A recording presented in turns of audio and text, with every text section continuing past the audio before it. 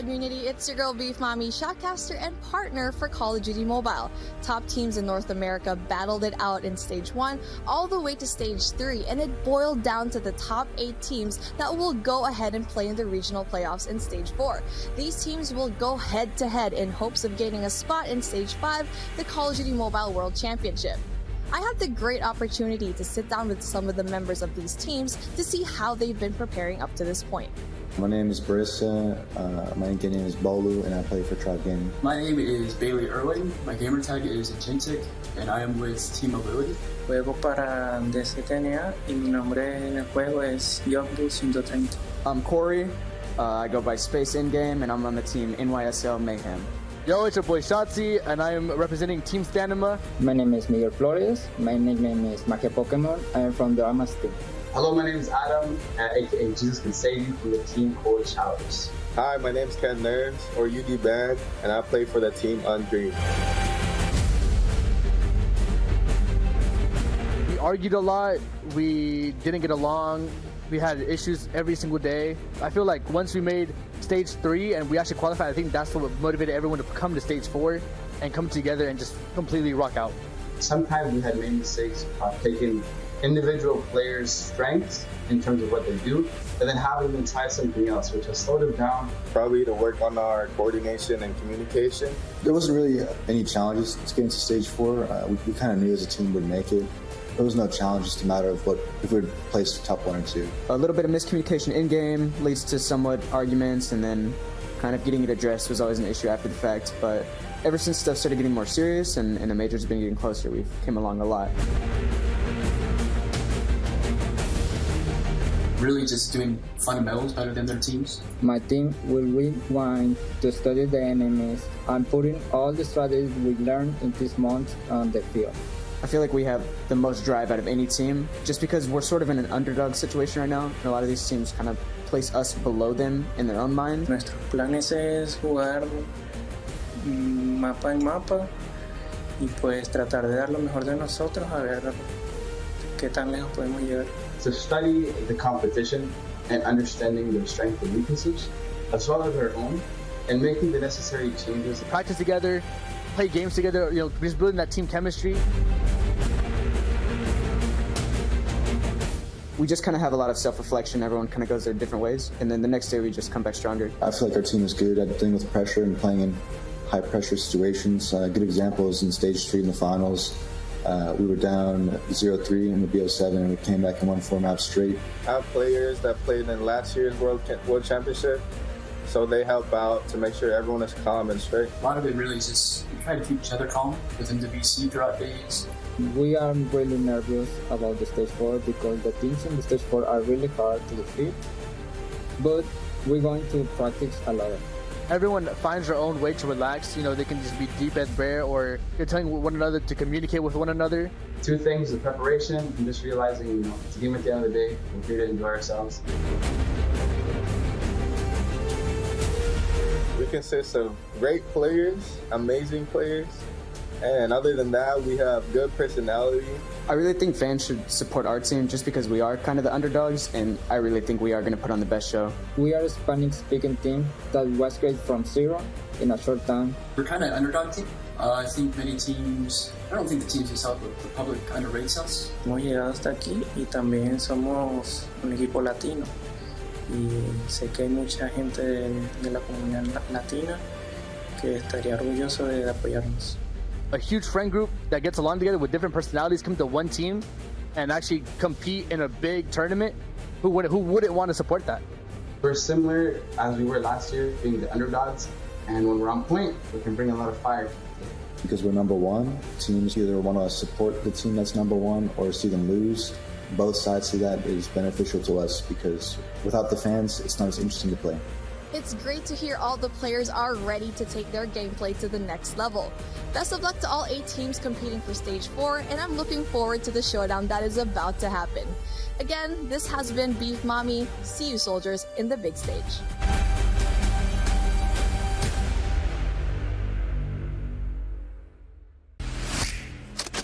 They're gonna double stack it.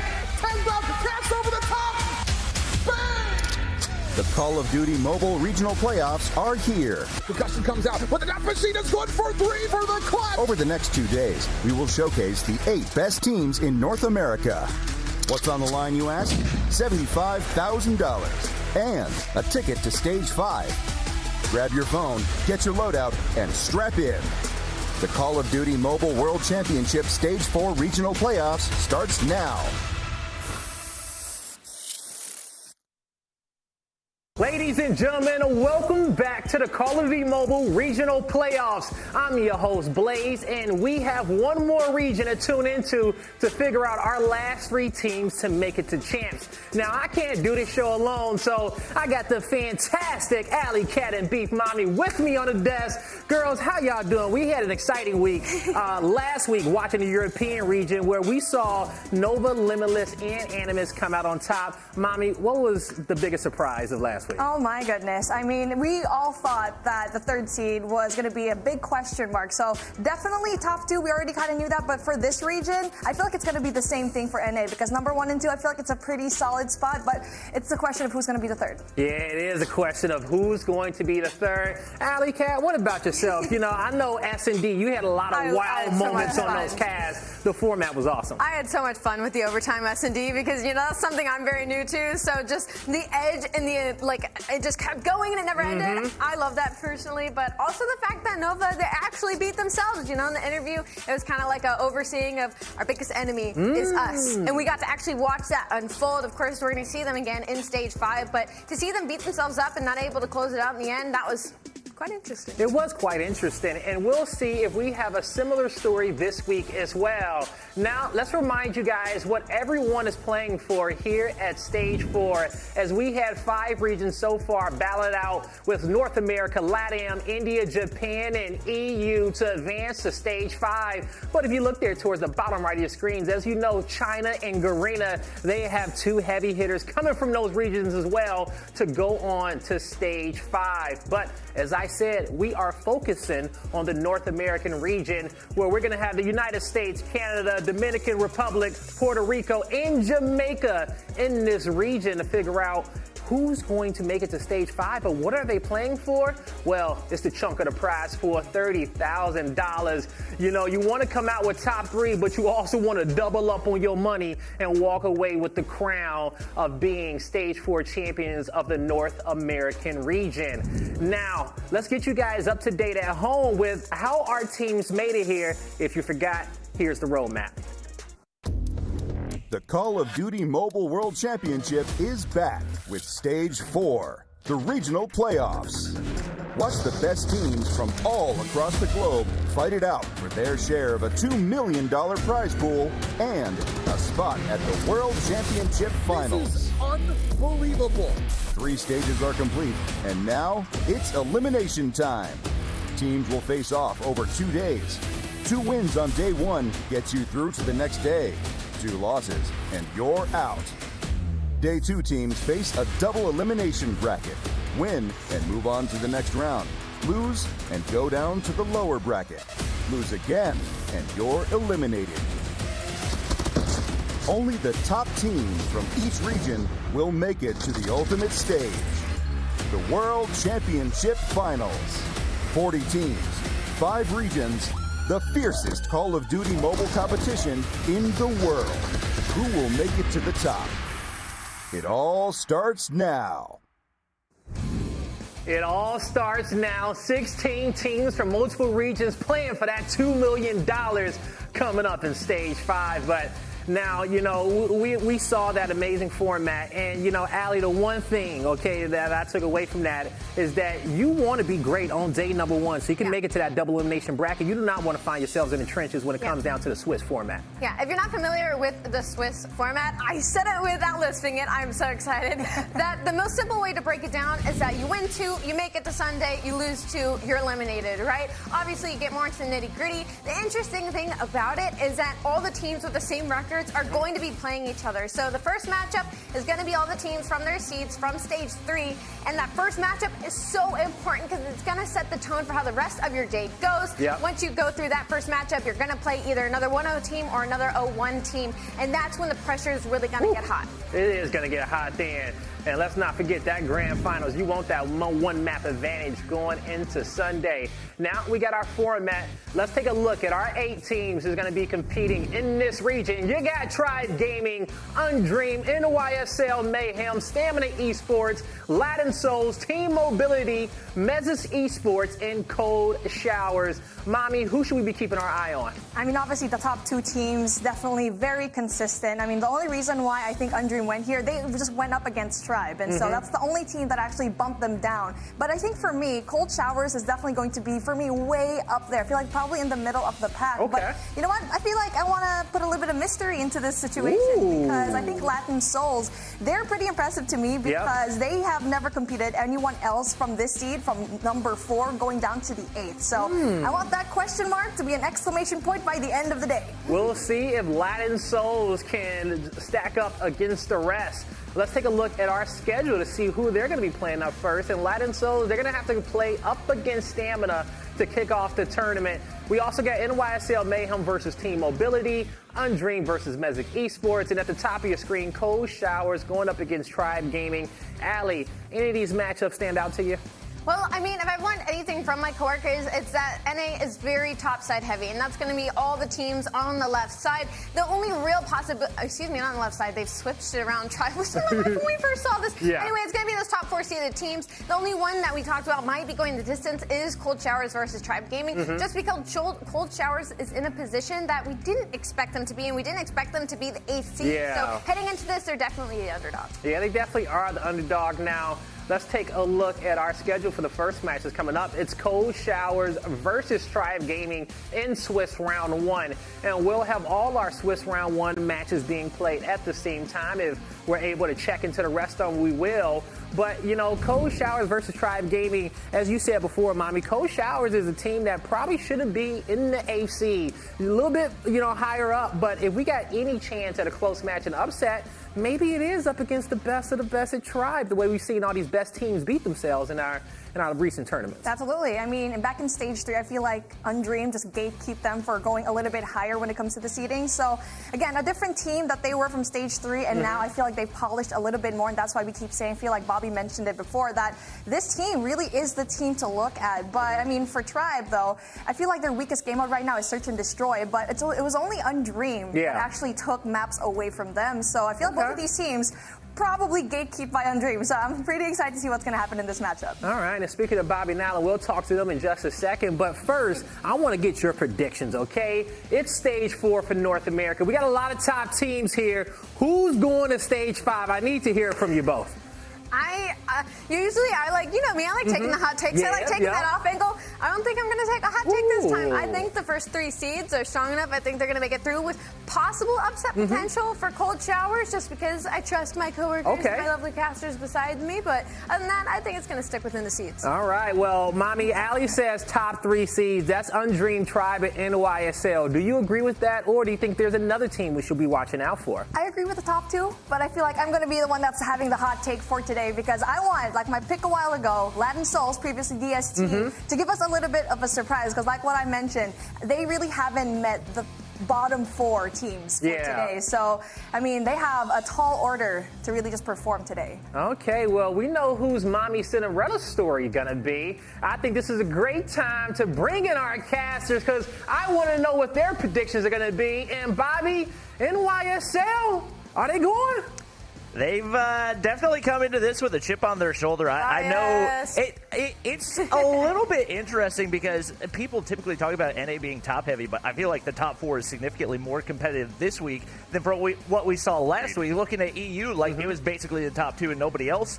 I feel like there's 4 teams right here that could potentially take the whole thing. And the craziest thing about today is I think based on everyone's power rankings, one of those top 4 teams is not going to make it to tomorrow just based on how the Swiss bracket's going to form, unless there's some situation here where Cold Showers comes out and actually upsets Tribe. So it's going to be a very unpredictable day. I don't know. Woo, I don't know either, okay? You know, I like the top dogs in Tribe. You know, I've been hearing a lot about Undream. But, you know, Stamina Esports, I think they can get it done as well. A super talented team. But, hey, forget what we got to say. It's time to get this tournament started and figure out who the real top dog is going to be in North America. And so, Alan, Bobby, take it away. Thank you there, very much so, friend. And here's the thing, man. Like, when we talk about, like, it almost feels poetic in nature that Cold Showers comes in as the number 8 seed. A lot of favor towards them generally, but this is not an unfamiliar situation for this roster because you've got players like Penge, Pepe, and Jesus Can Save You that were always the underdogs all the way throughout last year. And honestly, like, this is more similar to last year's ARP team than Tribe's roster is to last year's Tribe team. You got 3 remaining players as opposed to 2 remaining players from last year's Tribe roster.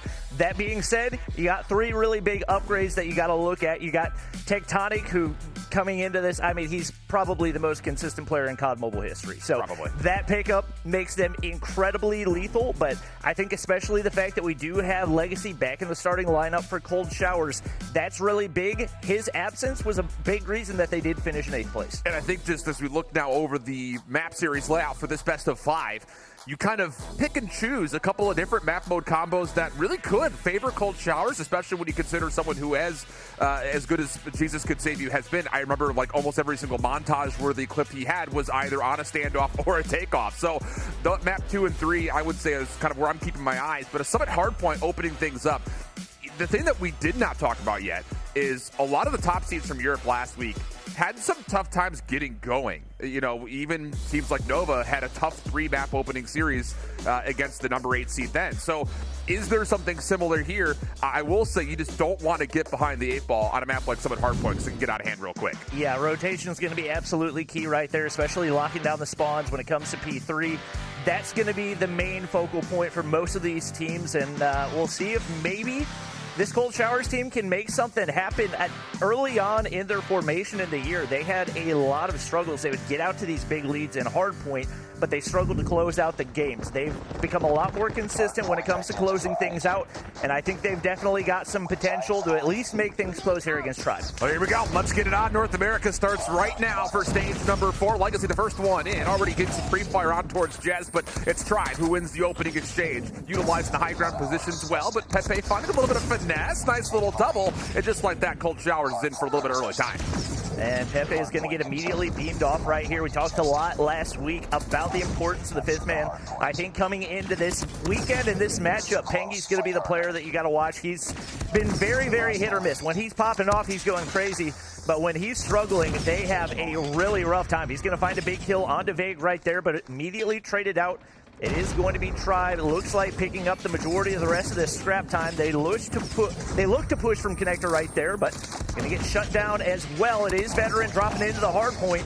Very, very back and forth off the start. I think the biggest thing, though, about this is as we're starting to see these engagements transpire, it is Tribe who routinely are coming away with the numbers, and as we have the last 5 seconds of scrap time to contest over, you start to make your moves over towards the catwalk, and as Tribe make their initial maneuvers, it works out very successfully. Straight kill feed going the way of Tribe, and it's Cold Showers that need to find a way to respond.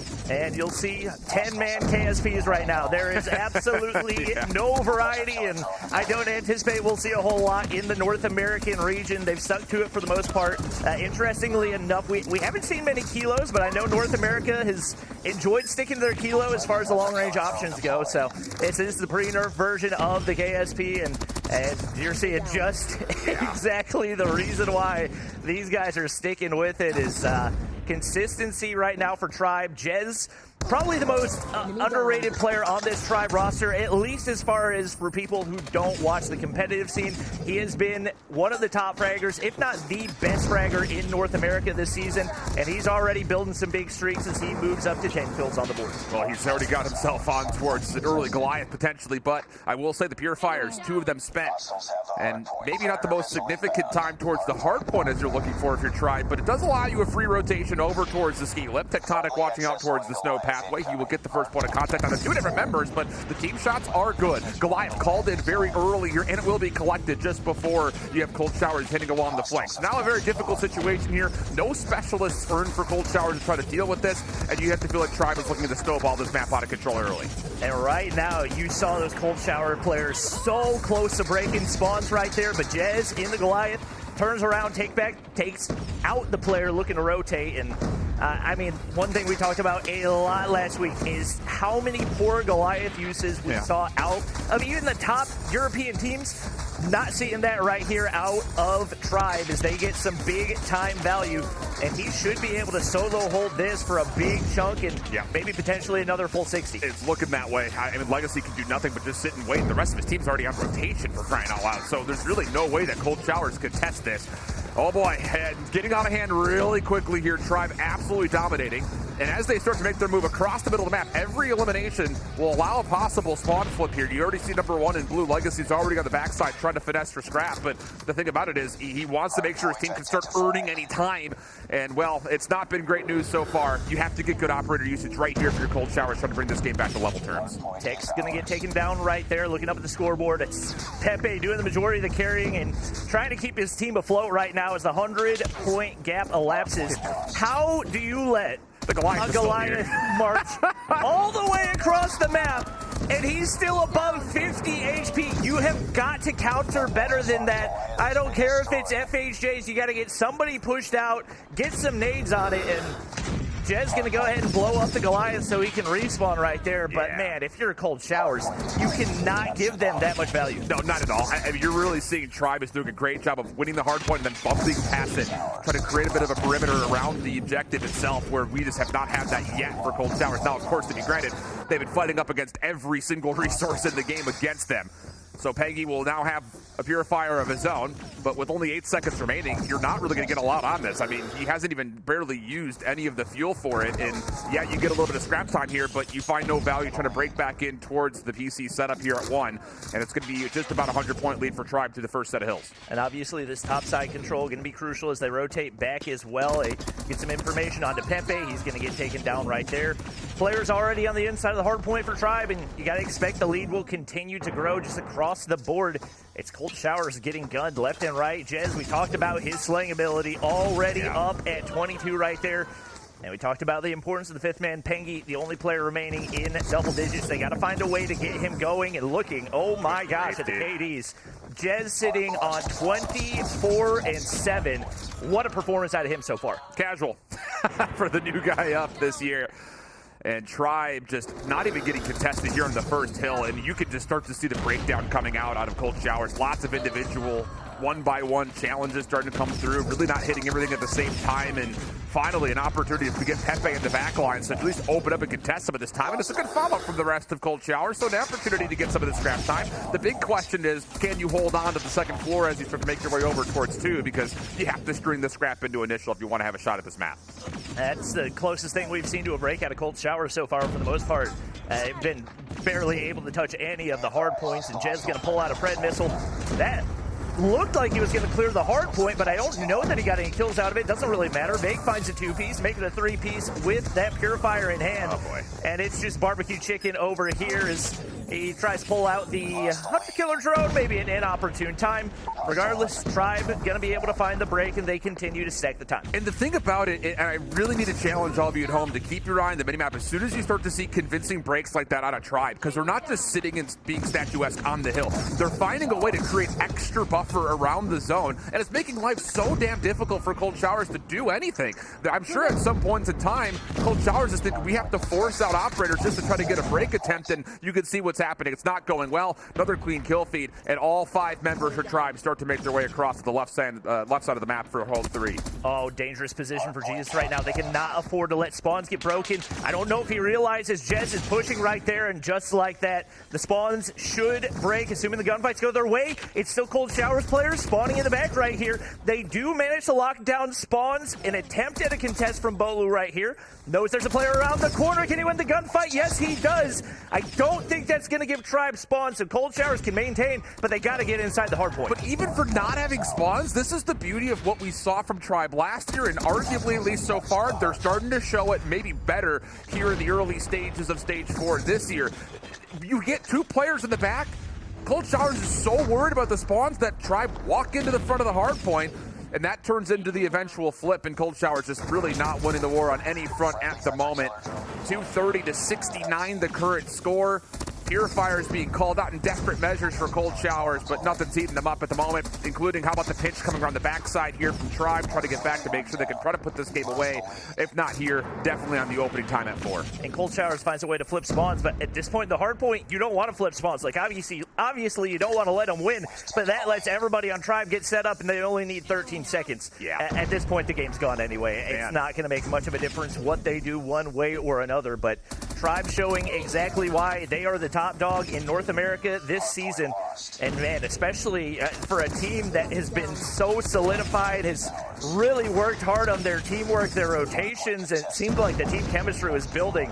It's kind of unbelievable how big this gap is. I think the thing is, as much as you sit here and you look at a 100-point club that's going to come through and you start to discredit Cold Showers, I'm more just flat out impressed by how Tribe played this map.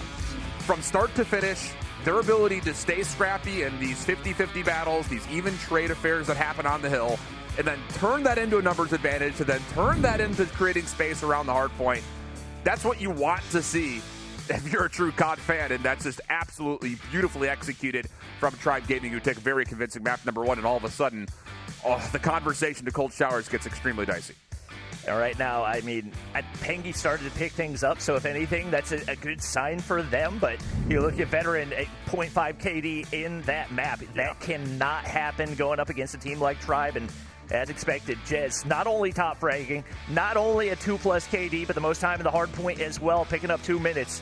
I think he's going to be one of the players to watch, and definitely a chance for an MVP for the North American region. Oh, early call from Bobby. Hold on. You can't just slide that in casually. I know Dan Verdict at home would back me up on that one, so I'm going to slide it in there. All right, I like that.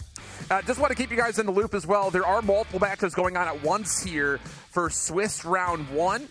Kind of some score updates as we'll take a look at to see how Stamina's faring up against Latin Souls. And at the moment, it's actually a really tight affair, also playing on Summit Hardpoint. Also going on right now, NYSL Mayhem have about a 50-point lead up against Team Mobility, although it is a little bit close. But we jump in to try to finish off this map number 1 between 2 squads listed as the 4th and 5th seed. This is a really important matchup to get out of this match and get up to the 1-0 bracket to give yourself the best chance to qualify for Sunday. This is super surprising for me because coming into this weekend, I feel like I felt like Stamina was miles ahead of DST, or I guess now they're known as Latin Souls. We got a lot of name changes coming into this weekend for North America. But you look at the gap in the kills.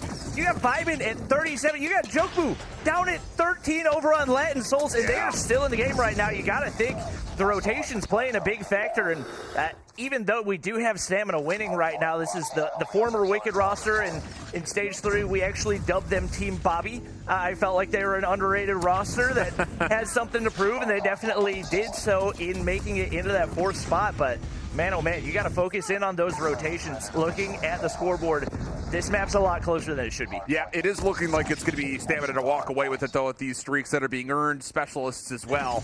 Still an opportunity, but you have to win not just the scrap time here for Latin Souls. You also have to get a convincing kill feed to start to change this map dynamic and get onto the left side if you want to get over towards D3. Vibin shut down, not able to get any shots of the Annihilator out. Good stuns coming over, so Latin Souls back in for the break. 15 seconds to fight. Reckless seems to think that's the time for him to go, and with the help of Losty, they will be able to successfully break Losty for a triple. Not able to finish off the final, but help is around the corner, and that will likely be enough for Stamina to put the game out of reach, and so it will be. But as you mentioned, a surprising first opening map here with a tight affair. Yeah, that's definitely not what I expected. And obviously, we talked about some of these teams a little bit slow coming off the start. Maybe you don't have a scrim to start the day. Whatever it would be, obviously, you can see the Stamina roster slaying out. The question is, once you start to get to go against those top teams, are you hitting the rotations?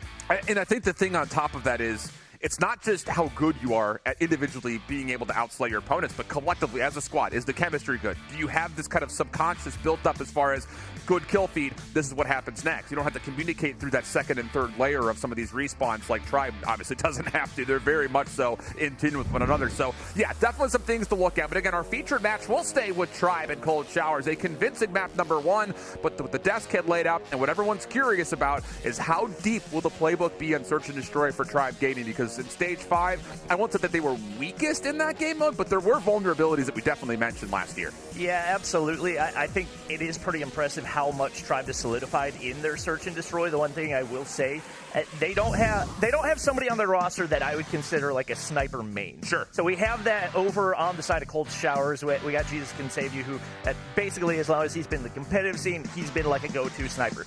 That being said, there's absolutely some deadly snipers. You're going to want to keep an eye on Tectonic and on Bolu. We've seen Bolu slide into that role a little bit more.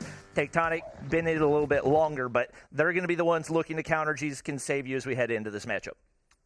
The opening attacks here for Tribe, as all 5 members are actually just going to flood over towards A, and the defense at Cold Showers is going to allow this to happen.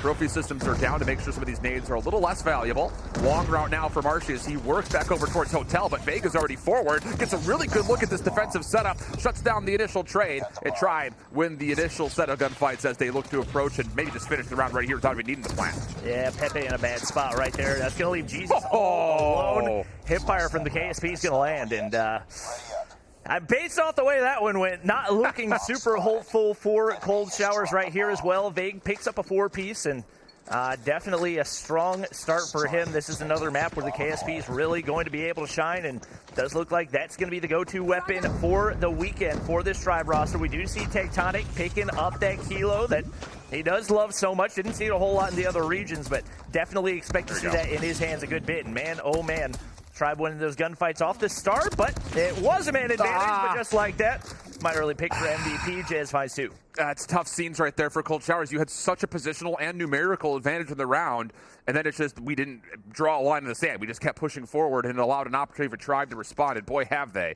So now it's a 3v2 the opposite way, favoring the attack, and it's Tribe all over towards A. First one up would be Legacy. Vague on the corner has gotten in towards hay bales, completely concealed. But as Legacy checks the opening corner, at least you have the idea that you can try to move and focus on the left-hand side. And, ooh, does he see the barrel of Bolo? Definitely should have. Slides on in as if to assume that he did, but it doesn't make a difference. The kills still favor Tribe, and they take the second round. Yeah, that rookie duo of Jez and Vague definitely going to be a lethal duo. You can't even call them an SMG duo because when you got 10-man KSPs on the map, I guess you got SMG quintuples or quintuplets, whatever you want to call it. It's going to be a very interesting push right here as everybody for this Cold Showers team going to go ahead and push the back alley, but they get torn to pieces. Marcia picks up 3 or 4 right there, and somehow it's going to be Cold Showers tying things up, 2 players apiece. But man, that was an unusual push, really, for both teams. Yeah. A bit surprising to see Tribe also try to force that angle once you know that Jesus Could Save You was playing backside over towards the deli to assist in that defense. So it's a quick rotation to A, 2v2. Post-plant retake now required, and you look towards this guy to see if he can find anything on the cross. Nothing initially. KSP is the backup, and he looks like he wants to take a long route. Interesting considering what the post-plant setup is for Tribe. Tectonic and Bolu are not going to give him anything.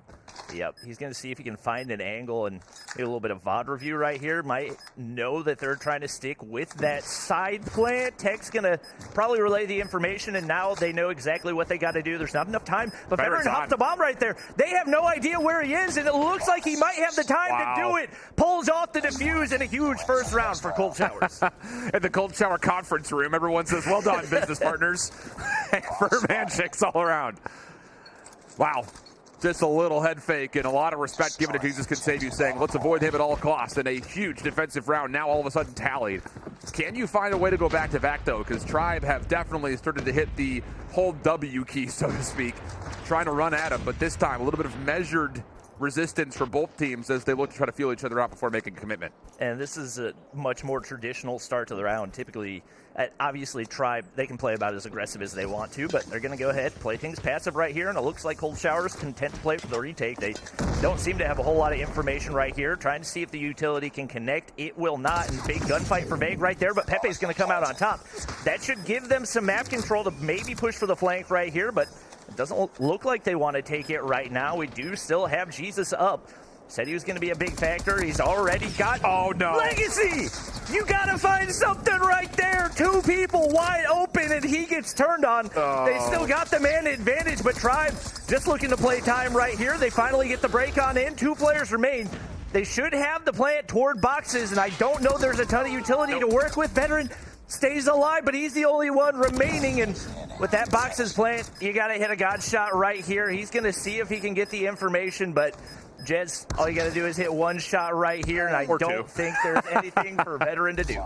Man, that's so tough. Legacy is in a great pivot point right down Main Street just to sit there and say, if we want to hit the flank, I can watch the cross. If we want to try to flood from the front, I could hit my own pinch and absolutely just get smoked backside of the offensive tank and statue. And a round that looked good for Cold Showers to utilize initially after the post-plant retake, immediately foiled, and now it's all of a sudden 3-1 count. But look at Cold Showers, aggressive right down the middle of the map. But measured once again is Tribe, and they're in a really good spot to respond to this, pending, of course, they know it's a double stack of Pengy and Veteran over towards the backside of the tank. And if they can get a wrap toward Broken, they might be able to make something happen. But obviously, you got the snipers watching the cross, not going to let anything happen right there. And Marshy's going to be the man to make the play, looking to get pushed up a little bit right here. Players back to back.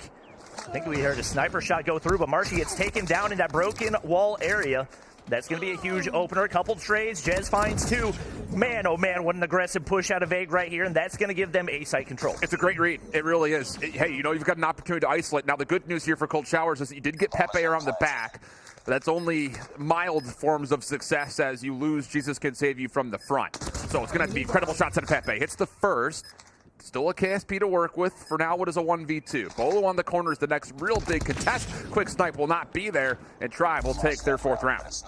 And honestly, you got to think, had that one gunfight for Legacy maybe gone a different way, this could be within reach for Cold Showers right now. But they now find themselves in a 3-point gap, and Tribe they're so consistent. You got to take every hole that you can get, and Cold Showers has not been able to capitalize. You see a whole lot of damage right there, but no kills going through. Jez and Tech both going to be able to regen, and looking at the map, it's Pepe in position to maybe foil this push. Gotta have it. That's so many missed gunshots, and once again, that's a mistake you cannot make. I get it to a certain extent. It's a double chow that comes out backside gas station, but that's a 1-for-1 defensive position. You have to get away with 1 kill. So with that, now the flank has been made completely safe from the perspective of Tribe, making their move to try to at least threaten over towards A, but Pengy has slipped back over towards Cubby, looks at Bolu, but not looking able to find much of the shots. Help is here, but finally it comes out. Bolu gets the double, and it all rests with Legacy through mid-map, front side Brown, and you just don't feel great about his chances in a 1v4, especially from this position. Yeah, I don't know how he thought they were going to let him just run out of there with his melee. Yeah, I don't know. That's going to be another Tribe round right now. It's looking pretty bleak for this Cold Shower squad. Obviously, you got Jesus picking up 5, but it's a team game at the end of the day. Tribe looking like the stronger team, and it's, once again, consistency across the board. When you got a player like Tectonic with only 2 kills and you still got this big of a lead, never going to be a good sign. We get a little bit more of an aggressive push right here as we do go ahead and flip sides, and we'll see what the offensive looks look like for Cold Showers, but Marshy on a nasty flank right here, and this is going to be tough to counter. It's not even just the fact that Marshy's established some pressure on the flank. There was no trophy system down for the side of Cold Showers. Nades were successful, obviously not just for First Blood, but it also allowed number 3 and Bolu to move forward. And man, Bobby, I got to ask you, is this more of a credit to Tribe or more disappointment for Cold Showers? Because we expected this match to be competitive, and so far it's been anything but. I think it's a little combo of both. I don't know. This does not feel like the Cold Showers team that we saw toward the later sides of Stage 3, and maybe it's a chemistry thing, but it's really tough to not give the credit to Tribe on this one. They are playing those trades perfectly. They get pushed up for the flank control again. Obviously, shot's going to go through, and they're going to get pushed back a little bit, and Pengy's going to be able to take down Tectonic. So you get the lives evened out right here, but every time it looks like ARP, or rather Cold Shower's got a hole in the armor, the trades always go the way of Tribe. The thing that's been really tough, at least from my perspective, and now these last two maps, is in these closing moments, we're starting to see no semblance of team control out of Cold Showers. It's a lot of these desperate plays. Let me see if I can make something happen. But gosh, you're just not going to get away with that against a team like Tribe, no matter how good or bad they're playing on the day. Vague, a really good look at the last double. Pistol out. Jesus will at least find one kill, but that is going to be it. Tribe gaining, casual, smiles, fist bumps, the whole 9 yards go their way. And that's, I mean, we expected a win, and we didn't expect it to be that lopsided. Wow. That was something else. Tribe definitely setting the tone to start out the weekend, and especially against a team like ARP, they got to find a way to counter. We know Control's that swing mode. We'll see what they can do, but we're going to go ahead and take a look at the NYSLM versus Team Mobility Search and Destroy map, and a surprising start, especially for a team like NYSLM, who is typically so dominant in the Search and Destroy. You got Yawn. 12 kills off the start, and it looks like they have not hit a counter for him. Yeah, and, you know, for what it is, you know, obviously Team Mobility started on the defensive side, but, man, getting 12 kills by way of scope for Yawn is definitely something to keep in the back of your mind if you're NYSL Mayhem, who have gotten very little participation out of anybody that's not named Space or Little B. So, see if they can try to find a way to get another offensive round on the board. The initial play out of Rayhan over towards B has shut down a lot of the attempt over towards jungle individually, and you can see the defensive stack. Team Mobility realize and trust that Rayhan's got B, lets this full stack to make sure no one can come over towards A, and Yawn will absolutely hit that point home as he gets another onto space. I just can't miss right now, and Rayhan's applying the pressure to the backside as well. He's not missing either, and I don't understand why you got a sniper that's not missing. You're going to tell that with a KSP. Little B's able to find one, but he and Space have been the only players that have found anything so far. You got Raballo at 0, Nero at 2, Carlos sitting at 1 right now. Those players have got to find a way to pick it up. Obviously, you do look to the switch over to the defensive side and think maybe we can turn things around right there, but if I've ever seen the flow state, you got to think it's pretty similar to what Yawn's doing right now with 13 through the first 6 rounds. The thing is, like, if you're going to go and try to isolate a scope, you have to commit to challenge, or don't commit to challenge, one of the two. Decent bounce back here, though, as Carlos was able to get one before dropping, leaving Little B into what's going to have to be a 1v3 situation.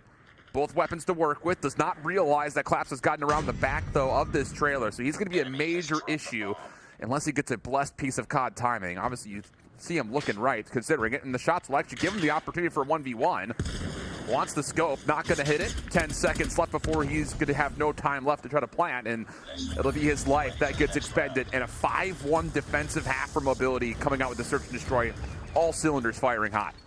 And unfortunately for NYSL, Raballo was not able to travel with the team. So maybe you can point to that a little bit for the reason that he's struggling so far. But you got to find a way to put your team in position to make plays. And Rehan, the jump shot on the Little B off the start, but Raballo finds his first couple of kills, the double nade kill, and it is pure chaos over on the A side. Carlos has read that there's more here too, by the way. He didn't maybe hit as many hit markers as he would like, but he definitely did get damaged up. So that's going to allow an opportunity for Nero to try to make a play, but maybe saw the shots coming out of Rayhan and said, nope, I'm good. I'll just stay here. Let's hold our numbers and just make sure we get another round of the board. Should be good for it, depending on what happens over the middle of the map here. It's really the only opportunity that Mobility have, unless they can find a way to isolate on one extremity or the other. But both players are really tucked in nicely. So it would have to be isolation here into Raballo. And wait a second, Engenic, he could get through. And yeah, he does open the door. So now all of a sudden the bomb can fly back over towards A if they're looking for a plant. Yawn missed the jump right there, but right now, they've got the positioning. They don't have any type of map control over on the bomb site, but you still got those NYSL players sitting in the back at Space looking to line up a cheeky wall bang right here. Not going to be able to do so, but if he keeps firing onto that bomb site, might be able to connect right here. And more than likely, he's going to wait for the bomb to go down to see if he can make something happen. You got Nero over on the other side of the map. He's going to be looking to make a flank right here in Space. Not going to be able to connect. Yawn doesn't have any need to do anything but wait right here, hoping he can connect on the FHJ, but the blast radius not quite wide enough, and Engenic gets the explosive onto Nero, and just like that, they got the man advantage once again. That's one way to resist the post-plant retake. Rockets to consider. Space now, the next one has to moving forward as on Carlos' side, he's trying to clear out trailer. Not going to work out. So it's just down to Space. A pistol gets done for 2. Quick scope now. Has Engenic in the corner, but can't finish off the final. And it's going to be a 6-1 tally as Engenic is the one able to close it out for mobility.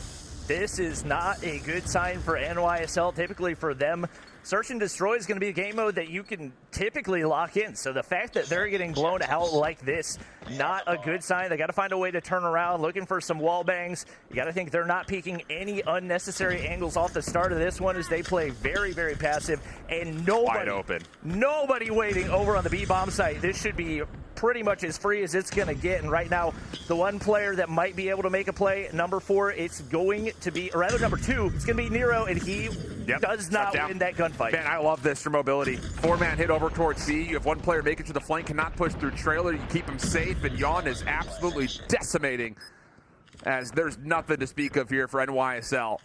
Raballo over the back has been able to take down Yawn, but his position very much so revealed and very much so dealt with swiftly. 7-1 to search and destroy mobility.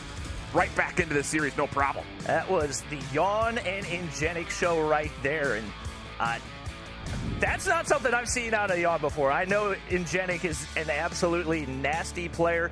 Rehan hitting some crazy snipes as well. Engenic was actually a pickup from that UD team. So you know that he can compete with those top-level players, and obviously that pickup showing up big time up against NYSL. And the other thing that we talk about a lot when it comes to New York and what they were able to or unable to do last year is consistency. Was all over the place from stage to stage. So definitely a bit of an eye-opener there in one of our other series, but we're getting ready to go into the control for our featured matchup. Tribe currently up 2-0 in very convincing fashion, and it's going to go down to a control on takeoff. Of course, if you're new to watching COD Mobile, or maybe you just haven't watched a lot from this last year, this is the new game mode in. First to 3, ticks of progression. You need to be able to cap on both of the objectives before you lose 30 lives.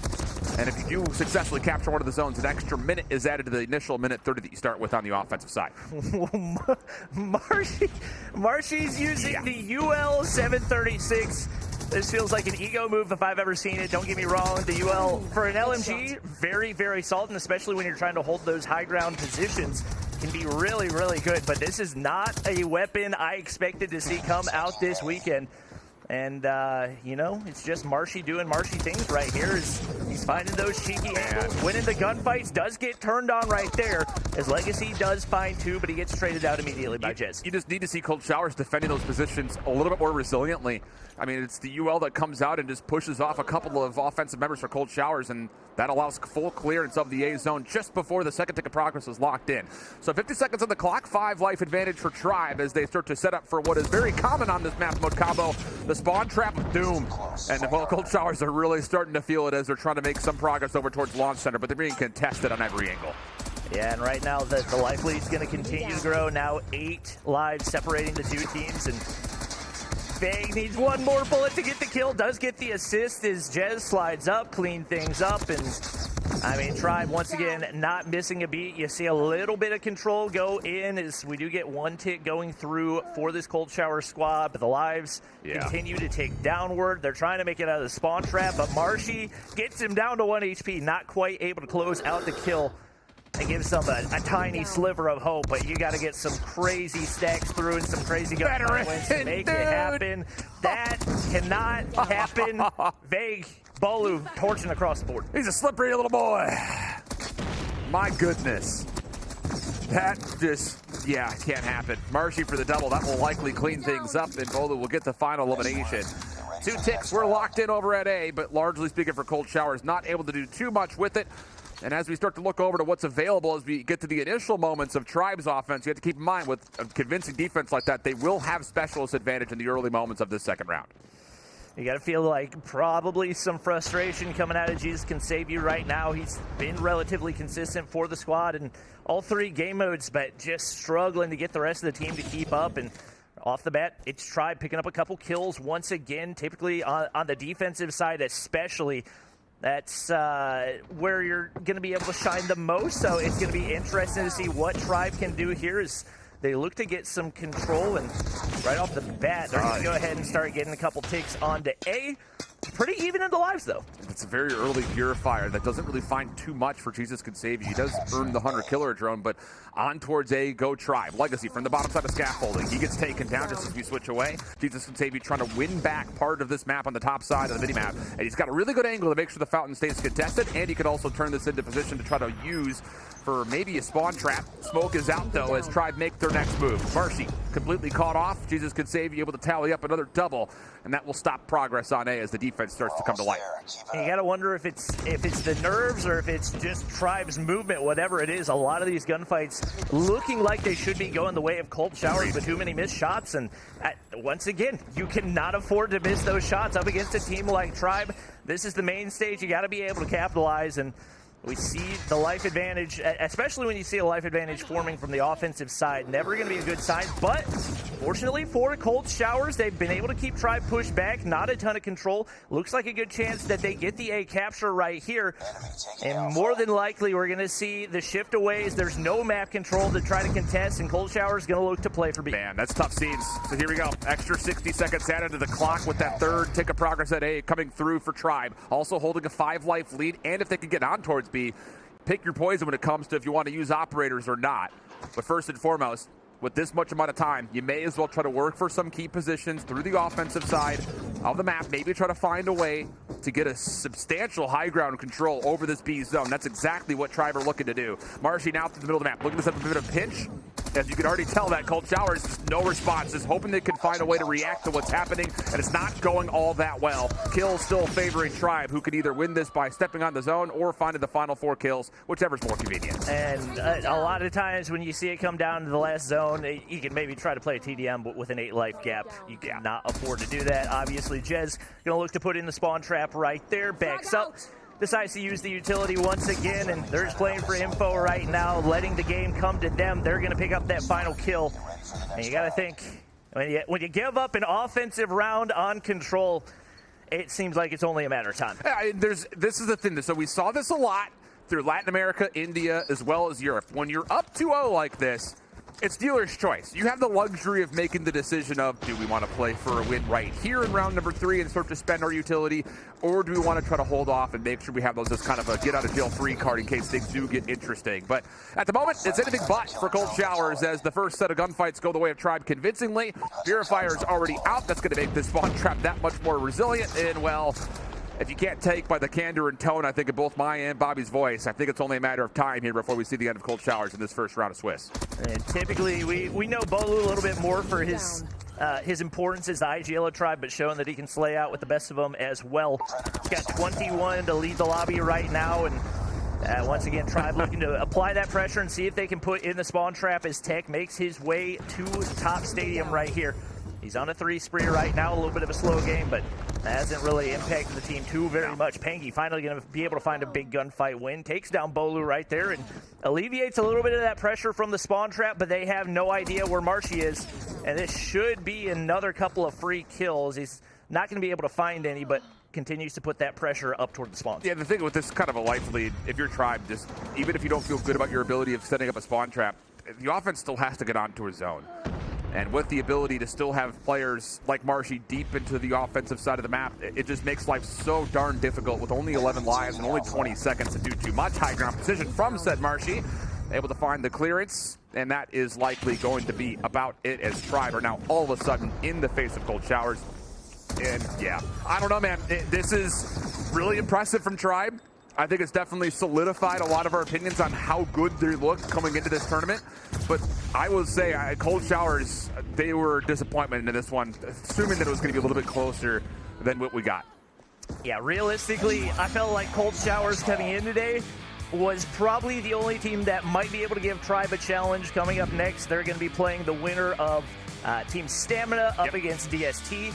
And I feel like Cold Showers likely has an edge over both of those teams. So you got to think their qualifying matchup probably not going to be too very close. You mentioned that matchup. We've got it still on the bank for us. Raid control currently underway for Latin Souls and Stamina. Stamina up 2-0 in this series after a convincing search and destroy. They won that one 7-1. We also saw, of course, the near conclusion of the opening Summit Hardpoint, but how about this? Latin Souls looking pretty solid here in the raid control. Not only are they up 2-1, they're going to get an extra 60 seconds of time to play with here after they capture the A zone, which they get quickly. And even if you do end up losing here, which to be honest, there's not any indication that they will, you move back to the defensive side, which is typically the strong side. So anytime you end up getting the majority of the defensive sides in control, it's going to be an advantage right off the start. And that's one thing Latin Souls can look to, and it's the swing mode. We'll see if they can turn it into something. But right now, they got to find a way to close out this before we start looking ahead to those next games. And right now, trying to push over to the B site, not looking great. To be honest, they do get a 3-feed right there, and that's going to open things up. The smoke go out. This is your best chance, absolutely, and you got to look to clear things out and stack the point. It's just reckless on the point. Get those. Finally, the kill comes out. A little bit more tested than it should have been. Smoke's now kind of embellishing the side staircase where the Pred missile gets called in. Desperate measures here from Stamina, fueling that this defense is not nearly as successful as they were hoping for. And that will allow them to regain, and not only regain the zone, they're going to push beyond it, try to play through Art. But, Gravity Vortex got also called in. Maybe throwing a little bit too much at this is Stamina, as it's now becoming very clear-cut that the defense will win this round 4, but that is a major tool off the table, as Stamina will have to come back and win this round 5 offense coming up. And right now, if you're letting Souls, your biggest issue, you do not want to feed streaks the opposition. Correct. If you let them build those streaks to move into an offensive round, it's going to be really, really tough to counter. And looking up the top, 0 streaks ready to be used for Latin Souls, 1 operator, a whole lot of yellow up by the names for the Stamina side. To be honest, I feel like their best chance is just sit back and make Stamina come to them, but Vibe is going to be able to find 2, nearly 3 right there. A 13 life advantage, not a good sign for the start of the next round if you're Latin Souls trying to clutch up. Now the question is going to be, as Latin Souls just have 1 more life available to them, is how much of this do you read from Stamina's perspective? Because they're going to have a Goliath off the rip that could only be countered by Amelia. So, do you have the information that, hey, I don't think they have many specialists. Let's call on this Goliath off the rip, give ourselves a ton of time to possibly play with, and then maybe have the lives be your win condition. I don't know. We'll see what they want to do here, as Stamina will be on this round 5 offense, and it looks like it's going to be a 2-3 split focused on the B side off the rip. Yep, and Viben's going to look to get some mid-map pressure right here. Obviously, you got Jokeboo looking to counter, as they don't want to give up that early control here on the B side. You got to connect right there, and it's all Stamina in the feed. Not a single kill for Latin Souls so far. As the operators come in, Mammoth probably would have been nice to hit the first one. Probably could have afforded you a couple others if you had, but at the end of the day, does pick up 1 kill, and with Shotzi pushed up into this cheeky little spot, it's going to be tough to get pushed up. 1 player gets taken down right there. It's going to be Shotzi, and to win these gunfights. I can't lie. The gunfight's just looking rough. That was, another moment for Latin Souls. It looked good for them on the recovery, but they cannot win these gunfights through the smoke, and all of a sudden, third tick of progress starting to be found. Wasti able to help himself to a double. 1 more on the corner. Well, let's get the reload off, but it doesn't make a difference if it gets the kill or not. The objective's gone. You got 2:15 to play with. You've got double streaks for Losty. You got a Goliath for Shotzi. And all of the narratives about how this defense should be pretty casual for Latin Souls immediately go out the window because they just weren't able to win a single gunfight around the point. Yep. Right now, Losty should be able to put a pinch right there, but he loses the gunfight. Gets completely obliterated. And eliminating that flank at least gives a little bit of hope right here. Is if you're Latin Souls, you just want to try to bait Stamina in. You get the concussion to land right there. You see Shotzi, and with that, the Goliath going to go ahead and get called in. I don't love the positioning for this. You've got a long way to march on over the A site, but they're sending out some more score streaks right here, and if they can get the area cleared out, it's going to be pretty easy for them to close this out. A lot of support here. Double Annihilators and the Gravity Vortex were spent just to make sure that Reckless can get this tank onto point. Again, not that it really makes too much of a difference because progress is kind of whatever when you're dealing with an 18v4 situation. But the pressure is on Latin Souls here. 2 deaths away from being 3-0'd by Stamina Esports, and this little poking and prodding works out well to get down the Goliath, but how do you kill off a minute 30 with only 2 lives available to lose? Yeah, it's just not going to happen right now. Latin Souls putting up a good fight on a couple of maps. I expected this one to be a blowout, so the fact that they were able to make things a little bit close is a credit to them, but Stamina showing why they earned that number 4 spot, and they looked very, very solid there in the control as well. Man, okay. Maybe a new contender has now appeared all of a sudden after that convincing 3-0. We jump back over to, again, one of our other matches that are still simultaneously happening. We've got NYSL stuck on a slums control, currently down in lives on round number 3, but there's a lot of resource being called out here by Team Mobility, looking to get themselves the offensive round, and well, I think they're probably going to be good for it just based on, again, the lives being so differentiating between the two squads. Minutes still to play with. NYSL having a tough time getting out of spawn, and my goodness, how about the idea of Awaken and being able to get a little bit of revenge on his former team from last year? I mean, I'm sorry, I just can't stop looking at Jan's stat line. Yeah. I've watched this guy play for a long time, and I have never seen performances like this. And he's using the UL 736. We haven't seen that in any of the other regions for Stage 4. He may have discovered a little secret on his own right here, but wow. What a start right here, and it's going to be a defensive round right here as well, which you got to think gives even more advantage back to Team Mobility. Very good chance that they can lock in a lead here. Interesting call on the Vortex gun from Klapso. There's nobody here for Mayhem. They're all pushed out over through bricks and towards A. You've got Carlino already getting some good progress here on the A zone. Rayon's trying to find a way to contest, but Carlos does well to at least make sure this play stays alive. And that's a lot of specialist usage that is completely mitigated just by the simple fact that NYSL was not trying to challenge B initially. Now they're there, and as Space gets a beautiful little lineup, maybe a little bit blessed off Awaken to start, all of a sudden Mayhem are looking good for their offensive attempt.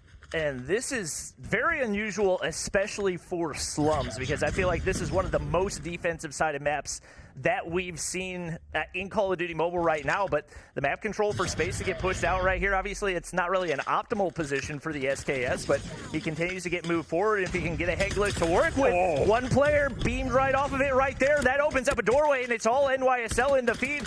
Boxing Gloves not going to be able to connect right there. Nero, you got to win that gunfight. He gets taken down as well. The lead not looking quite as comfortable now for NYSL. The thing is, you're still seeing a lot of mobility operators coming to just try to get this defense going.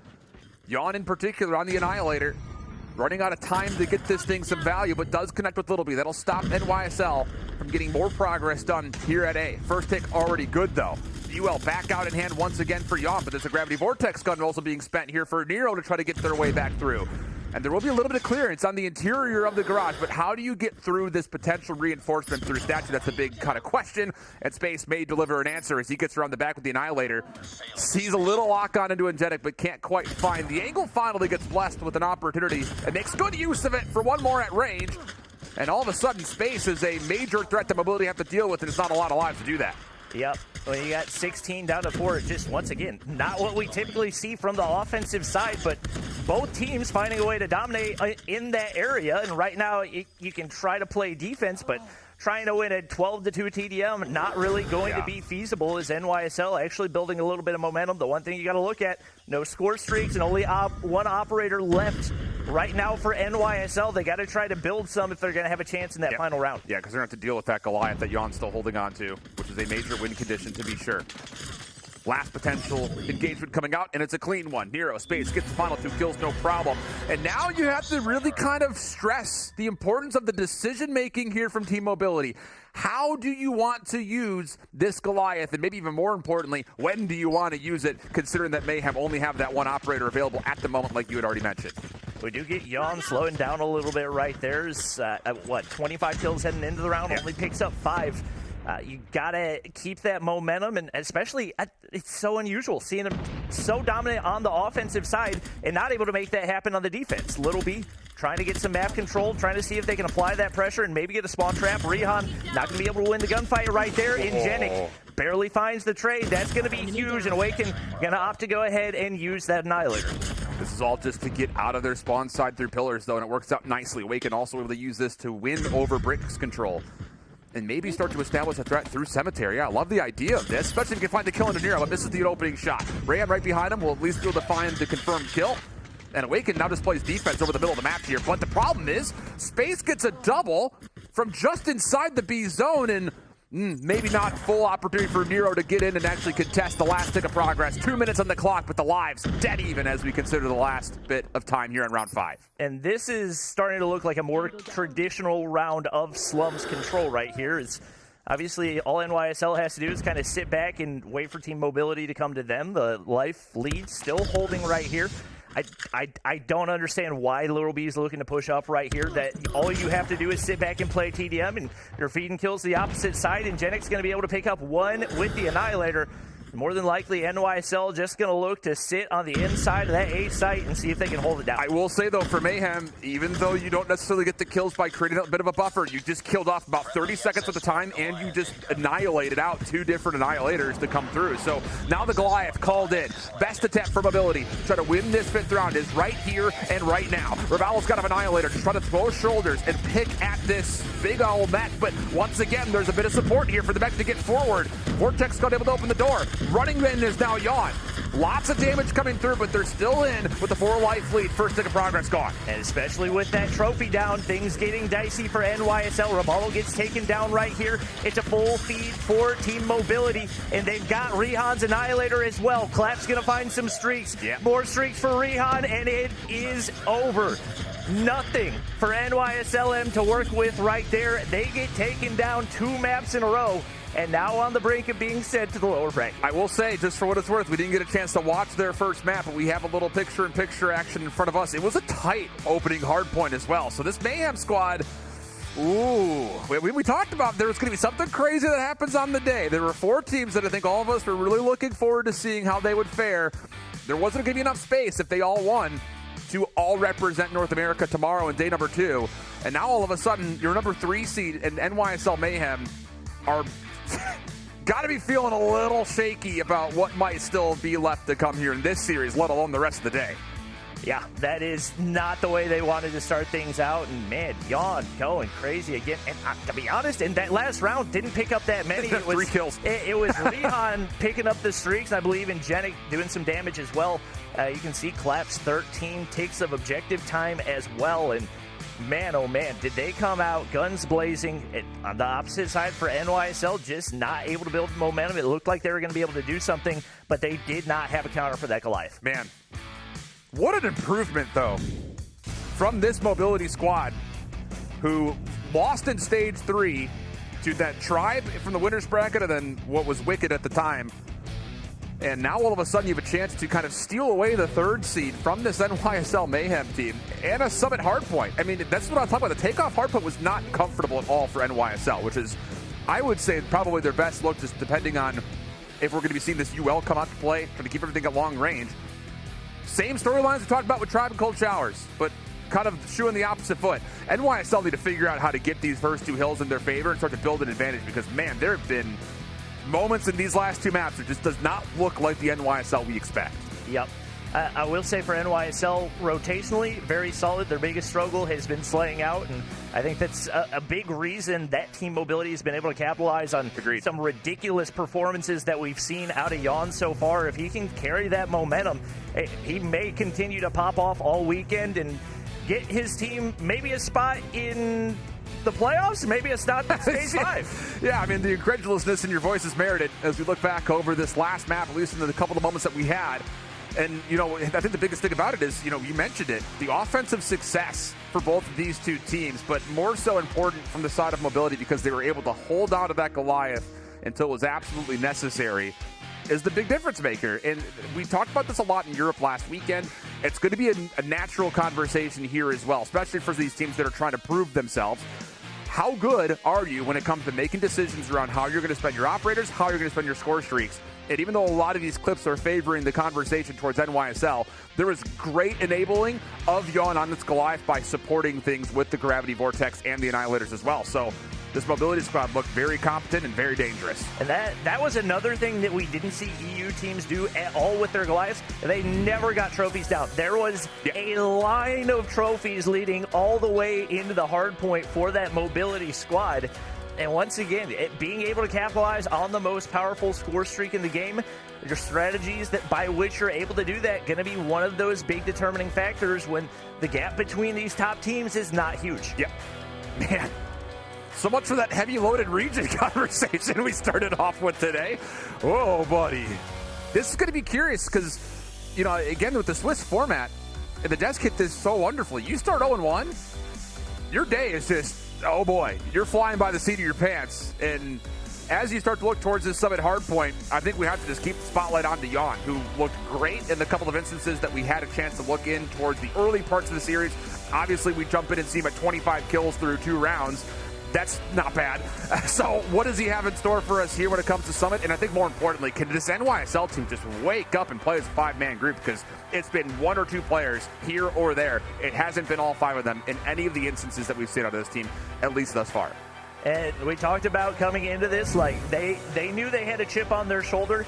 We knew it was going to go one way or another. Either that was going to carry them through or it was going to be a hindrance. And it looks like so far, whether it's been a mental block or whatever it is, they've not been able to find that momentum. And maybe also, looking at the flip side, team mobility showing that they were very underrated coming into this as well. I love that call. That could be said, I think, by a lot of the other teams that we're going to probably see once we get into that second round of the Swiss, whether it be the teams that found themselves at 1-0 or maybe a chance to recover after dropping that opening Swiss format. Again, this is just the opening round altogether with our schedule. A lot of COD Mobile to be played. As mentioned, the second Swiss round will actually see our first teams eliminated, as well as our first teams that can advance to tomorrow. 3 total squads from the region make it to represent North America at the end of day 2 for Stage 5 World Championships. I know everyone's really pumped about that first major international event. And I don't know, man. I'm just curious to see who's going to come out of this region and be able to pull the same storylines that we had for every other region we've done so far. A clear-cut number 1, but what's going to happen for number 2 and number 3? I think at this point, it's pretty much anyone's game. Yeah. And I think the craziest thing is coming into this, a lot of us expected, like, oh yeah, we know who the top 4 teams are. There's a very good chance coming off of round 1, we get 2 of those expected top 4 teams already down in the lower bracket. That's going to make it that much more difficult for the teams trying to make it out of there. It's tough scenes, man, but hey, that's what happens when you kind of had, 2 months from the last time we saw these squads play at official capacity during Stage 3. It looks like lessons have either been learned or maybe new vulnerabilities have started to crop up for some of our squads. But it's a Summit hardpoint, 1 map away from falling down to an 0-1 early tally for NYSL Mayhem, where mobility could really start to flex that maybe they had been slept on too much. Space, first one in. A lot of different contestants to work through, and it doesn't really work out really in any gunfight for him. Mobility still trying to fight from the high ground, able to get at least a nice little set of kills coming through, and that will lead to some early time here on the first hill. And that topside control going to be crucial, and Jenik looking to hop up. He gets taken down, but still the majority of the gunfights going the way of Team Mobility. Still a couple players sitting on goose eggs off the start for NYSL, and Nero going to get taken down to the inside of the hard point. Team Mobility not giving an inch here in the top side. That's going to make it so easy for the players on the inside to win those gunfights. And man, they might be able to find 50 off the start here. The fact that they've already got 30 is astonishing. And the kills keep on coming. This is what is happening? Mayhem, they look completely lost. No idea where anyone is. No one working to clear things together. And yeah, Bobby, you called it. 50 seconds is well within their grips. Can we get a kill, Mayhem, somewhere? Maybe they forgot to load into the map. I'm not sure what's happening right now, but nobody can kill Yon. They finally get it off the back of probably what could have been an easy kill for him right there as well. And Rehan with 5 HP still going to be able to take out Nero right there. NYSL scrambling. Do you think Mobility's feeling themselves? Oh, they've got to be feeling it right now. Little B's going to be able to find a 2-piece, and Nero from behind finally going to be able to break through to get NYSL some time. But they have got to wake up to give themselves a chance. Flank already shut down. That was Mobility trying to hit a long overextending route. And with that dealt with, now Mobility can take their focus back towards the front. Need to have gunfight wins here if you're Mayhem. And Jenik trying to get on in, not able to find much success as Rabalo has really been the new catalyst for this squad, at least at this moment. Able to get towards 6. Predator missile called in. I don't think it connected. I don't think it did either. Very weird timing for it as well, as the threat towards P3 is already established. Awaken good to get away from his former teammates, but it's Little B who has the last word. That's a huge kill right there. That, if they're able to maintain it, should lock down spawns here on P3. And we know this should be one of the money hills, but Little B gets taken down. 1 player left to contest, and he's going to get dropped as well. And just like that, the opening that looked like it was going to be there for NYSL completely closed. And you've got Claps who can play through the middle of the map, does not expect the player holding in the corner. So an opportunity for Mayhem still to try to fight from the front, but just as I say it, it's Team Mobility cleaning things up, no problem. Flip the spawns, convincingly hold the hard point, and now even getting a little bit of a route out of Awaken, who really has stepped up. Again, he's looking for a little bit of a revenge tour here. 10 kills for him. Off spawn, immediately into the Annihilator. Isn't able to do anything with it, though, and NYSL have a second chance for a break, and it's well done as they also flip the San's final statement, simultaneously. And that's more than likely going to lock in 30 seconds. It looks like Team Mobility already rotating. They have no desire to contest right here, and they're going to see if they can get some map control pushed out as they look to get a full 60 here on P4. Little B seeing if he can poke a hole with that Annihilator, but he's not going to peek and doesn't have a whole lot of time to get value out of this. Not going to be able to hit Jan on the shot right there. Those are shots you cannot afford to miss. They get things pretty close, but if they get pushed out, waste those operators, this could very well be a full 60. Yep, love this call for that Pred missile. Deal with the potential overextension. Claps can be trusted just to essentially spam out this Vortex gun as soon as the Nether, I don't even know, universe collapses. What do you call it? I don't even know. But he's vacuumed him enough, and that's going to be enough for Now Mobility to take this over 100 points.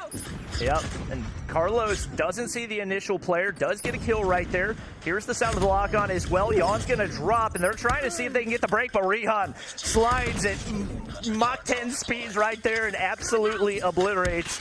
Carlos looking to break from the backside, a double push, but they get traded. Little B, Nero there for a couple. They're going to be able to still find some time right here in mitigating that early rotation for Team Mobility. Yeah, this is honestly, though, for Team Mobility, you're just kind of throwing a couple of members here to just make things a little bit mixy at the scrap time.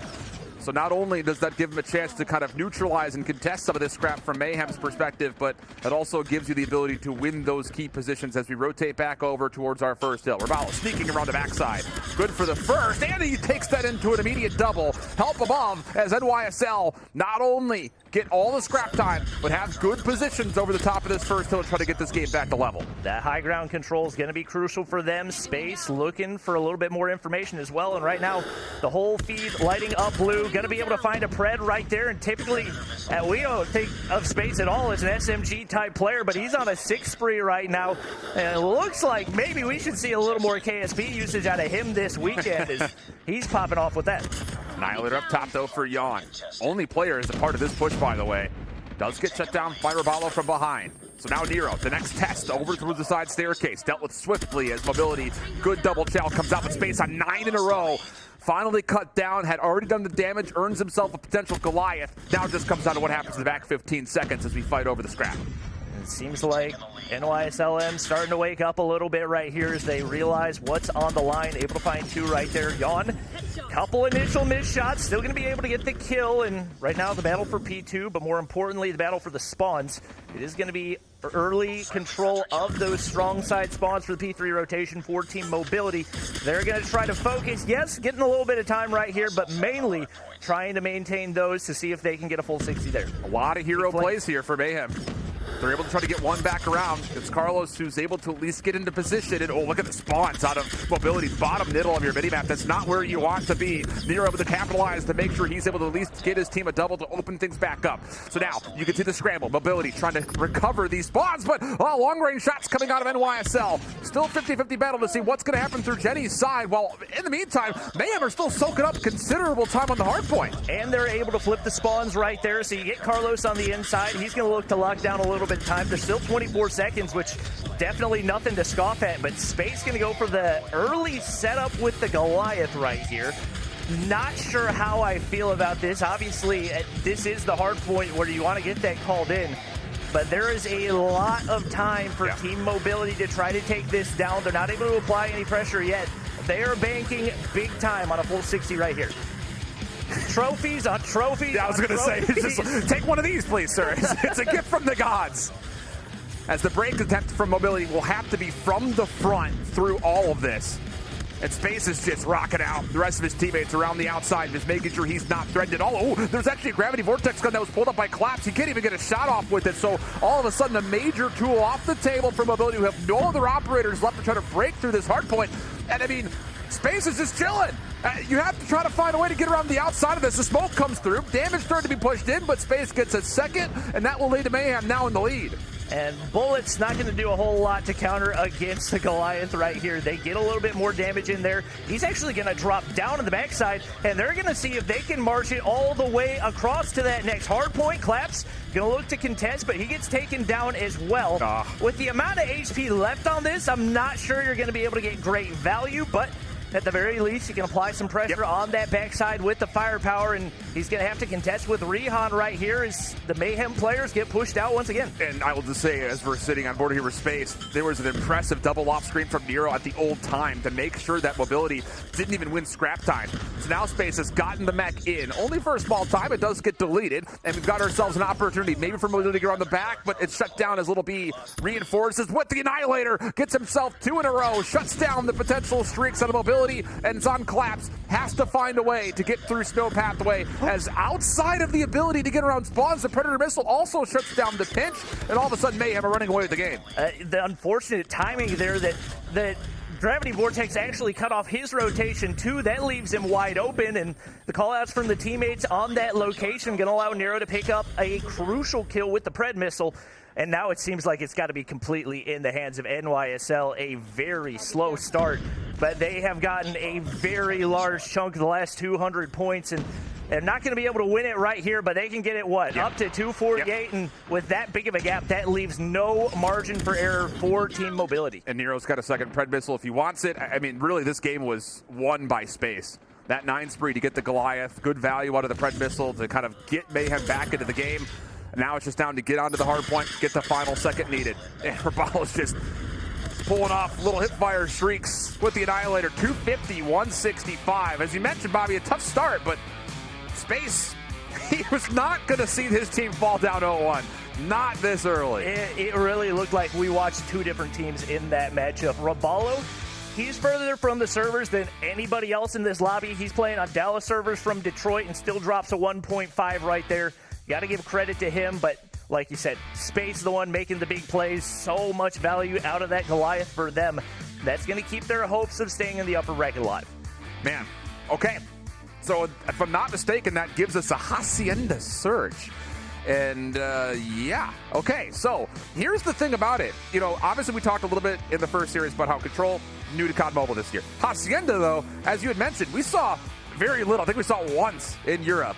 And is this just a question of teams not feeling prepared on it, not doing their homework? I mean, not to sit there and be too dismissive of it, but there's a full year of VOD to watch over Hacienda if you go back to watch Black Ops 4, including 2 of the modes that, of course, we're going to see in particular this Search and Destroy. You have to feel like this is one that Mayhem is prepared for. They have to be. And this is their map pick. So you got to think going into the first Search and Destroy, you got to give huge credit to the it was basically a 2v5 that Team Mobility won, and they won it 7-1. You've got those snipers popping off, and there was no counter out of Mayhem. You got to give credit, and you got to think those two players are going to be absolutely crucial for this map if they're going to have a chance at taking a second Search and Destroy. And if you're Mayhem and you start to become aware of the ability for Yon to still take over on this map with the scope, if he's finding early success, I need to see smokes out. We need to block off that line of sight, or just not challenge him at all. Work different areas of the map. This is a big map when it comes to trying to rotate around with a scope in hand. So I think that's the biggest thing here for Mayhem, is either find a way to isolate, overwhelm, or just ignore them and play the other side of the map with your numbers.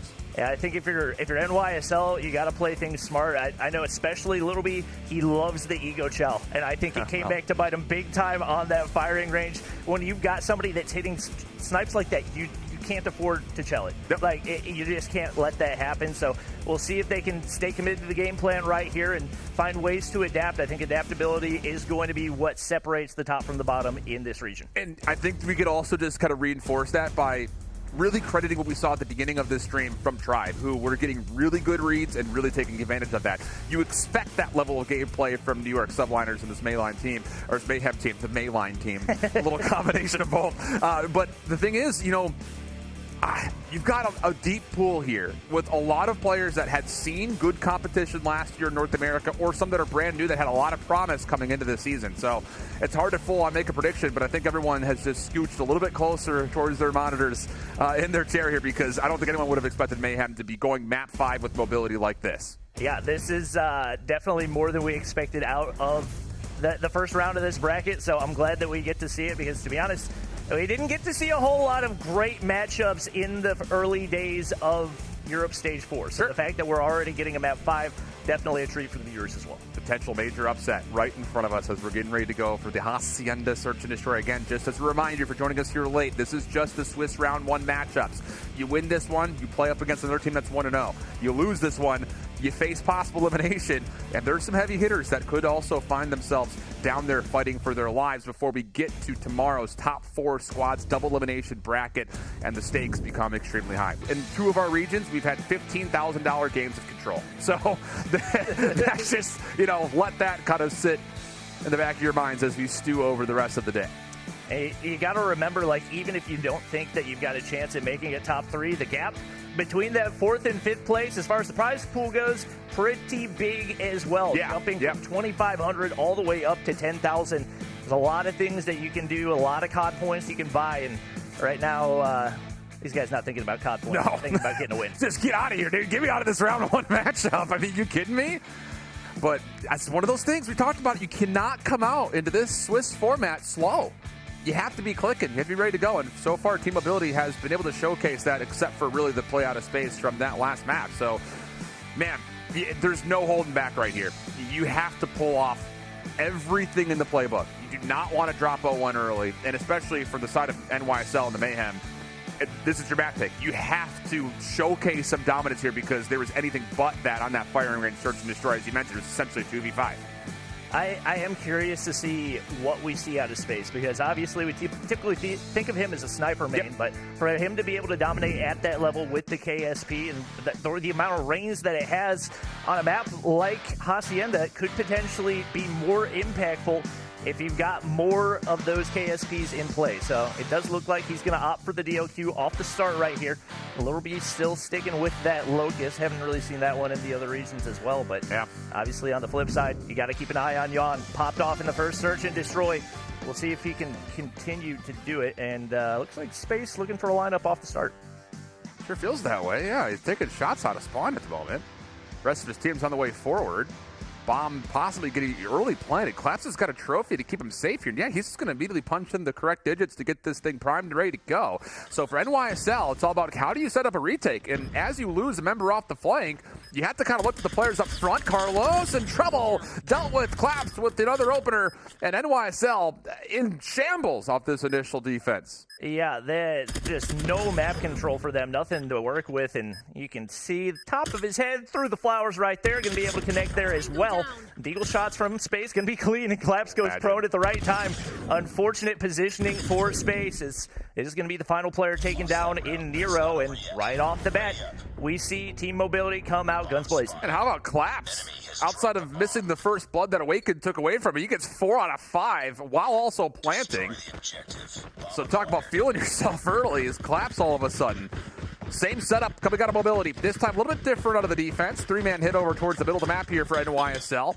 Nades and trophies starting to make their way over. And, well, that's actually just kind of a layer of trophy systems. My goodness, this is enforced, but it's down to can you win your gunfights outside fence line. Awaken once again gets the first, but Carlos able to at least find a way to respond and slow down a bit of this offense. But I say the words a bit very selectively because they're still making their moves. Yep, Nero's going to find a couple crucial ones, and that evens things out right here. But, oh, my gosh, Little B, that had to be a no-scope right there because I'm pretty sure he was mid-trophy throw when that shot connected, and that's going to leave Ingenic all alone right here. A 1v3, not going to look super doable. Does have the bomb in hand, but oh, my gosh. Sometimes it's better to be lucky than good, and Little B going to be able to make a lot out of that no-scope. Ingenic not able to find an isolated next engagement on towards Nero, and NYSL say, all right, he wants to play to spawn. Let's just give him some space to work with. Use the clock as our biggest ally in this 1v3. Make sure that there's no chance we get picked apart individually. 45 seconds at the clock. Still plenty to work with here if you're Ingenic, and he's actually done really well to re-clear out some of this fence line's positions. He could plant and actually try to create a bit of space to use to maybe try to clutch this up. Interesting. He's actually looking at the perks using fast recover. That's not one that I've seen really used in the competitive scene recently, but obviously not opting for the mobility, and that's typically what you want to go with when you got the kilo in hand. He's going to be able to get the bomb down. And now NYSL looking to play for the retake right here. And Jenik trying to pick up his first kill. The former UD player trying to see if he can find another round for his team, and absolutely snaps onto space right there. He did not stand a shot, but Little B going to be there. A little bit of body shooting out of Nero as well, one of his favorite hobbies, and it's going to be NYSL finding another round. Kind of reminds me of like when you watch like the Little League World Series. It's like the kids have like the favorite hobby, favorite music artist, favorite hobby, shooting bodies. Get little player cards. But an effort was made, and we go 1-1. And so far, the presence of scopes have not really been a factor yet. Will that continue to be the case? Is NYSL going to go low ground through bar to try to contest mid? Don't often see this as a call-out, especially considering the difficulty you can find from those across the fountain angles. That's exactly why. Little B gets the opener, but this defense over towards A is just not reinforced. Carlos is just going to throw his shoulder. Not able to see Claps get the bomb down, and an advantage once again builds for team mobility. Now for Carlos, trying to wrap this side. There's just so much information they can get from a nasty head glitch, and Jan's going to be able to pick up another onto space. Another player drops Carlos down, and his team mobility back in the lead. Is that the offensive rounds have looked really strong, and NYSL has not really found a good way to counter. Space or Little B need to snipe outside fence line. Yep. We just have not seen any scope presence defensively at all around this A site. Need to see that be what changes right here, right now, and both of them are going that direction. So maybe a bit of an over-investment if they are still both sniping.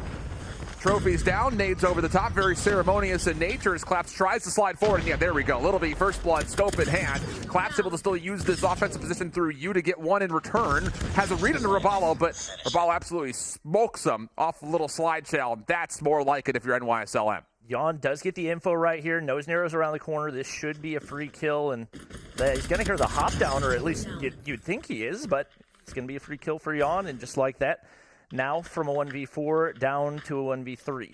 He's got one sniper to contend with. Space actually opting to switch on over to the SKS. A little bit more of a comfort weapon for him, and Jan just going to try to continue to clear these corners. As Space going to hold that mid angle as long as he possibly can, especially with the bomb down. Not a whole lot else that you need to do. Tough to collect from this position. Space prone, caught off guard. Little B just there in the nick of time as Jan had a good look at him there at the end. But it's a 2-2 going through for the adjustments for NYSLM. Great. Now all of a sudden the onus is on how do you respond to that setup if you're mobility. Do you get your first look towards B? You try to counter snipe? Roll to your oyster. What's it going to be? Yep, it looks like they're actually going to send a couple players straight up the middle. Bomb still going over toward that A site, but he's going to back up, and they're going to look to clear through mid-map right here. Is Jenik looking for some information across that top side. You can see NYSL now flooding through the A site. They're going to see if they can get some mid-map for themselves. Obviously, the bomb's still down or in the hands of a player on the backside of that A site, and very, very passive approach right here for team mobility. I like this, though, for mobility, because if you know that they're going to overwhelm the top side of the minimap, if you can just hold angles in these top hallways, maybe you can catch someone on rotation, because you can't stay 4-1 stacked up the entire round, or maybe you can, especially if Space can help keep that B site clear. He is deep, by the way. Number 4 in blue, he is pretty much off the map. So a huge advantage for Mayhem on this defense, even more so as Ingenik's route gets cut down. Mobility trying to recover, want to play for a little bit of office pressure, and that will force Mayhem to respect. And this is exactly where Space wants him. He's going to sit in the back of the map and is still going to have eyes onto that B site. Raballo's going to find one on the collapse as well, and now back to a two-man advantage for NYSL. You want to make sure that kill's guaranteed, but Awaken misses those crucial shots right there, and Carlos should be aware. Where's the communication? Big kill goes in for Awaken, still a 1v3, but if you're NYSL, you cannot let that happen. Oh, you can't. Recovered, if only just barely at moments.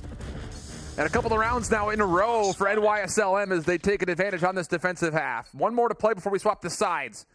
And I would love to see mobility just try to get a scope, try to fight off this 1v1 deep over towards A. The B zone has not really been one they've been really committed to. And yeah, here we go again. Trophies on the way through. Awaken the first one up. Good support over the backhand side, but it's Little B who get first blood. And yeah, the defensive adjustments out of NYSLM, absolutely perfect. First 3 kills come through. Awaken looking for a lifeline. And he has at least stayed alive backside hut, but this would be not doable, shouldn't be doable. He YY's the reload, gets another off. Little B finally able to get a kill, but it gets down to a 1v1. Yawn v Nero.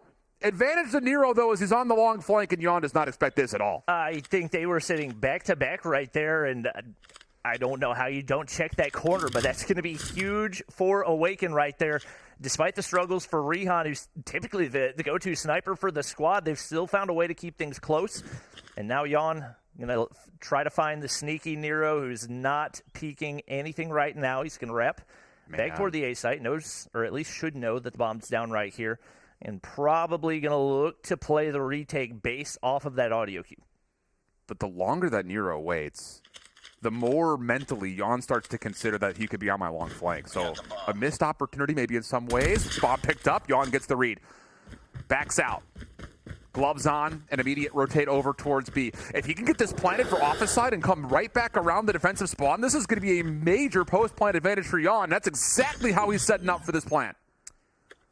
And Nero might have the read. It's going to be all about the timing, and he's going to see if he can catch him on that wrap back through, but hopping down into the water, not going to be able to get any information. Question is, he's not going to be able to hop up right here, and that's going to give Nero the advantage now.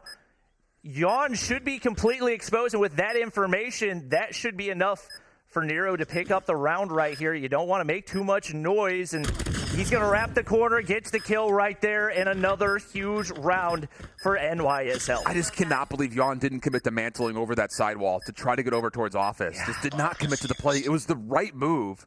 Of course, it's easy for us to say that. We got a mini-map to look at, but that's what he wanted to do, and then he just didn't do it. Yeah. Tough scenes, but a massive swing round there in round number 6, going the way of Mayhem. Now up by 2 as we swap the sides. What's the call here for NYSLN? Looks like they want to go over and do the same idea towards A. Space will watch over the middle of the map. Just comes down to which weapon he'll have, and he'll be sniping. So this is all about just, can you get the first blood here at A and then force over a plant? And obviously, with Nero getting pushed up to the bomb, this is going to be a ridiculously fast plant. A collapse for Little Beyond to Rihan and Ingenic, and that's going to be lethal for the retake. That second had to be through a fence. I'm sure Little B is just as surprised as we are to see that pop up in the kill feed. Defensively, though, Mobility looking to retake through mid-U. First player down as Awaken drops. And Nero has now all of a sudden gained tons of space, top side of 10. The long rotation from Yawn, who was playing a little bit of water holding over towards B. Not able to do much of anything, and NYSLM have blown the doors off the search and destroy in 4 consecutive rounds. The ball's in their court, and Little B starting to hit that rhythm with the Locust. Now 9 kills to his name. Once again, would like to see a little bit more adaptability out of space, especially when the snipes aren't hitting, but you're winning, and at this point in the game, that is all that matters, I feel like, for Team Mobility. I think Rihan's the only one that can turn things around. He's not been able to find anything so far. A dominant sniper for the team, but not in rhythm. Yawn in position to make a play right here, but Carlos slides the corner. Little B finds a snipe there as well. Rihan all alone trying to find his first kill, and the rhythm is just not there right now. Well, I take it back. Able to take down space, but the bomb goes down. Not able to hit the quick scope onto Little B. And with that information and 5 HP remaining, you got to think that's going to be the end of the round. You got to put the second sniper away. Just can't have one kill for Rayhan. You got to get him involved. We'll see what they want to do here. Last chance to win from Mobility. So close to possibly upsetting one of the major favorites in the North American region over the course of not just this year, but pretty much since the inception of COD Mobile Competitive. And it's going to be a 5-man stack defensively trying to deal with NYSLM. Little B freely able to just watch the outside. I mean, you just have to put some pressure somewhere else besides the fence line. It's too easy for Little B. Easy kill comes out. Numbers now start to amount, but responding is Mobility, including a pretty advanced position out of Yawn, who will pretty much by himself force Mayhem to have to back off and consider a different route. We got a big flank coming in for space, but he's not going to be able to get the kill there. Now it's down to a 1v3 for Raballo. Obviously, with the bomb down right there, that's just such a big advantage for Team Mobility and should be a pretty winnable round. Checking the corners, getting all the information that he can. Yawn going to be in a tough spot to counter right there. Raballo wins the gunfight anyway. Able to get away with his life, looking to regen right here, and still with a minute to work with. This is a great position for him. not going to elect to pick up the bomb quite yet, and he's going to try to see if he can just pick up these last couple kills or at least ward them off and make them second-guess themselves. Timing of the route is exquisite. If he decides to go topside office, he may be able to catch out Ingenic, who's still trying to work through hallways. Patio will also allow him an opportunity to kind of scout things out around the fences towards where that bomb is dropped. He does see Ingenic deep. Oh, and the timing on a Rayhan is perfect. Or is it, Raballo? He's been so clean so far today. Rayhan gives him a second opportunity, and he will eventually drop. So now the bomb can be collected, but he's going to try to cut him off through mid. 1v1. Raballo for the win. Yes, sir! NYSLM clutch up a 1v3 from Raballo to stave off upset potential in Swiss round 1. The opening kill, able to get away with his life. The trigger discipline did not take those initial shots, but know exactly where that second player is. And even though the second gunfight wasn't the prettiest, still picked up the kill. Big time clutch for a big time player, and that will secure winner's side for NYSL. Wow. If only just barely. Man, I mean, you look at this, and I still think you feel really uneasy about NYSL moving on now to a 1-0 matchup versus opponents that we definitely will hold in likely higher regard than Mobility. Not to take anything away from them, because it's an impressive series from them in particular, but you've got teams like Tribe up there, Undream that should be up there. We didn't get a chance to see their scores, but even Stamina 3-0, very convincing in the 4v5 matchup. So there's a lot of contestants here for NYSLM, and I would say out of the 4 teams that are in that 1-0 bracket, based on that series, they may be one of the softest so far that we've been able to keep our eyes on. Yeah, you definitely don't feel too confident. You do have to think about last 2 maps. They looked a lot stronger than, especially in that control where they just seemed to get confused even when they started to build the momentum a little bit. They weren't able to capitalize on it. So they come away, but just barely by the skin of their teeth. Curious to see what our analysts have to say about that one. That was about as confusing as it gets. Yeah, it was definitely a banger to kick off the first round. We wasn't sure if we were going to get any game 5s, but we definitely did in that NYSL matchup going up against Mobility. Everything else was 3-0s. You know, we probably had some close series, but in the end, you know, when it came down to our feature matchup, Tribe was able to take down Cold Showers. Let's start breaking down our first round a little bit. Mommy, in the first one with Tribe and Cold Showers, anything in that series that you see to stand out to you? But it was a dominant victory for Tribe 3-0, but were they contested? Well, the fact of the matter is, Cold Showers just did not deliver when we thought they would. I feel like we had such high expectations for this team, but obviously you're going up against the #1 seed. It has been one of the most consistent here in probably the Western side of things. Not even Western, globally in COD M. So, I mean, that is a really hard thing to overcome. But again, Cold Shower, really shaky. I'm pretty concerned for their next matchup because so far, like especially when we see Mobility just absolutely pop off, they need to really just step it up. Yeah, they definitely do. And so let's actually talk a little bit about that Mobility matchup, Allie, as they play NYSL. NYSL, the hard points was what they came out victorious in and really get to this game 5. But even after losing the first 2 rounds, I think they made some pretty good adjustments. Well, yeah, well, we have to talk about it. I'm going to speak on Mobility for just a moment here. That is not the matchup we expected to go to the game 5. Like, we thought if any matchup was going to be a little bit contested, it was going to be Tribe versus Cold Showers. Mobility came out of the woodwork with some fire under them, especially in that first S&D. I mean, a 7-1 on firing range. It was in dominant fashion where I got worried for Mayhem heading into that game 5 because their hardpoint looked great at that tail end. Those 3 consecutive hills, back to back to back, it was beautiful rotations. It was beautiful usage out of their specialists. Like, you could tell it looked like a completely different team. It actually looked like a team that was a top 4 seed, and it followed right into that search and destroy as well. That aggression and that bomb retake. We saw the 1v3 at the end by Raballo. Like, it was a beautiful search and destroy in the likes of NYSL. But compared to everybody else, compared to the other top 3 seeds that we saw in this first round 1, it was all 3-0s across the board, except for NYSL Mayhem. So that is very worrying heading into the round 2 because, yes, they have a little bit of a cushion to work with. They are 1-0 up on the day, but they're going to have to go up against Undream, who absolutely world-starred Mizexis in their series. I mean, 250-79 in the firing range, 7-1 in the Hacienda S&D, and 3-0 in the raid control. So they're on a very, very high horse heading into the second round. Yes, they are. And Mommy, you gave a little criticism to NYSL Mayhem to start off. Wasn't so sure about them, man, and rightfully so. But if it's one thing that they showed us is that even with them being down in that map 4 on hard point after losing 2 straight maps, they figured out how to flip the switch, okay? And Little B was a big part of that. Absolutely. He started heating up at the very last moment, especially in the later half in that S&D. I mean, the discipline with these guys, because there were so many moments that you thought Mobility was actually going to be winning that Hacienda Search and Destroy. But, I mean, they dropped the ball at the end, but looking very good right now for Mobility going into the round 2. All right, now we see how our teams lie after the first round of Swifts goes by us, and we got Tribe, Stamina, Undream, and NYSL Mayhem at the top. And as you guys said, pretty top half. The top half is pretty is a powerhouse when it comes down to our 8 teams, and it showed there in the placement. So as we move on forward, it's time to figure out who's going home and who's going to progress in the bracket and possibly make it to day 2 already. Hey, stage 4, it's already started here for North America, and we're figuring out who the best of the best is. Coming up next is NYSL Mayhem going up against Undream. Will it go down to another Game 5? We will see how it turns out. Don't go anywhere. When we come back, we'll see Undream for the first time and see what they're all about.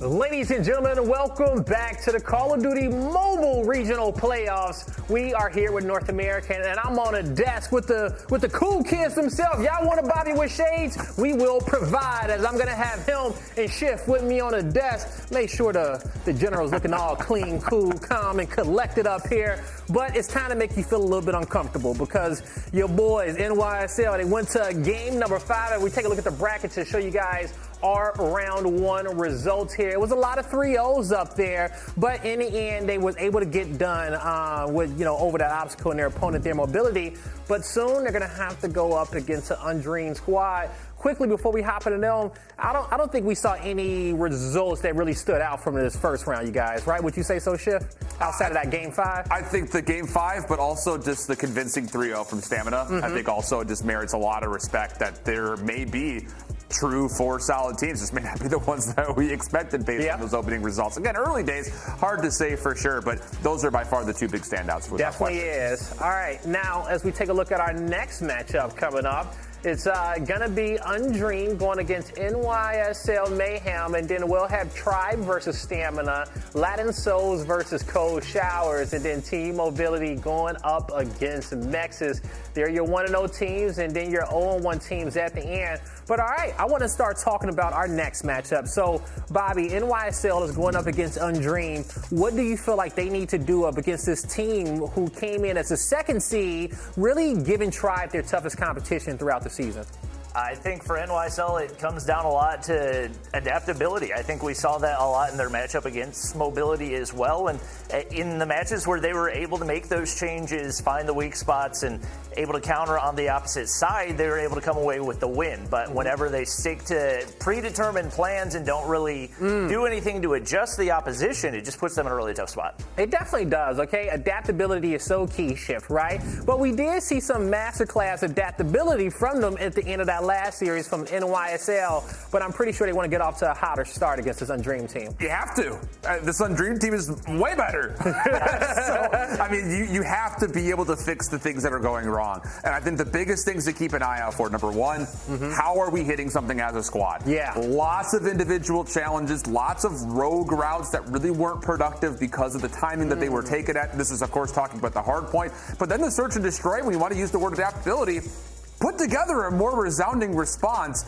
Don't have it take 3 to 4 rounds before you start to actually put together a solvent to the problems, because at the moment it really has just been almost a day late and almost $1 short. They're lucky to be in this 1-0 spot, basically. So. And I know for them as a squad, they just saw kind of, day 1, kind of really flash by their eyes, and it being a smoother run to get in that champ bracket versus all that pressure being on your shoulders here towards the lower half of it.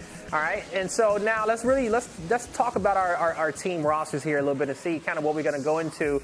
When it comes down to Undreamed here, Bobby, when it came down to their success in coming up, what makes this Undreamed squad so good? How did they get to the 2nd seed? I mean, obviously, the thing you got to pay attention to is they have 2 of the 5 players that played on that Tribe championship roster. You got Band and Envy, who are obviously very experienced veterans. You got a Solo, who was pretty much the hard carry for Explicit all the way through last year, including Stage 5. And then you've got 2 absolutely nasty snipers in Blur and Washi that are going to do their best to counter Little B in space. Yeah, we'll see if they can counter them, and we'll take a look at the NYSL roster. And you mentioned 2 names there, Little B and Space. Space, in that first series shift, played phenomenally, helped that 9 kill spree that he went to get the Goliath. He got them out of some difficult positions here, and he rose to the occasion when his squad needed him to. He won them the map. So that has been maybe the storyline of the entire first opening series for NYSLM, is that there was one player who was able to help them win the map. It was never as a full 5-man collective, maybe until we started to see those late rounds of the Search and Destroy, but you really can't say that because they're probably 1v3. So for me, this NYSL Mayhem squad needs to figure it out right here, right now. This is the team that eliminated you from Stage 3. You have plenty of film to go back over and kind of re-talk about what went wrong, what was going right. It just comes down to, do you have the ability to regain this quickly after what was a way too stressful Map 5 affair in their first opening round? Yeah, you got to bounce back, and you have to do it right now. NYSL, we've seen them extremely dominant in the hard point. Showed a lot of consistency there, even on some of their rotations being a little bit shaky, but they still managed to pull it together. When it comes to the game modes of Undreamed, Bobby, which game mode are you going to say is going to be the one in which they're going to be the best at? The S&D, the hard point, the control? I mean, typically, I've thought of this as a very strong S&D roster just based off the individual S&D players that they have. I think you look at, two nasty snipers in Washi and Blur. That's always going to be a huge factor in the search and destroy. You look at Band, he was the MVP for Stage 5 last year. That's not somebody you can ignore, and Solo is another one of those players. The S&D for Explicit was the reason that they were able to eliminate Tribe early last year, and that was largely on his shoulders. Oh, whew. So a battle of S&D versus Hardpoint. The control is really going to tell us a lot about this series when it comes down to both these squads and who's really going to kind of come out on top. We'll get a chance to see our map cycle here in just a bit. But, hey, we got a banger that's coming up here. It's NYSL going up against Undreamed. We really kind of broke it down a bit and seeing how everything is kind of going down. I would love to, hear what our casters kind of have to say about this and see if we can get some pre-game discussion with them, with everyone here, as we're going to end up bringing in Mommy and Alley Cat in the building. Ladies, as you're getting ready to tackle this cast, how you feeling about this matchup coming up? Feeling great. I feel like it's much more of an exciting matchup than we were expecting. We thought, all of our first rounds were going to be some pretty quick matchups. And NYSL was the only team that ended up getting brought to a game 5. They closed out in the end, which was expected them to go up 1-0 early in the day. But now they have to go against an Undreamed, who also had a very dominant series, Bommy. Oh, yeah. Well, definitely a lot of these teams definitely showed up, especially the top 4. But, hey, we're going to be finally casting together. I feel like it's the first time that 2 girls are finally casting here on the big stage. But also, I kind of want to steal Bobby's glasses for a little bit. You kind of can't tell where he's looking, finding that air of mystery around him. But anyway, glasses aside, this is definitely going to be a really bright game because Undreamed versus NYSL, Stage 3, historic. Because I feel like there was only one team that was able to take out maps from Undreamed, and that was Tribe. And NYSL was able to take one. That's going to be in Raid. They brought it all the way into overtime, so I'm looking very hopeful for that S&D.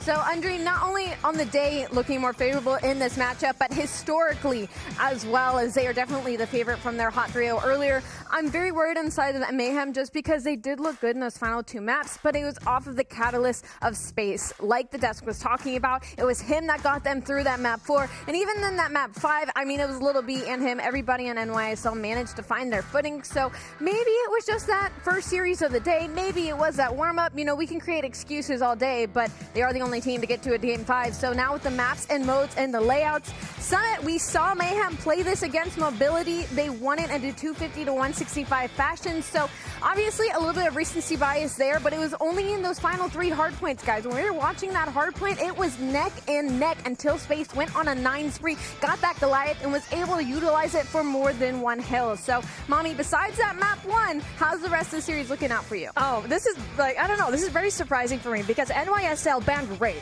So I don't know if I like that because if you did your homework, Undreamed, they're not good in this map at all. I think they played it 4 games in Stage 3 and did not win a single one. Wow. So, that might be a missed opportunity coming in from NYSL, but everything else looks pretty decent from both of these teams. But obviously, we're taking a look at that search and destroy because NYSL did take 1 map here from Undreamed back in Stage 3. So, again, with Slums being search and destroy, that's definitely going to kind of cut the sight lines of our snipers. Yeah, so when I look at this layout, I'm literally just looking at 1 and 4. 1 is kind of favoring the likes of Mayhem because they were able to take it off Mobility earlier. 4, firing range hardpoint, obviously in the favor of Undreamed. They won their firing range hardpoint 250 to 79. A much more dominant win from the flip side of their opponents, but it's interesting you bring up that Raid and that they had to end up banning it even though Undreamed was unwinnable on it in Stage 3.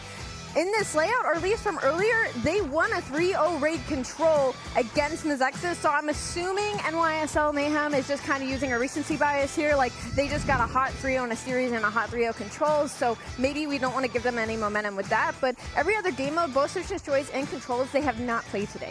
Yeah, I mean, this is such an exciting matchup because we finally get to see kind of like a repeat of what happened in Stage 3, because I feel like NYSL, especially having like a shaky start today, right, against Mobility, I don't know, they might be heated up because after that win in Search and Destroy, we kind of thought that Mobility, especially since they had a really great start in Hacienda, let's see if they can finally bring that power into especially Summit Hardpoint, where they did do amazing here. Yeah, I mean, momentum technically in both hands, both teams obviously won out. That is how the Swiss bracket ends up working. That is the second time I've said that without a list. You guys should have been here earlier in rehearsal. It was just not good. It was for kind me of cute saying though, that word. don't worry. I mean, try saying it 5 times fast. It's not fun. But technically, both teams have momentum heading into this. Obviously, a little bit of edge inside of Undream because a much more dominant win. But I will say this about Mayhem. They aren't a team that you can count out. They obviously have the stamina to make it through later into a series because they lost 2 maps in a row and were able to come back from Hardpoint that they were down and out for a majority of it. They went neck and neck.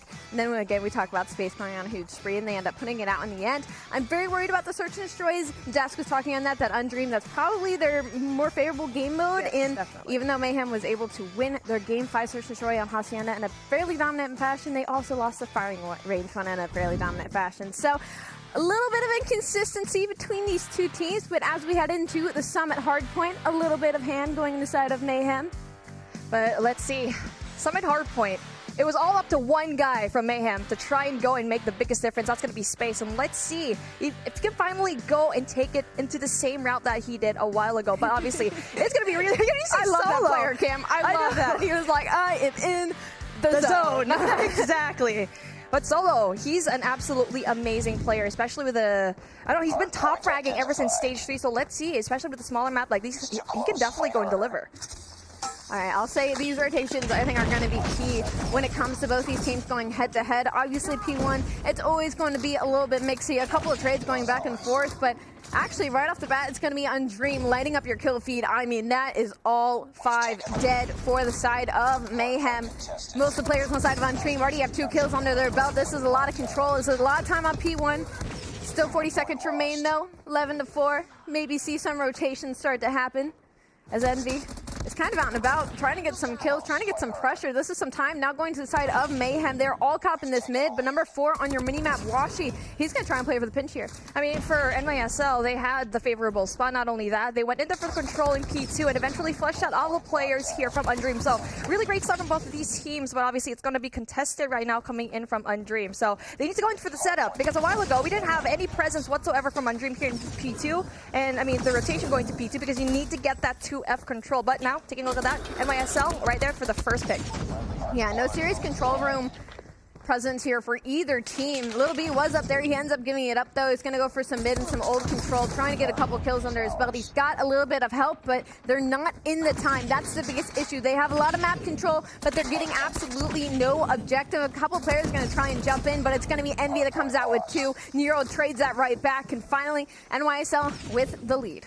And NYSL doing such a great job at getting the power positions down. But just as I said that's going to be a really big kill coming in from the side of Solo. And he's been absolutely shredding it with 7 kills already to his name. And really early kills from him as well, getting a little bit of points back there in P1. But taking a look at the rotation already, player number 1, that's going to be Blur, going all the way around, loses that big gunfight against Carl. And that's going to be really hard to see because you already know the rotation is going to be really long for NYSL. Yeah, so these rotations are going to be really important. It looks like it's going to be Undream first here. This is going to be one of those money hills. This is where we saw Space lock it down with the Goliath in the last matchup that they had today. Speaking of Space, had a little bit of a slower start. He had 3 kills, but I blinked and now he has 6, putting himself right back into the game. But it's still going to be Undream with a lot of control here. Solo being the first player to hit double digits here. Nero's going to be close behind. A lot of slaying on the side of NYSL, but not a whole lot of pressure. Yeah, I mean, the pressure really needs to be dealt, especially since you have player number 3. That's going to be Raul trying to go in to apply that, but it doesn't really matter. I feel like from the game before this, they had a very slow start, you know. Maybe they can go and find their way through. I mean, obviously, we're only at the very first parts of the game, but Solo with a really big double. That's going to be really big for them to really just lock on this hard point. And now, if you're going to rotate on the way to P4, that's very doable for them. I mean, New York, there's a lot of slang going on, but there's just not a whole lot of pressure. I'm seeing a lot of solo challenge through the front here. Number 2 player, it's going to be Space. He was trying to apply some spawn pressure, but his teammates all falling at the front. It turns into not now a large lead in the hands of Undream. 76-58 with 12 seconds on scrap going to be going their way. First in rotation, of course, is going to be New York, but there is a lot of cavalry being spent here to try and flip these out. A couple kills getting traded back and forth. Little B has pulled out the Annihilator to try and stop this bleeding for just a moment. One player has gotten through, though. That's going to be Solo. He's all the way in the back. Raballo, I think he knows he's here. It's a big gunfight to win. He's going to win it, but the teammates are also close by. That's another trade going down. Raballo is still holding that back line. They still have the spawns, but the pressure is here for Undream, and it might just be a matter of time before they break in. No, that was so unfortunate for Solo to just lose that gunfight, even though he spawned all the way there. He's going to be winning another one. Now, speaking of, the pinch needs to happen. He needs to win this big gunfight up against Space, but you already know Space goes down, and that is a really big pick, and now he needs to go in there for the pinch as 3 players already from NYSM. That is going to be a really big kill from him. Let's see if he can get another one. One more kill. Come on, Solo. Let's go do it. I was going to say big kills on Nero there as he was trying to stay alive into the point as spawns had flipped and they were getting sandwiched just a bit. He managed to play his life and find 2, but will get traded out eventually. The bleeding stopped for just a moment, but your kill feed's lighting up for Undream. At the end of this hard point, it's going to be a 125-88 lead in the hands of Undream as we reset these rotations. Hunter drones are getting thrown. A lot of specialists are being used for this mid-map control right now. It looks like New York has the upper hand, but maybe not for long. And now, speaking of, we get to see a very solid hold from NYSM. That's going to be, again, they've done so well in the first hard point a while ago. Now, we'll finally go in there for the reset. And now Mayhem, they're dropping. They're losing all of the gunfights, and just like that, Undream just gets all of it. Wow. And player number 5 is the one to see banned with 17, and it's definitely going to be wrecking havoc here in 2F, where you got to see NYSL just absolutely shred here a while ago. Every gunfight, unfortunately, lost. Some of the most important gunfights in the game is going to be those first initial ones off of that rotation.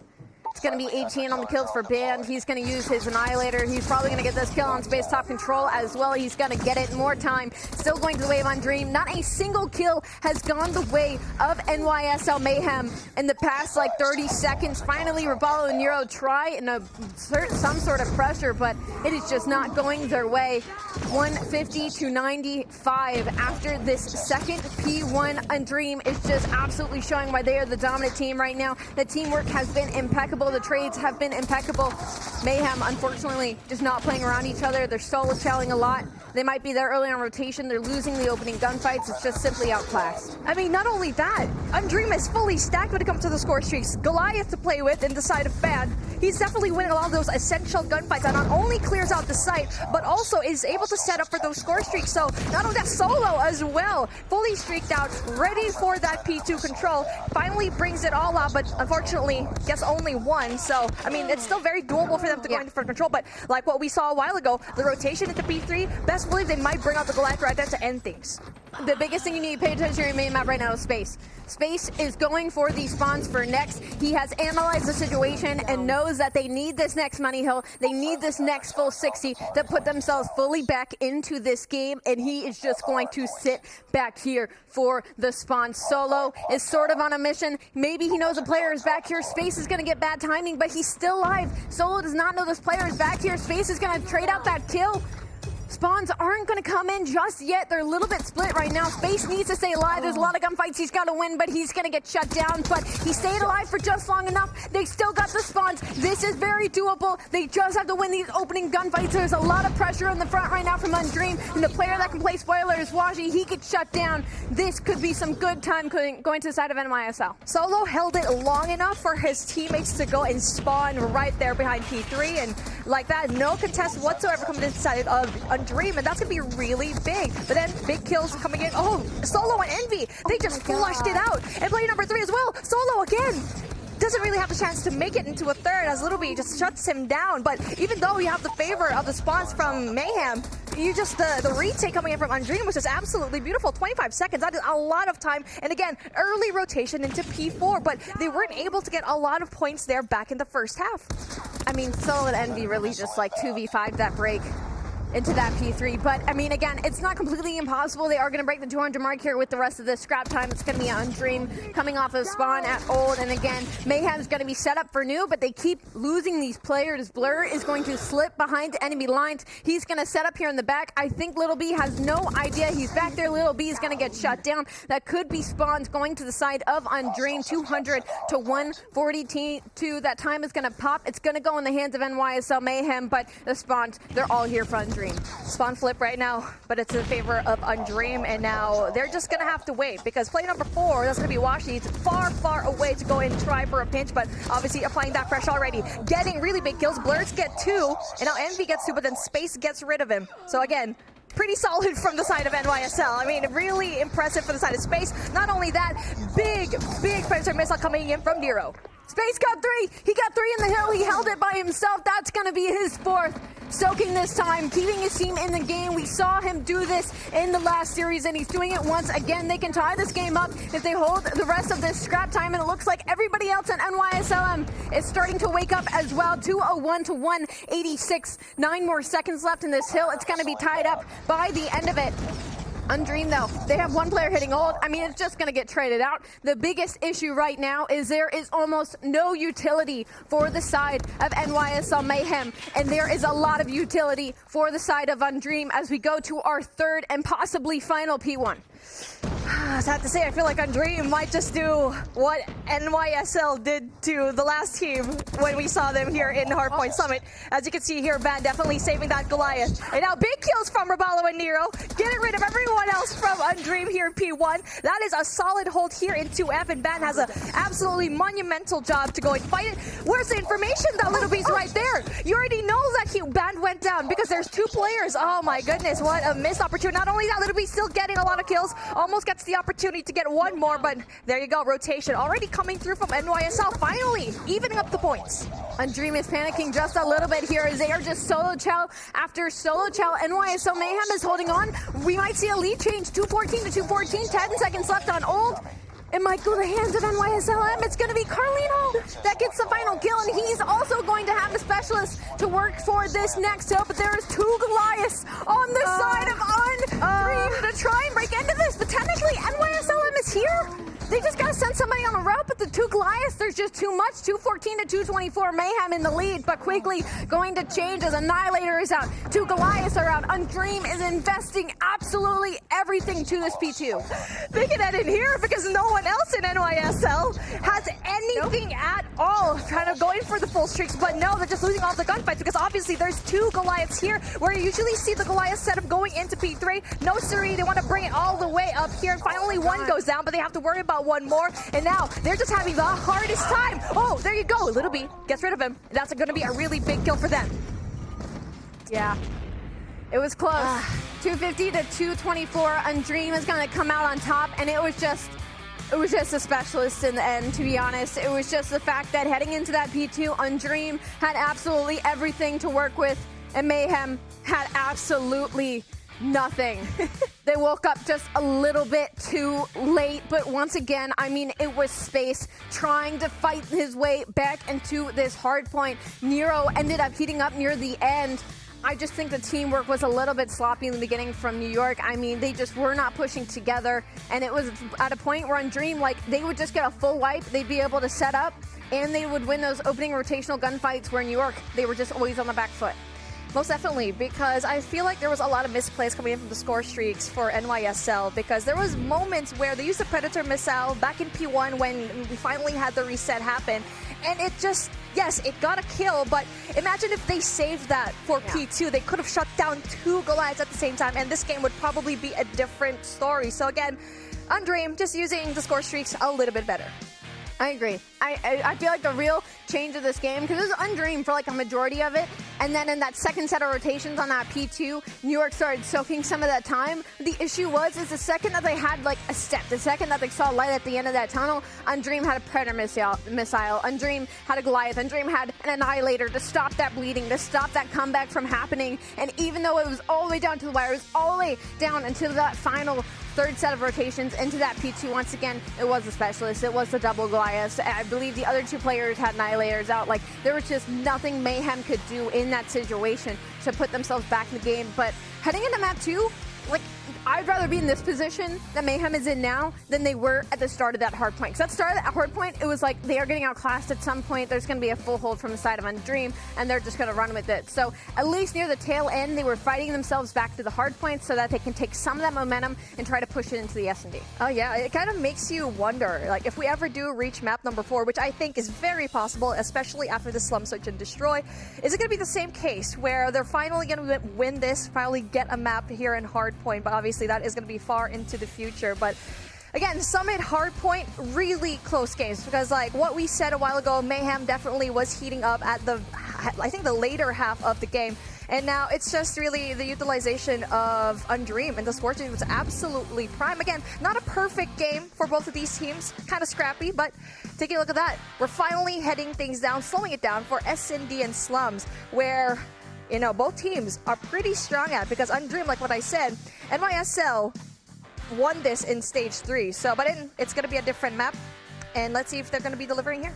I will say from side of Undream, like, they looked a little bit panicky by the end of it. Like, when they started getting on the back foot and New York were making a comeback, like, they started solo challenging, they started to get less confident in what they were doing, and thankfully, all those specialists saved them, so I'm interested to see how it now plays out in the Search and Destroy, as it's going to be Undream on the offense here to start it off. Bomb already very aggressively pushing its way over to the B site. Little do they know, though, there's a little bit of a hard counter here mid from the side of New York.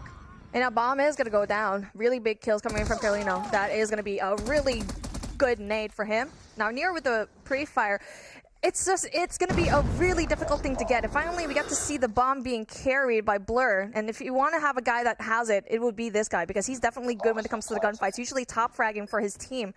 And now we get to see NYSM, that they're pushed all the way back. They are pushed all the way back, but I respect it in a sense of Nero was just kind of playing his life at some point.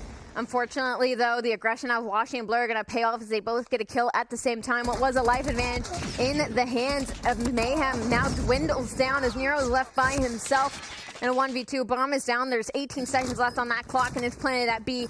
You got a lot of work to do, Nero, if you want to try and take this round back. He sees one player, he sees the other one. They're both split, unfortunately. Around that was a little bit more in the hand of Mayhem. I will say map control-wise, Undream did have the edge, even though they were down a man. That could have easily been winnable from the side of Mayhem if they just got a little bit more aggressive in mid. I would have liked to see Nero grab somebody with him and be like, hey, push mid out with me. We'll trade it out. We got to play for this retake a little bit faster, because you're right. They were just kind of huddled up in their spawns, but looking like the same exact type of play, except number 1 and 3, Nero and Raballo. I mean, they sprint out to Fountain and find those first bloods. That is the aggression I was just talking about, Mommy. But then number 3, that's going to be very difficult. You get to see Solo going in there, but it's a good thing. He pushes out a little bit, going into Broken. And now player number 5, that's going to be really hard. Little B, he lost his gunfight a while ago, even though he had the advantage of the sidelines. And right now he's pushed all the way back yet again. But again, the hunt finally comes through as Carolina tried to go in there for another kill. But Bomb is going to be down, so that's going to be very difficult for the 3 members. So it's still going to be a 3v3 doable, but again, the cards are going to be in Mayhem's favor. I really like this play from Mayhem. I got a little bit worried there when I saw Carlinho and Little B pushing up into the spawn side, and I was like, please tell me that they know the bomb is literally down at their feet.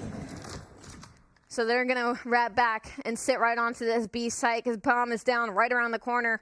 And that's putting Undream in an unfavorable situation, because Carlinho pushes up in the spawn, gets that first initial kill, and now it is a 2v3. Very doable, except Carlinho finds another kill, and now they have the information of where Washi is. Oh, that was a missed opportunity for Washi. Almost gets the scope onto him. Oh, well, Raballo sees another day, but it's going to be very difficult because you got 1 long-range weapon, 1 short-range for you to play with if you are Mayhem. So Little B needs to go and hits his shot. Washi spots him, doesn't quite get it, but finally Little B goes in for the rotation. So I feel like I really like the timing of Little B, because I feel like he was all the way back into their spawn and finally went in there for the rotation, because obviously he wanted to guard A, but the information already is the bomb is already down in B. So I feel like that rotation earlier could have been a little bit better on their side, but nevertheless, they still got that round. And again, we're seeing a different play coming in from Undream as Space gets that kill, gets rid of Solo. Now tied 1-1. On the offensive is still going to be side of Undream.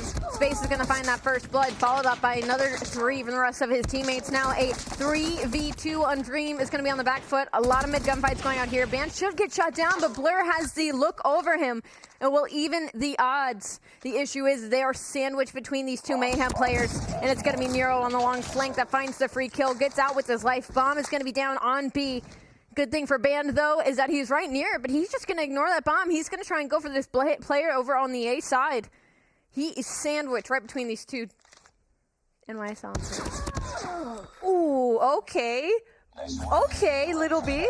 Now, finally, no, that's going to be dangerous because if you give a guy like Little B that confidence, he can definitely quick scope the way out, and obviously with a pistol, obviously gets that shot. So again, Undream being a little bit shaky here on the offense because they just keep dropping the bomb so early on without giving any kind of information whatsoever, and so they need to slow things down because they keep losing off the gunfights. And speaking of, Little B and Solo just trade out each other. I respect it. I respect that Ego Chow out of the mid right there. You know, I'd really like to see some slow down play with the smokes and then maybe go for some Fountain control, but these two teams just decided to go right head-to-head with their snipers. Undream was out on top in the first bloods, but NYSL quickly even the odds. 3v3 though. Bomb did go down. That was a very fast plant from the side of Undream. Not something we've seen from them yet. 30 seconds now on the clock. Mayhem's got to work on this retake. The issue is Space is on the other side of the map. He is going to try and make this deep wrap, but the issue is Blur is also sitting deep in wait, reading this play out of them. Oh, this is going to be very hard, but there you go. Blur finally gets shots off of Arches, so that's going to be a really big start here on that. MV also. But Little B, you already know he can finally clutch us up, but obviously not enough for him to go and clutch up, and now we are evened out. And I feel like that was a really good sign from Undream, even though, yes, they were kind of at a disadvantage, but finally was able to put in the bomb and was able to plant it. And that's the advantage that they had because that applies pressure coming in from Mayhem. And now let's see what is going to happen here because it looks like the B bomb site is definitely what they want to go and commit to. Yeah, Undream has been loving this B bomb site. I mean, it hasn't really been loving them as the trades go out, and I mean, it's all of NYSL Mayhem on top right now. It is now suddenly a 4v2. You blink and you missed it. Bomb is down and out once again by B. Space and Carlino combined for the final 2 kills. That was probably the fastest round we've seen. Undream, not seeing a whole lot of interesting or unique play calls out of them. It seems like just try and go for that first pick mid and get that bomb down on B, and it has just not been working. Mayhem has been there every single time. Now with the lead 3-2. This should be the final attacking round for the side of Undream, and still nothing special. I mean, you got the snipers out going through mid, trying to throw some cavalry. Little B's going to get that first blood, and well, Bomb just looks confused. Maybe still going to the B site. We're on the back foot, though. Solo tries to even it out. Washi finds another one. A 2v2 now. Might working in the favor of Undream, but Rabalo, he's going to find 2. Undream has been sleepwalking these past 2 rounds. I mean, you get to see NYSL just moonwalking all over you. And I feel like just needed to slow things down. They weren't playing for picks because the bomb was out there in a very vulnerable position. So they always had to play along that. But now the switcheroo finally happens. And again, the pick finally comes back. I mean, that's a good sign. Washi finally gets that opening pick, but you don't get to see any sort of, overextension coming in from Mayhem. I mean, it's the same vibe. Bomb is maybe trying to make his way over to the B site. A lot of mid controls getting up. First blood's going to go in the hands of Undream. And I mean, they have 3 players stacked on this B site. This setup is beautiful from the side of Undream. They got 1 player in Washi looking mid. You got 1 player in Fountain, 2 on B, and 1 right on top of the A site. Mayhem has to try and push for a pick here. The issue is, if they use their smokes, they use their nades, they have no utility to try and get themselves across this map. I'd like to see where these teams try to save some of this utility in the later sets of these rounds because you lose that first blood pick, and I mean, you're stuck in spawn on a map like Slums. I mean, Slums is a very defensively favored map, and that's why, obviously, Undreamed having a very hard time, but it's a good thing that they did have 2 to their name, and now they're trying to go in for the same thing here, a 1v5 situation. Let's see if Rabal can finally get that ace, but obviously with a crossfire happening and Solo putting in the nail in the coffin is going to be really good. So the good thing about Solo here is the fact that he knows so many cheeky angles here, especially in this map. And if you give him just a tiny bit, even a pixel with the SKS, he's definitely going to be doing a really good job. I mean, I get the play and coming in from Mayhem in that last round, trying to go in there for the offense, but it just took a little bit too long for them to go and move. Honestly, we didn't even have to like change colors or point of view. I mean, these teams are mirroring each other in every single sense of the word in this offensive and defensive rounds. Bomb still trying to make its way over to the B site. Go to A. Do something special, please, because this is just too obvious. This is just way too readable on a map like Slums. Once again, Mayhem on the back foot. It's going to be a 2v3 situation. Bomb's going to be down and out, so now it's going to be Space. It's going to be Little B. Both of them have snipers. Either they're going to hit an absolute world star. It's not going to work. Solo takes down Little B. I mean, come on. Undream just did this, and it didn't work out. Like, they were just doing this against you guys. I'd like to see somebody in the likes of NYSL Mayhem taking the reins here, making a unique play call, even if it's like an edgy play call. It's going to be something Undream's not going to expect, because they are certainly expecting this B push. Thank you, Mayhem! Thank you! They're listening to you! Hitting A right now! They're watching this broadcast. And then, you know what? Let's go listen to Ali, and that's exactly what they did. But unfortunately for them, it's going to be, you know, a lot of things red for the side of Undream. That was a really good call. Landing out. There you go. Planting the bomb. And now it's going to be very hard. 1v3 situation. But then Blur does win that. Knows very well where everyone is. And now in a tiny space like this, especially with the Kilo 141, not quite sure if that's going to be the best gun to use, especially in these close quarter combats where the best thing to use is going to be that KSB. Let's go, Mayhem. I've never been happier to see a 5-hit on an A in Slums in my life. The issue now, though, is they're both kind of looking the same way. It's going to be Rebello and Little B in this 2v1. Blur's by himself. Blur, I think, got that information on Rebello, and I think Rebello may have got that information on him as well. 15 seconds. Blur could do this. Both players are going to be in here. Ooh, it's looking scary. But we're good. Blur gets shut down around now, finally on this offensive take in the hands of Mayhem, as they are a mere 2 rounds away from closing out this search and destroy to tie the series at 1-1. Let's see if they pull out anything special once again. It's looking like another A push here. Not all 5 members, though. Maybe a little bit of a bait out over on the B side, but certainly a lot more presence to the bottom side of the map. Little B, though, unfortunately, will get shut down. That's going to be banned with the first blood, and there are 3 members of Undream right now in the middle side of the maps on Fountain. That's really good that Undream just stays put. They're not going to be overextending at all, especially going to be for Solo. Although he does spot 1 player, so that information already gets to his team. But then again, that's going to be really cheeky. Got banned. Always there in that little spot here. Always going to try to go and apply that pressure, and that stops them from going in for the push. And now, going to be really difficult, but very doable for them. But with Little B going down from their main sniper, that's going to be really hard to go and play off picks. And Washi gets 1, and that is going to be really difficult. But Nero finally evens it out just a little bit.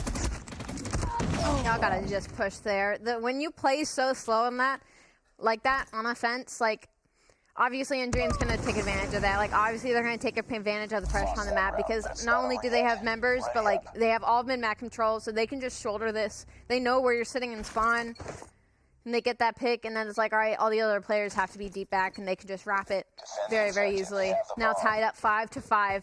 In traditional, this would be around 11, but you got to win by 2, boys. So we have a lot of S&D still to be played. Space is going to find that first blood. Bomb is actually in mid to Fountain right now. They are just straight duking it out. Bando is not missing a single shot. That's going to be 3 in the hands of Undream, but Carlino finds 2 himself. A 2v2 after all the chaos in mid, and Blur is going to get shut down because Little B is there to protect Carlino. He said, you'll find 2, don't worry. I will look over you, baby. Put that bomb down. As it's going to be Washi now in a 1v2. He's going to have a sniper in his hand, and that bomb's going to get planted over on the B site. You know, when you thought that Undream would have an advantage there, that's why we like to see non-traditional plays, and they just definitely rush the site, kind of like what they did a while ago in A, definitely winning a lot of these gunfights. So, again, pressure onto Washi to try and pick him out, but obviously he has the gun to do so. They're going to be far out just a little bit, but that doesn't really help their case because Washi has the sniper in hand. Not quite sure if he does have a secondary to play with. So, 19 seconds left on the clock. That's going to be applying that pressure to him, and Little B has a really good sight line, but you already know.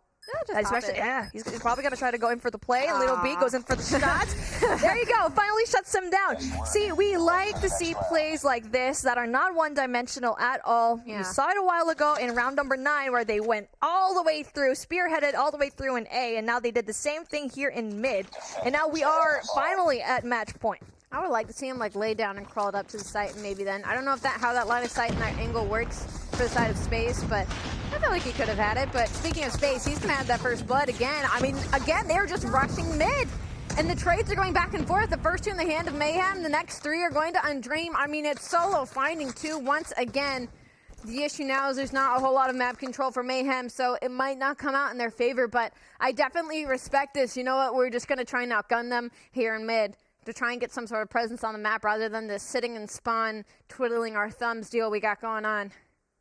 Unfortunately, though, Mayhem, I mean, it's a 2v3, no map control. Little B's going to get shut down, so is Carlino, and we're right back. Okay, overtime. Overtime. Yes, we like to see it, and finally, Undream, a little bit shaky off the start, but it's a good thing they were able to find a way to win all of those gunfights, and Little B always being in the same spot there. They kind of just knew, especially from the 2 rounds before that. They knew that he was going to definitely be there. Now finally full send going in again, but a little bit of reluctance coming in from the side of UD. That's going to be very hard as Little B finally gets those 2 shots. Oh, I thought he was going to get a 3rd. But unfortunately, Undream was smart enough to not reach out. That Solo with 2 again. This guy's a menace. Yes. Like, you got to trade him out, dude. I blinked and Undream won the round. You opened your eyes and you just were awake from the dream. Jesus Christ. Where's Jesus Saves? Jesus Saves is in the other 2. Yeah, dang it. Where is he at when you need him? Undream now with the lead. 7-6. Mayhem still on the attack currently. I believe this may be their last attacking round, and they're trying to hit that mid, but Washi has the oversight. That's going to be 2 kills. The biggest issue for Mayhem right now is they cannot afford to lose this round, or else they won't see another one. Little B left into a 1v4. Undream has put their foot down in this search and destroying the past 2 rounds, and Little B is going to get shut down. We were excited for overtime, but it certainly did not last long. Undream take the S&D 8-6. That was, I feel like, such a back and forth. I'm pretty 50-50 with the performance of both of these teams. Definitely not. Yeah, right? You know how I feel about that. Right. I'm going to be honest. I'm a little upset Mayhem didn't win just because they at least tried to do something new, something edgy. Exactly. But Undream's defense was just a little bit better. Unfortunately, Mayhem gave away too many rounds in the early half of the game. And then the offensive, they just waited too long to make that switch. So now it's going to be Undream up 2-0 in the series. I mean, Little B's going to have 15, but so is Blair. Washi following close behind with 13 kills. Solo with 12. I swear, whenever we saw Solo's name, there was always 2. There was never just 1. There was always 2. Nobody could trade that guy out for the love of them. I mean, Solo always getting 2 kills or more. I mean, there's a reason why I mentioned a while ago that Solo in this map, especially with the SKS, is definitely so good. And, I mean, NYSL obviously had Little B and definitely delivered in some moments and clutched up rounds. But, I mean, we're taking a look again with what happened here. I mean, obviously, this is a small map, so you already expect that S&D is definitely going to be very chaotic here, but you need to fight it with chaos as well, an organized chaos, if you will. That full send from NYSL going into Alpha, really, really good. The full send going into B worked one time, but, I mean, you have to be careful because I feel like they just had no answer for the side of Solo and also Envy as well. I mean, Washi, rather, when it comes to the snipes. It was just on mid control. Washi was always watching that mid cross, and 9 times out of 10, he was going to hit that shot. He was going to hit that first blood. And even then, Undream just did really well with the overwhelming pressure when Mayhem would push mid. They would always manage to find 2 or 3 following those trades. So, again, I mean, it was mostly on top of Solo, just always finding 2 players to always even the odds for likes of Undream. A team that we say is very, very good at search and destroy. I mean, Mayhem had a good showing, but heading into that control, we have to be a little bit worried. Hacienda, I honestly think Mayhem may favor this map in that sense, but when they played Control earlier in their best of 5 series, they lost it 2-3. Or on the flip side of things, Undream, they took their raid control in a very, very dominant 3-0 fashion. So, I mean, you can probably guess how the tips scale in that situation. And now I feel like it's going to be a little bit heavier, the scales, for the side of Undream, because they did win this a little bit. I mean, yes, this is Stage 3. That was a few weeks ago up against Cold Showers, but they did win this one 3-2 in Hacienda. But that's against Cold Showers, and it's a 3-2, so it was a really close game. Fair. So I feel like it's, again, anyone's ball game, because we already know in Search and Destroy, Mayhem can definitely go and deliver. We've seen it. It has dropped the ball at the very end when we came into overtime, because they were at map advantage already. So let's see if we can see the same thing happening here, because obviously Hacienda, beautiful map, one of my favorites. It took me a while to kind of, ease into it playing rank, but it's such an essential map, and I'm so glad it was introduced to us. Mommy throwing a straight cold showers there in the beginning. Oh, you guys took Undream to round 5 in control. Yeah. They're not that good at this map, that means.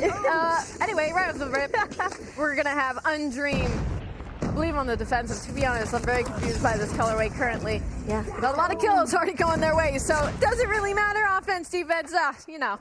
Number 5, though, on your minimap, this can be a little B. He has managed to slip by a lot of the cavalry. The issue is what can he do with it? He will find one kill to ease some of this mid-pressure here. He's actually going to push up into spawn, maybe a little overzealous by himself, as he will get quickly shut down from the players off spawn. We need to have control for your Mayhem, and they tried to go in for that. Finally, wins the shots, but it's not going to be in the clear because player number 2, Envy's going to be there to try to go and shut him down.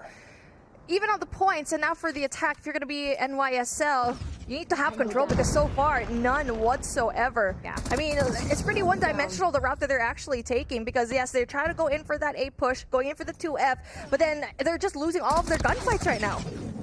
I mean, it's that in the fact that, like, if you paid attention to minimap in the last 10 seconds, Mayhem's there. They're in the top side of Palace right now, but they're just so worried about pushing up in the spawn and trying to set up this weird spawn trap thing rather than stopping the clock. I mean, we've had this issue when we were watching EU, and I was losing my mind because people would not stop the clock. They were just not worried about the clock on control. They were trying to make it more of a TDM, trying to force those kills, and now there's 8 seconds on the clock. I mean, no tick to A, no tick to B, no control whatsoever, just trying to play for these kills. It's really disappointing to see. Like, again, one-dimensional plays because they keep funneling way into the same direction, and it's just going to be hard as zero already. I mean, we need that presence of mind. I mean, we don't want Ali to go in, you know, give you wagging the finger right now. I don't know if you guys, I don't know where you guys are talking. I don't know if it's game. I don't know if it's Discord. I don't know if it's TV. I'm going to join it. I'm going to start yelling at people. Stop the clock, please. It's an objective-based game mode, technically. I understand in COD Mobile, a lot of the times these rounds end up ending by lives and being kind of a TDM, but I think that's just because of the way these players are playing it. They're playing it like a TDM rather than capitalizing on this objective pressure, and that's why we're seeing such these heavy differentials and letting the clock just tick and tick and tick down. Undream clearly know at least a little bit what they're doing. They're getting the first pick at A. A minute and 12 seconds on the clock. They're up a life as well. A lot of map control. I mean, this is a little bit of outclassing here in the opening seconds of this control. They're just basically not allowing NYSL to go into the entrances, so that's going to be very big for them. And now, I mean, just as I said that, they kind of lose control just a little bit, but again, this is just such a hard hill to go and get. I mean, A, it's so open, you have to worry about so many things, and it's a huge map, so I don't blame him. And by the end of the day, I'm not going to be surprised if there's going to be just life dwindling down, but obviously the favor of Undream. Number 5 in your main map, I want to see him go to B right now. Like, they already have all this presence on A, they have all these kills, I love it. Number 4 is going to do it instead. It's going to be Washi. I wanted it to be banned, but Washi read my mind anyway. Washi's now on the B site. Now, this is what we love to see. Undream is playing for this objective. A is now gone. B, a tick is almost gone. And not only that, Undream also has the life advantage. It is 21-13. They have plenty of time to work with. Washi is set up here on B still by himself. He needs some friends. I'm going to be honest. He needs some friends. Bands is going to be here. Unfortunately, I mean, there's 3 other members, so he'll get shut down fairly quickly, but that's going to be a tick gone at B. And that was a very essential tick for them because with 1 minute 51, they have a lot of time to play with. The Pred missile does come through, takes down 2. Solo, big kills, 16 and 10. Not only that, Blur with Annihilator as well applies that pressure to them. 1 more kill for them to go and flush everyone out here. Finally, there you go. That kill gets rid of one last player. Now, Blur gets taken out by space, but still applying a lot of pressure there. I mean, they're down with the lives, 12 and 5, and Undream looking like a very solid one. Not only that, taking a look at that, both of these teams also fully streaked out when it comes to the operators. Now they can play TDM. Now, I don't care if you play TDM. It's 11v4. Obviously, it's the smarter decision and the faster decision to play TDM. 11v3 against Polar's a little bit different here as everybody's still going to be up, but it doesn't matter because Washi is finding every kill under his belt. I mean, they have a minute and 20 seconds to work with. Carlino will find 3. Stops the bleeding for just a moment, but they have to play perfect here. Not a single player can fall. Only 2 lives to Mayhem's name. A minute to work with. A tick is already captured on B. I mean, Undream can just take their time here. They could just group up right now, make a push towards B site, and that could be all she wrote, but they're not really doing that. Space and Little B had a really great play trying to isolate, but obviously it's not enough for them because the life advantage is just a little bit too far off. And now we're finally here. We're at match point. We might take this into a 3-0. What? Bobby, I'm so sorry. This is definitely looking like a 3-0 for the boys on the side of Mayhem. I mean, they sometimes will scratch the surface of being a great team. I understand they are in our top 4 seeds, and NA is typically top heavy, but they are scratching the surface of what Undream is doing to them right now. Unfortunately, for the side of them, I mean, it is dominance across the board. Specialists now being invested. Already a life lead in the side of Undream. Mayhem, I mean, there's no team plays, there's no team pushes going on right now. The Annihilator and Washi is just absolutely world starring everybody in Spawn. He'll finally get taken down, but I mean, that's some serious time wasted, some 45 seconds on the clock. What the Spawn trap? I mean, they can't even cross over to 2F. There's no way they can go touch A. And yeah, 40 seconds left on the clock, but then 24 and 17. They need to make a play. We already saw this a while ago.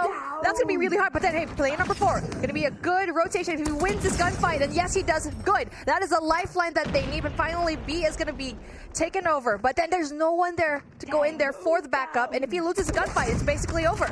Yeah, he doesn't have a whole lot of help right now. That's going to be Carlinho. That was all by himself on B. He will get shut down.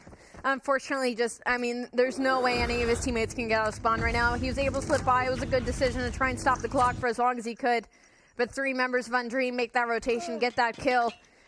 Now it's going to be Robalo. He's going to be here as well. He's going to try and stop this clock, but Bandit's going to find a kill. He has a Hunter drone. He's going to send that out. He's going to also win this gunfight on top of Space. I mean, this is just not a favorable situation for Mayhem. 12 seconds left on the clock. Nobody's going to be close enough to stop the time, except maybe Carlino, but I mean, he would have to straight sprint to this A site. It's not looking good. Band is just popping off at this map. Yeah, he's just absolutely great. The only player to get that line of 2. But then, something that we didn't really get to expect here. 3-0. Well, the map, it didn't matter for the side of Undream. It's a 3-0 control once again. I can tell exactly what game mode they went back and heavily did their homework on to pull out. Now that is a hot 3-0 again for the side of Undream. It was close in the beginning of the series, but by the tail end of the S&D into the control, I mean, it was just dominance. It was outclass from the side of Undream. I feel like it really went down. Basically, the win condition went down into when we found out what maps that we had, and just looking at Raid being bad, knowing very well that is your best bet, that kind of just set the tone for this game here. Didn't expect it to be a 3-0 here in the series. Yeah. And now, taking a look at the stats, Bad having a 22. I mean, let's talk about that game. For the side of NYSL, they just couldn't go. They didn't have anything when it comes to the offense. I mean, we would see blips of great decision making. Like, Space is always trying to make the big play. I mean, Nero, his slaying power in the first 2 maps was incredible. Unfortunately, we missed him a lot in this control. Little B snipes, like some of the routes Robalo would be taking. Carlinho with some of the 2 or 3 pieces to try and stop the bleeding. Like, the pieces are there, but they aren't there all at the same time. The puzzle is just not gluing together, where on the side of Undream, it's not just one player. It's everybody working together all at once. I mean, the teamwork was just impeccable. I feel like especially seeing that last round, Washi just went very deep into Spawn and just annihilated everyone with this Annihilator. And I feel like that is something that we saw in round number 1 as well. It's just like they had the right rotation. It's just they were losing all of their gunfights. So again, just being mechanically skilled just a little bit more. Now we finally get to see it. Shoot straighter, kids. I can't believe this is actually what I'm seeing on the screen right now. But Undream, obviously, looking very hot off the start, giving 3-0s all across the board, and now NYSL was shaky in the first half of this day, and now here round number 2, you are 1-1.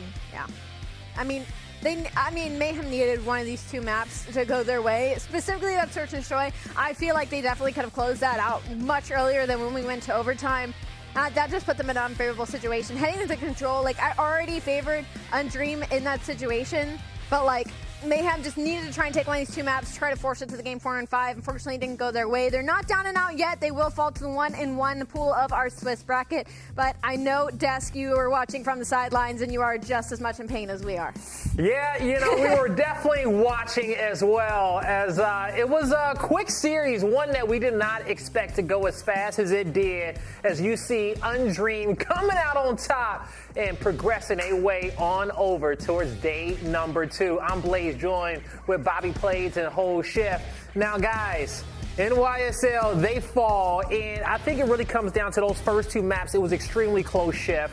What could NYSL really had done there in that hard point, and S&D to close it out to at least get to game 4, get past that control? Allie hit it on the head. The hard point, too slow. They had to face up against double Goliaths at the very end. You just don't win those. Search and destroy. Adjustments were better as far as how quickly they were getting themselves back into the map, but you just kept finding situations where you're relying on one player to get the job done for you. This is not the Mayhem squad that we expected coming into today, that they were going to be a 5-man group. They're going to be taken very seriously, and they're going to have a major opportunity in front of them after stage 3 to possibly get out of this first day 2-0. But none of that stuff came true today whatsoever for them. Definitely didn't. You know, Bobby, when it comes down to Undream, what was their key to success in this series against Mayhem?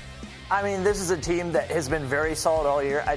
I think I'm like the least surprised at that result of anybody here because Undream has been absolutely phenomenal. They took Tribe to a Game 7 in Stage 3, and this is absolutely no question one of the top teams in the world right now. So you got to give a lot of credit to them for how well they played in this matchup. I think maps 1 and 2 definitely very winnable for NYSL, but a big thing that they've struggled with for a while is getting off to a slow start in hardpoint, and that's what we saw right there. That allowed Undream to snowball those couple of Goliaths, and at the end of the day, those 2 Goliaths are what won them the first map. Yeah, it definitely did, and as you can see, Undream pressing forward here towards tomorrow in a 2-0 finish, and you know, Bobby, I'll double down and co-sign for you. You definitely had a lot of high hopes for Undream. You wasn't biased there to match up. You knew who the top teams were coming through today. And Undream officially punches their ticket in first. Now, the Tribe game versus Stamina, just to give you guys a little update on that one. Last we checked, Tribe was up 2-0 up against Stamina. So they're looking good to move on forward towards tomorrow as well. But hey, anything can happen. We've seen some crazy comebacks before in the past. But so far, kicking off today, the matches hasn't been as close outside of that very first one we saw going up against Mobility and Mayhem. But at the bottom half of the bracket, some of those teams that lost in the first round, I think we'll have some close ones there, Chef. If I'm not mistaken, at the moment, the most likely matchup we're going to get for a 1-1 matchup would be this NYSL team playing up against Cold Showers for the last spots in. And for as shaky as NYSL look, if Cold Showers can figure things out in a pretty softball match that they've got going on next in the next slot, I think that would be a matchup that actually could see NYSL missing out on day 2. Oh, we will see if that matchup goes down. But hey, day number 1 is already underway and things are getting excited. Coming up next is going to be Mobility going up against Mexus in an elimination matchup. You don't want to miss it. When we come back, we'll see who's going to go home and who's going to progress through the bracket.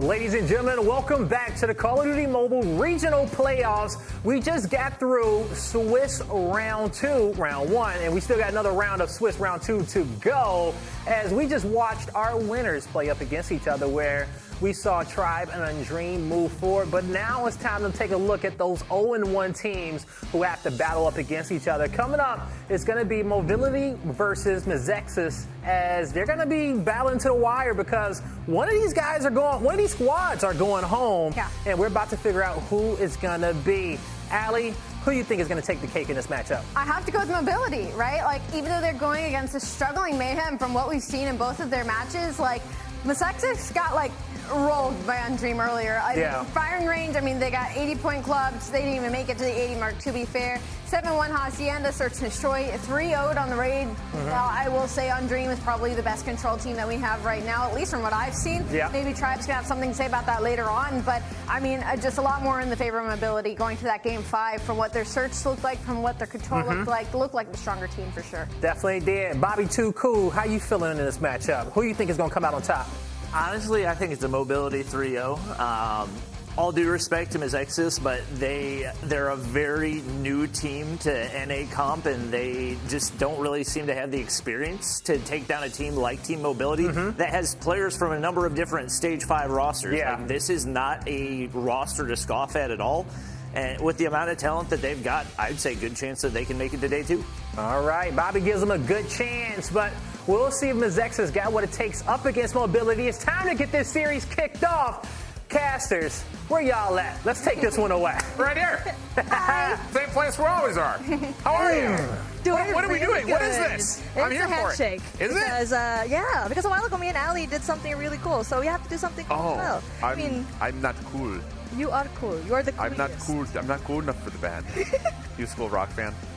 Sorry. Okay, we'll watch it later. Speaking of things to watch, though, Bobby hit it on the head. This Team Mobility squad based off the Map 5 affair versus NYSL immediately thrusted into the conversation of potential Sunday favorites out of who lost in the opening rounds they played. It's going to be definitely going to be difficult because Summit right now, obviously, I feel like it favors Team Mobility just a little bit more. And yes, they lost that up against NYSL a while ago, but they had really good plays. The first half was really good, but it was when Space took out that Goliath, that's when everything just snowballed out of control. I mean, those solo plays was what kind of got Mayhem through that first round in the first place, let alone that last series we just saw where some of the moments were close because of individual plays. So for Mobility, I think you just have to look at the fact that you've got some experience playing on these maps we have to start things off. Hopefully it's going to allow you to click, kind of take your game to the next level, because you're looking for an instant level up here, I think, of your Team Mobility. I think Bobby's right. This should be an expected 3-0 just based on what we saw earlier, but I think the thing is, you can't just live off of winning this series. Like, you have to be able to build towards that very pivotal last chance qualifying match when you find yourself hopefully up against a 1-on-1 squad. And let's see if they can take this very seriously and just make it finish just like that. Because obviously, if you're looking at what Mizexis did a while ago, I mean, it was not a really good scoreline for them. But if you underestimate a team, that may be the end of you. You know, you got to be hardcore. You know, you're not hardcore unless you live hardcore. You do know the reference. Get out of here. I don't know. I was trying to give you a little bit of, you know. Gosh, you had me completely debated. That makes me so happy. Come on. We love a good School of Rock reference. But I think the other side of things, we haven't seen this Mizexis squad play yet. So, you know, I think what Bobby is talking about when it comes to you've got a lot of new players here, maybe not the greatest situation to be in to try to get to stage 5, but kind of getting your feet wet, right? That's kind of the biggest thing when you're dealing with a lot of new players that got put into the scene this year in 2022 is build that experience. Find a way to kind of learn and adapt, and who knows, maybe you could surprise somebody. I mean, this is the kicker, though. Mizexis did go up against Undream a while ago, which, I mean, yes, a 3-0, but then we saw already that Undream gave NYSL a 3-0. And so maybe this is a closer matchup, and yes, a while ago, NYSL was a little bit shaky up against Mobility, so, I mean, that's going to be an advantage for Mizexis. Yeah, I think so, too, and who knows? I don't know. It's just all kind of a guessing game when your sample size is 1 for both of these two teams, one of which we didn't even see on stream. So we're excited to learn. Hopefully you guys out there are as well. Hope you're having a wonderful weekend. It's like so many things are happening all at once. You got college football back, you got the PGA Championship back, you got COD Mobile NA back. It's a good weekend. We're back too. Back-to-back action here. And yes, last weekend we did have Europe, and for the same thing here, NA, I feel like it's going really fast compared to what happened last week, but we're finally starting things off yet again. It feels like Summit Control is the map that we keep seeing here in Hardpoint, and let's see if we can finally see Mobility try to pick things up yet again from where they left off a while ago. All right, here we go. High ground control looking to be pressured for Bizexis. Opening shots looking pretty solid, and well, actually the kills will not necessarily be there. Parka, who does hold a little bit of experience from their competitive time last year, already at least getting something going on towards the zone itself. And how about Thug? 3 in a row, a little help from a nade over the top that will allow an opportunity for numbers to start flooding into control. Just comes down to can you find the kills? And Thug says, sure, why not? 4 in a row, works as possible. Dude. Early missile, but shut down just before you can earn it. Bizexis really strong off the start, but then wasn't able to go and capitalize all of their rotation because they did have the power position, especially with Thug being there in second floor. But I mean, for Mobility, they're doing such a great job at holding this hill, and kind of like what we saw a while ago, really strong P1 hill for them. And now it's all about the contest going in from Zexis, but obviously 17 left on the clock. You need to find a way to control that 2F and try to go in for the setup here, but I feel like that's doing really good. Yeah, exactly. Yeah, really good stuff, I'd say, for Mobility, kind of taking the small losses in the trade game on the chin and then immediately turning it around to a beneficial look over to the hard point itself. So 51 seconds earned on P1 as we rotate over towards Catwalk. Mobility with numbers starting to flood forward over towards the low ground itself. But you do have a big stack here from Zexis trying to work themselves just essentially bunkering on the hard points, working out nicely for them. And Jet taking a little bit of trouble trying to flip the spawns around, which he is successful in doing. And the Pred missile will be called as they attempt to try to break, but it comes up empty. Oh, Reha not really able to utilize that Pred missile. But what I like about what Mobility did here, they wanted to go and flip the spawns. And yes, no one was contesting for just a little bit, but yes, you could just go in there if you do have spawn control, and they still do. Try to go in for the setup, but that also leaves this P2 wide open, and so far no contest whatsoever. Yeah, really, I mean, it's just a little slow and messy for that as well. Pistol out for Claps, looking to double up, but has the help of Ingentic to make sure the trade is confirmed.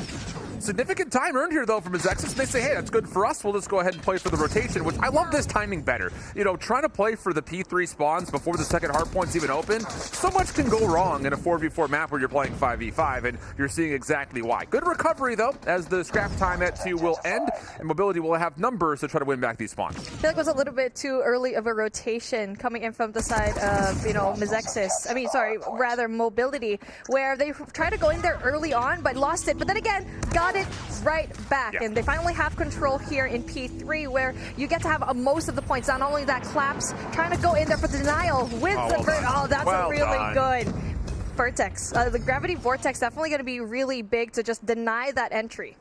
And with that, even though it's only 2 kills, lots of score being tallied by Claps here, working for potentially a very early Goliath. Elegant trying to slide on forward, but shaking off the effects of a stun was Claps. Not even done yet, with one more around the back, already earning full streaks. His teammates will pick up the assist, and all of a sudden, Mobility have completely blown the lid off this game early.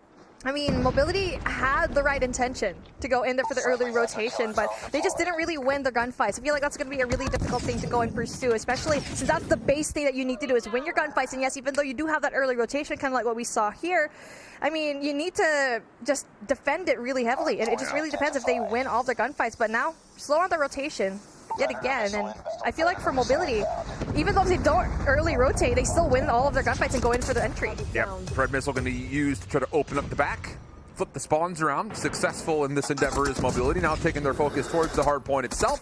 And Gentic dealing a lot of damage. And on top of that, you've got the reinforcement of the Purifier to break the hard point in your first attempt. Yeah, this has been really good coordination out of Mobility. Not just taking a we're going to outslay you approach, but a lot of good focus from the team as a full-on 5-man unit.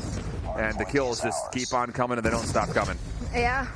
Don't stop coming, don't stop coming. Nora, I got you on that one. Okay, Nora, I'll back you up when it comes to these references again. So anyway, when it comes to Mobility, they didn't even have to go in for the early rotation because you know very well that they could just go in there for the retake, and they were just so patient when it comes to flushing out every one of them, especially at a distance. Not only that, doing a bait and switch here in P4, and now let's see what's going to happen here into our next rotation, finally go into the restart. Yeah, double Goliaths been earned up for Mobility. It's just not great news. Look at the KDs. 20-9 for Rayhan, 16-10 for Awaken. And Gentic try to get things heated up with the Purifier. At 12-8, into the hard point he goes. Having a hard time finding players to even shoot at. There they are. A little double, no problem. Does get shut down immediately afterwards, though, by Parka, but again, damage is done. Numbers convincingly won by Mobility as they get closer and closer to 200 points. And I know it's not the most ideal set of hills to come through with, but you're in Goliath. Just spend them. Put the game out of reach. It's looking good for it. We might see another double Goliath setup happening here in Catwalk once we do have that start. And now they're not even going into the 50-point club. I mean, Mazexis, come on. Just get 2 more points. You don't want to be in here this club because that's definitely going to be damaging to your confidence as a team. But again, pretty good setup for the next hill, though. But then again, there's not going to be any sort of contest coming in from this team. Yeah, pretty casual stuff right now coming out. Break for the scrap time does come through from Mazexis. Jan trying to contest. One more player on the corner. It's Thug. He will drop. Parka in the corner. No chance. Oh, man. And, you know, the thing about it is, I'm telling you, it's not just the fact that Mobility are outslaying and just winning a lot of individual gunfights. Yeah, sure, they're doing that. But I think what we're starting to really see from this Mobility squad, based on what we saw in their opening round, as well as what we're starting to really get clear pictures of here, is that their focus as a full squad is really allowing them the most advantages possible. And they're not making many mistakes when they do try to get a little greedy. So that's encouraging stuff for Mobility as they look to close this game out right here in the second hill. And now let's see, one last push coming in from the side of Zexis. Let's see if that's going to happen. But then with the Predator missile, not really finding anyone. Well, that's going to be really good for them. But come on, reach the 50-point club. There's only 30 seconds left, and Mobility's going to be taking all of it. It's all up to you, player number 2. But then Magia doesn't really quite get anyone. And I feel like I cursed this team right now because I did mention that they didn't reach that point. But with 10 seconds left of the clock and everyone else just investing everything here, they didn't even have to bring out the Goliath here. No need. It's kind of like that situation when you're up by 30, you say no styling power dunks. Just let the game come to a close, and so it will be 250 to 50. My heavens. Good heavens, sir. I do declare, Mr. Boy. I do declare. I mean, what a showing of dominance here. I mean, Rihan just having such an amazing time. I mean, it's everyone else in Mobility doing their job, and I feel like it was only Thugs in the side of his exes that was trying to go in there for the kills and for the slays. I mean, like what you said, individual gunfights, obviously, it's going to be inside of Mobility. But not just that. I mean, I feel like there were really good rotation coming in from Zexis, but you just couldn't fight fire with fire. No, not at all. 9 and 25 at Elegant, 12 and 21 from Magia. I mean, it's just nearly double positive stat lines down the board for Mobility. So, I mean, I think the thing about it was we kind of came into today with expectations for who kind of the power ranked top 4 teams from North America are. Not so that we were sleeping on this Mobility squad, but I would say compared to how they're playing so far on the day, we definitely came in undervaluing what they're bringing to the table. And that's encouraging stuff if you're a Mobility fan, because like Bobby mentioned, and I think everyone after this result's going to agree, looking pretty good for a clean win here in some regard in this head-to-head matchup. But the thing is, you need to be able to still, I think, carry, again, a level of progress towards trying to finish off the day to get to day number 2 in the first place. So this is a good, I think, just kind of way to rebuild that confidence, try new things, see what works, see what doesn't, figure it out. Yeah, they're stepping on the gas pedal right now. They're accelerating really fast because a while ago what we saw was bright spots up against NYSL, and now they're absolutely just shining all the way through, learning from the mistakes from a while ago. And yes, they didn't even have to pull out the Goliaths, and that's just how dominant this Hardpoint Summit is. And without a doubt, definitely, I already knew that it was going to be an absolute smackfest because they did go up against Stamina, which was a really good team back in stage 3. Give them a 250 and 90s. You already know they're good at Summit Hardpoint, but again, we're slowing things down here in Raid Search and Destroy, where again, it's just looking really good for Mobility because they did win this a while ago up against NYSL. I think if you're Mobility, come out in this Search and Destroy and try that play that you didn't get a lot of success with, like in scrims or between stage 3 and stage 4. Like, do something weird. Try to see, you know, the nuances to kind of developing your playbook to be a little bit deeper, because I think you've got the ability to get away with it in this matchup. So if you could find a little bit of extra depth overall to what you want to call out in these Search and Destroy set pieces, who knows? Maybe you find something today, it's like, this is working. We'll give it a go when we're pulling up against our 1-on-1 matchup, pending, of course, if they do finish out this match. So we'll see how things unfold for Miss Exix, looking to bounce back, though, in the Search and Destroy.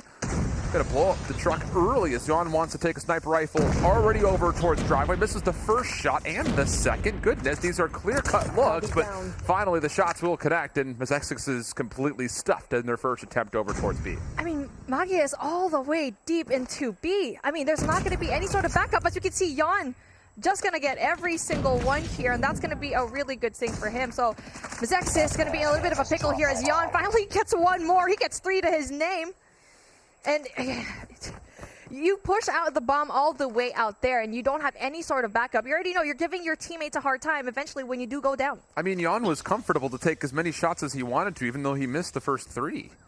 So that's never great news. You got to be able to at least be aware of the possible problem in front of you and be able to deal with it in stride. But Zexus just completely stuffed on their initial attempt. So Stug, last one left, trying to play around the backside through jungle. Should have a look at Awaken. Shots come out, but can't quite finish off the kill. Awaken will bail out towards safety. And with 45 seconds, Slug's job of getting this 1v3 just became that much more difficult. I feel like that was a pre-fire that gave his position away. I feel like he could have been way quieter. But obviously, that's definitely going to be a hot spot. So that was a risk that he was willing to take. But obviously, it did not pay off. Finally goes down, gets one. Is able to get one more. But then obviously, there's going to be 2 of them right now. Brings out the pistol. Doesn't really quite finish the job as claps back at him. And now finally a 1-0. And I feel like that was... I didn't like that push coming into Bravo because I feel like the bomb, like what I said, was a little bit pushed out. And knowing very well that Jan was getting so many shots, reposition yourself. Well, I think it's not even just that. Like, you should know that the defense is going to get to B first. And for them to not have any nades over the top, not be aware of potential snipers or just rifles that are pinned up over the top side of ring, is just a little bit shortcoming. And once again, it's Jan this time not missing on his first shot taken. It's Mahi who falls. And it looks like that's going to be from Azexis saying, nope, don't want to deal with that. Let's rotate back over. But the problem is there are defenders that are challenging both mid as well as backside bedroom. Now, Rehan's definitely going to be a problem once he does get information. So that's good that Mizexis wants to go in for the rotation, but it looks like they're still staying here in mid. But again, every entrance blocked by mobility. And now it's allowing them to give someone like Rehan to give such an easy snipe off. Gets 1, gets 2. Will he get the 3rd? Yes, he does. Will he get the 4th? No, he doesn't. But Elegant finally shuts him down. But it does put him in a very difficult situation here in a 1v4. Golly, dude. Oh, it just, it's that inevitable car crash you see coming. You can't help but look right at it. Elegant trying to work back over through pool. Scouted out on the maneuver, but does have the bomb to potentially get on door's side, and who knows, maybe something can happen, but definitely respecting the opportunity for the defense to reposition around his backside, which currently number 1 and Jan has done to make sure there is no rotation back. You've completely contained Elegant. There's no need to challenge him. You know you're forcing him to have to go over towards A. Make him make the special play. That's exactly what's going to unfold here as Claps will be watching over through mid-stairs. And the last 2 defenders, a part of this mobility defense, are just playing on top of headies. And yeah, I think Elegant is very quickly realizing his very difficult situation he finds himself in. That was a great response coming from mobility, just trying to close off that one player, knowing very well that they don't really have to bunch up together and give the chance for him to go and plant for Bravo. And that information is just absolutely key. And now what we need to see from his X is if, okay, Bravo didn't work out for you. There you go. Full send going into A, not really making the same play. So at least for them, when it comes to the rotations, that's going to be good for them. It's just initially winning those gunfights, especially when you are a man down. Oh, but look at this. Rayhan's going to be watching the cross, and the Claps will be alerted, and when he needs to make the play. Smoke to the window, nades to follow. No connections there. And Stug actually gets Awakened over the middle of the map. That actually opens up a world of opportunities from his X's to retrain back through mid if they want to. But they're going to force the play forward. And oh, how about it? The kills come through cleanly. First 3 eliminations, tally for the attack. And that should lead to a plant in a very difficult 2v5 for Jan and Ingentic to have to work through. If they even get the opportunity to, which they will not. Flawless round coming out of his X's. Brilliant way to get on the board. Yeah, beautiful play coming in for them. Because, yes, they've had pretty good plays, just not able to work fast enough, especially in that second round where they just took too long to go in for the rotation and eventually just gave Rehan that extra long rotation. And now going in for the same thing, except for that one player going in from the back end. And now, obviously, we get to see a heavier stack just guarding A. And now that's going to be very difficult. Bomb again. Going to be overextended just a little bit, but it's okay. But if you see player number 2 coming in from the side of mobility, Claps might try to find a way to get this kill. Do they expect him in the right corner this time? That's the question, as the offense still looking to force the play forward. And yeah, Claps actually gives away his position. He forces the gunfight. Mahi able to find the elimination. One more over the top of the bomb is Awakened. Deals with the first contestant. No one there to follow for the double chow. And the defense will at least be able to kind of slow things up, get themselves set up. If Mizexis allows them to. They still look that they're pretty primed and ready to hit this. Awakened feeling the pressure will reposition. Does he see Mahi in the corner? Doesn't seem to. Now he sure has. That'll be a call I'm sure Ingentic will be able to use to watch the cutout. And Mizexis is now essentially committed to this play because Mahia should be dead here. And now Awaken. That gives that information though. Even though he saw Mahia just go all the way up, doesn't really matter for them. And now a 3v1 situation in the favor of Mizexis. That's going to be a beautiful play. And it looks like finally the reset coming in from A's. That's going to be more impressive for them. Yon tries to go for the shots, but obviously S-Thugs try to go in there for the shutdown. And now we're even things up in 2-2. Yeah, that was really good. They do way better here in A. Yeah, 100%. And that's an incredible two-piece for Mahia for what it's worth, by the way. To win the 1v1 inside a cutout and then come back, hit the jump, see the second contestant just in the front side of basketball. Well done. And, yep, you're absolutely right. If it ain't broke, don't fix it. Go right back over to that same setup towards A. This time more focus about the middle of the map, though, for the attack of Mizexis. Awaken smoke out 1v1 once again with Mahia. Loses that, and it's another first blood for the offense. Mahia has been so good in this team, but then Yon finally spots Sunny out, shuts him down, and now they're going to be even things out. And now the bomb going to be all the way deep into mid. Need some sort of backup just because you need to see that Yon is going to be... Oh, doesn't really quite get the scope. S-Thugs finally gets the shot. Misplay coming in for them. And now a free plant going here in Bravo as we finally get to see a rotation coming in from the side of Mobility. But Ingentic does actually stop the first contested. Good follow-up, though, as Mizexis is right back on towards the site. Plant will be allowed to happen as Parker will get it down. Rayan trying to work back to the middle of the map. Should have seen Mahia on the back off. Sure did, but doesn't catch enough of him. Now to the scope. Once again, sees the cross back towards Blue Van. Nade to play with if you can find an opportunity to get it over the top. With the bomb planted and a lot of clearance that has to come through. You don't want to get caught with the nade out at the same rate. So trust the shot, and especially if it's hitting like that. Mahia's still staying down. Oh, just play off the clock. Absolutely the right call, but Rayhan repositions and maybe a chance to isolate. Elegant needs to go and push. There needs to be some sort of pinch right here. I mean, it's just no way that he can go and win this, especially with one more person there was going to be Elegant. But then obviously, 17 seconds left. I feel like he should have flushed him out and tried to go in for the info because he did have time on his hands. Yeah, there's a little bit more time to play with for sure, but I do have to give a lot of credit to Mahia just for staying down, not revealing his position in any form. Force, again, the defuse to have to come through. Don't give up 3v1 situations. And now, just like this, Zexus is up in the search and destroy with 3 consecutive rounds. Back over towards A they go. Claps not playing inside the site this time, as Awaken was actually looking to kind of peek and poke over to the water staircase. Got damaged a bunch, but does keep his life. And more importantly, he's alerted the defense that this should be another hit towards A. I mean, it works out for them every single time. Every time that they go for Bravo, it's just, you know, it's just really hard for them. And now they're going to be playing it slow a little bit more, though, because they're just planning and bagging on Rehan to try to go and get one more pick. And so far, no information given whatsoever to Mizexis, but oh, there you go. Rehan finally gets the scope. There you go. That is a good sign, and that's going to be very difficult because eventually, if we see these 2 players coming in from Mobility to go in for that pinch, they might be blocked out. But again, really big kill coming in from Elegant, try to even things out. It's a wall bang to the bottom side of the baseline at basketball. Now looking for some pre-fire shots. Underway definitely sees the top of the head for sure now. I mean, they've gotten a really good look at one another, but Yon, on his rotation, has helped this defense kind of, once again, sustain their positions, and it's just too slow from Mizexis. You get the first pick, push through it. Mahia, the last one left, and who knows? With the way he's playing, anything's possible. From a 1v4 now to a 1v2. Biggest component here is time. 36 seconds on the clock, no bomb. Could possibly still try to play for kills here, especially with nade setter still in hand. And yeah, Mahia might just rewrap this back through stairs and try to come up behind. Yon is watching this from the deep corner. Shot misses for Yon. Opportunity for Mahia, but the second shot will not miss. And Yon will level us at 3 through the first half. Mahia definitely tried to go in for the scope, but unfortunately doesn't really quite get it. And I feel like for them, I feel he probably had the opportunity to go and get the bomb because no one was there. They didn't know at all that the bomb was going to be down there poolside. But again, we're finally going in for the switch, and now a full send going into Alpha, where you only have one defender here. Ingentic, did he just fall off the map? Not sure what happened, but he got himself out of the picture quickly. Counteracted, no problem though, as Rayhan gets the double. Pinch is also being watched by Yon, so Sunny's attempt is shut down before it can really get the legs to start moving. And with the bomb planted in a 3v2, advantage drastically starts to tilt towards Mobility.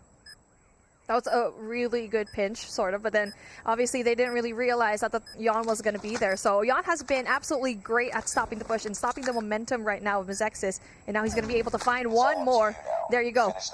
2v1 is very good, though, because player number 1, Yon's going to be very far away, but is it going to be planted for him? That is the question. And now S-Thug trying to go in for the shot, finally gets one, and then, let's see, he doesn't have any util to play with it. He does have a smoke, though, so he could play off the smoke, try to go in for the defuse. 7 seconds left, goes in for the chow, but doesn't really quite work with it. The smoke. He had the smoke. I think there was just a miscommunication on where was Yon after he got the initial pick, like you mentioned, to stop the pinch. The bomb is planted for him, so no need to challenge anything. Just stay and watch by the pool chair side that's kind of backside over towards that top right area. So tough to break that down in a 1v2, but you're right. Would have been nice to get the smoke out just to give yourself a chance. Big, long gunfight going on between Rayhan and Sunny. Goes the way of mobility once again in this opening first blood. Offense now a lot of the map to work with if they so choose to, but instead it's a 4-man setup looking to possibly 2-2 split this over in towards mid. Yon once again getting in the kill feed, and it's just down to can you find a way to isolate Parka. Shots come through, Clap should be able to finish, and he does. Bomb now under threat to possibly be planted. That is a different rotation coming in from Mobility, going in there for the kitchen control, which is going to be very hard because not only that, they're going in for the pinch as well. They're basically covering all of their bases, and now just gets turned on an S-Thug with the wrong timing on his hands.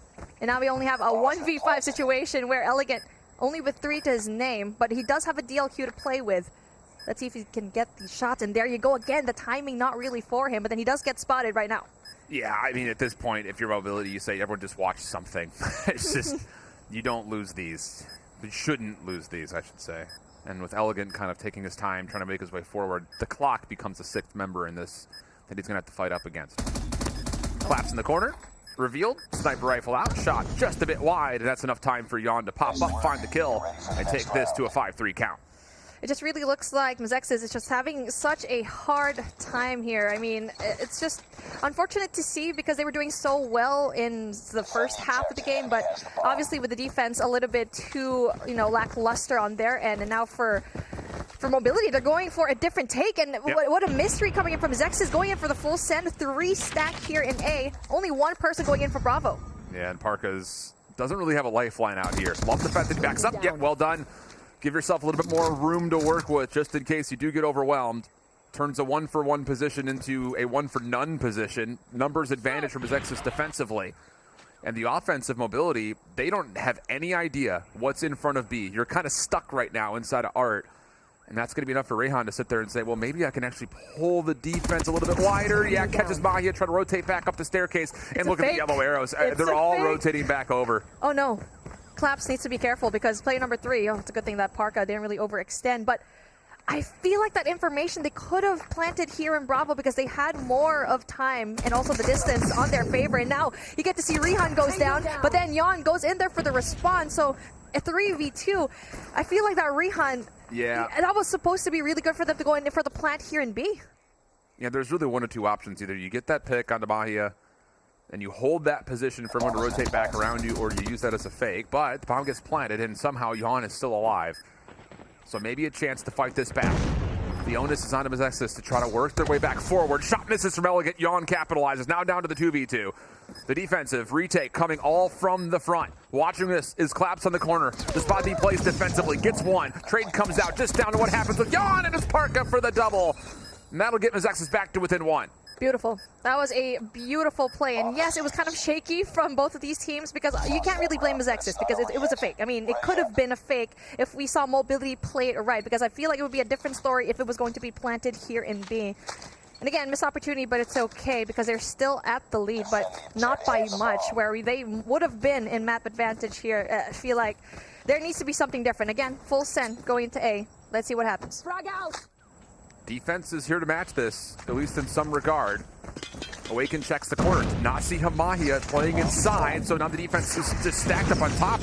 Maybe a bit of miscommunication here out of Mobility because it's Mahia that's just absolutely stayed alive and allowed the defense to pop off. That is so good for Mahia to stay alive in the corner. give a little bit of space, wait for the defenders to capitalize and collapse on the play, and boy, did they ever. I mean, not only that, if they still won that, they had one player at the very back, I think it was S-Thugs, going in there for the clip. I mean, going in there for the pinch. So it didn't work out for them, so now they're trying to go for B, but it's beautifully read going in from Zexus because they do send 4 players, but unfortunately for them, Agentic does win that. Not only that, Rehan also, and now we need to see some sort of speed run here. You have the numbers advantage, you need to go and plant. Yeah, that's tough scenes right there. Defensively, you would love to have had, if the idea was to play aggressively through B, someone has to watch through mid-kitchen to make sure that mid-play stays safe, and that was not being covered. Major advantage out of mobility. Mahia can't do anything from the side of the pool stairs. Rehan able to get the snap on. And it all left with Elegant, who cannot get outside of that back laundry area. Map point or overtime. One of the two will be solved right here as we get into round number 12. But we do still get to see mobility with the bomb. Let's see if it's going to be a little bit more of a different play. 4 people going into poolside and 1 here in mid. That's going to be really good because we're finally going to be seeing the shutdown. Good nade coming in from Thug. But then also a trade coming in from Rehan. Getting that's going to be really good stuff because so far, I feel like their read is going to be here in Alpha, but it's a good thing that player number 3, that's going to be Parka, trying to set eyes on Bravo just in case we get to see mobility go in there. But then no sort of mid control whatsoever.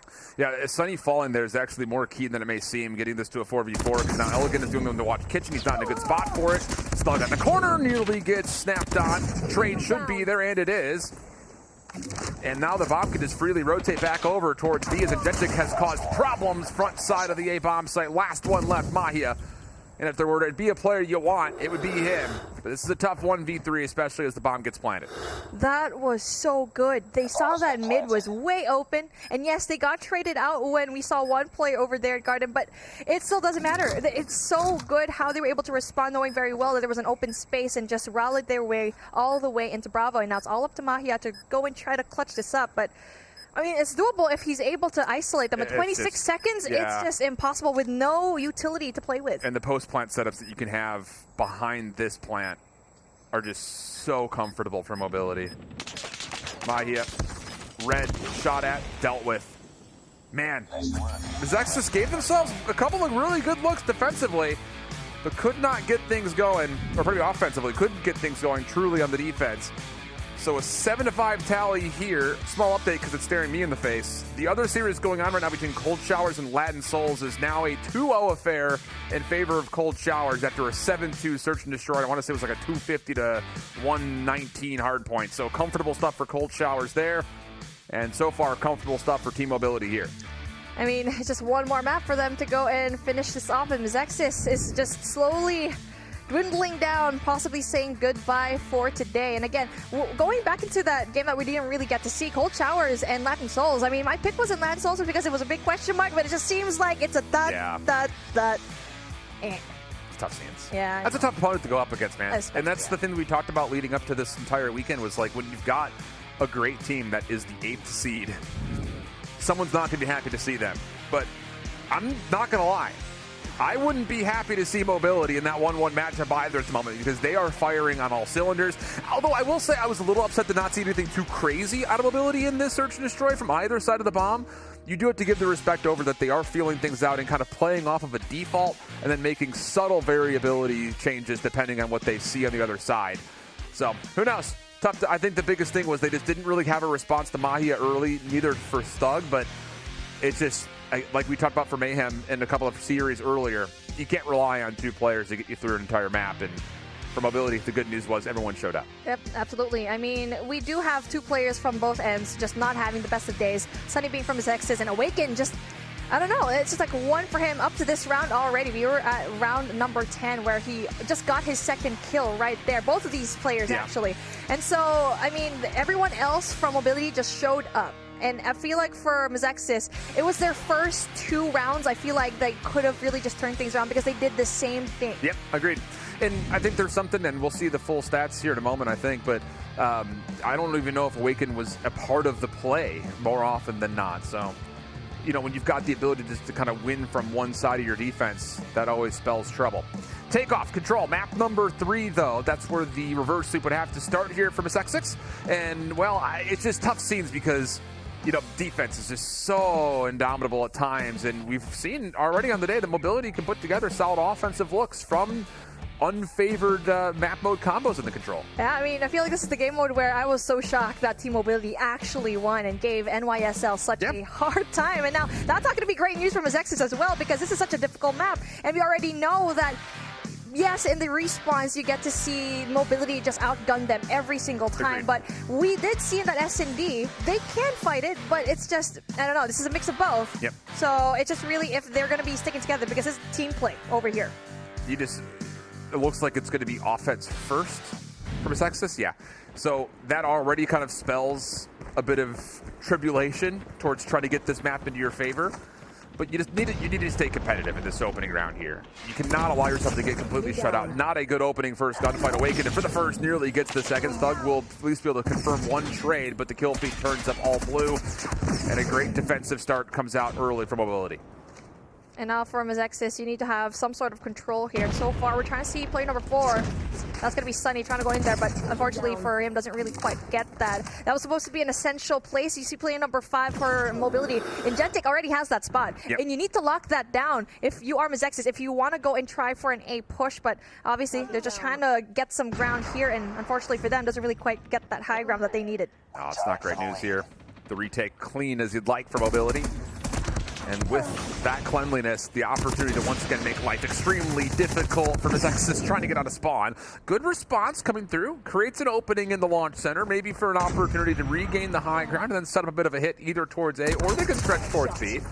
Awakened making life hard by playing the backside window, but it's shut down. So, okay, all of a sudden, the door has opened towards potentially getting over towards B. Stug able to get at least 2 more kills to help build towards that, but down 7 lives, only 15 seconds to play with. It has to be right here, right now from Azexis, and they're going to commit to A. And now for Mobility, they don't have any control whatsoever in Alpha. The read was right. Yes, they're trying to go for B, but I mean, there's still no defense whatsoever. And just like that, 2 ticks, almost down 13 seconds left, trying to go in there for the stop. So again, there's both of these teams having misplays all over the place, but it's a good thing for them. Play number 5, that's going to be really important. But then unfortunately, S-Tech doesn't really quite get it. Man. Oh no, 8 seconds off the clock. Yeah. They're too far away. It's not going to be good. That gave too much time for Mobility to go in there for the really solid defense. But hey, 5 seconds. Oh, elegant though. Going in there for the kills. Parka. Oh no, 5 seconds left and they're stopping the clock. And there you go, finally gets the shots. And Parka, it's all about Parka gets that beautiful kill as well. It's going to get that first tick down. And oh my gosh, that just gave me a lot of a heart attack. But still doable. Yeah. Still doable. They've got a lot of map to work with here. Really clean from Azexis off of the back spawn. Now it's just down to a 4v6. Mobility starting to find a little bit of trouble getting out of spawn all of a sudden. 4v5 now the tally. Still 45 seconds on the clock, and Mobility are not moving at all. Waiting for this next hit from Azexis. It is still on the onus of the offense to make the play first. And as they start to make their move, shots start to ring out over the top right side of the map. And Azexis maybe just missed their opportunity to try to follow up on that hit. 2 kills come through from Agentic. 25 seconds on the clock. You've got to work your way back over towards B, and Mobility's not going to allow them a chance. A heck of an effort from Azexis, but in the end, a little too small and too short in that last charge through A to give them the time and the lives they needed to win that offense. That was a really good play. I mean, for both of these teams, actually, I would really like to commend Azexis for that. Really just clutching up, especially for Parka, just staying there, holding down the fort. And now I feel like even for Mobility, they had mistakes there as well. They allowed A to be completely wide open, being played right now from Azexis, thinking that they're still going to be committing to B. But there you go. Claps and Gentic and Awaken get 3 apiece. Not good. 3 down quickly. 3 out also winning backside generators. This is not great news as far as how do you defend this A zone. First tick of progress done. Simultaneously, the offense is finding the first tick at B. Not great news. Purifier out. Awaken cleans things up, no problem. Even though Parka gets the kill on the Yawn to stop progress at B, there's no one defensively that can threaten this A zone. And Awaken just walks into the defensive spot. The Purifier goes prone for the double. Not going to get all 3, but not really all that needed, as the final member alive for Mobility will get the extra 60 seconds by confirming the A zone. And now it's 25v12. Oh, that is going to be hard because they just allowed Mobility to just invade their space just like that, and just 10 and 24. They're just also really good thing. Good take coming in from Mobility. They played all their score streaks and operator skills to perfection. Not only that, they're fully streaked out. They don't even need to bring it out because they do have the advantage. Just 7 and 21. And now we get to see the rotation. Now we get to see things slow down just a little bit coming in from Mobility, where, yeah, they're just saying, you come to us. The thing about it is you've got every tool needed to break things down. Purifier out. Yawn will get the benefit of 2. Stays alive through the counter burn that was in play. And with still 90 seconds on the clock and only needing 5 eliminations, you start to feel that the 3-0 from Mobility is well on its way with 3 Pred missiles, and a Goliath that could be used to make that round 3 defense just immovable. They don't even have to bring it out. I mean, they have a minute to play with, and not just that. Ingentic finish things out. Yikes. And we have another 3-0 for today, something that we kind of thought was going to happen. But hey, I mean 2-0, I'm sorry. I was like foreseeing it a little bit too much. I got a little bit too excited. I was looking at the scoreboard up on top. Not bad. But I mean, hopefully we get to see Mzexis pull things out, because they had such a great run a while ago when they were on the offense. It's just, how do you finish off an offense now when you have to go up against operators, score streaks, Goliaths? It's tough scenes. And look, I think the thing about it is, like, that opening offense was really, really well put together from Mzexis. Kind of backs up against the wall. You make 2 really solid hits occur, you put the pressure on, but the problem is you're not able to kind of respond with a defense of your own, and I think that says a lot about this Team Mobility squad's potential, more so than Mzexis' shortcomings that we're currently starting to see. Although Ingentic with a missed Predator missile play, but then, Ingentic again with the Hunter-Killer drone shuts things down.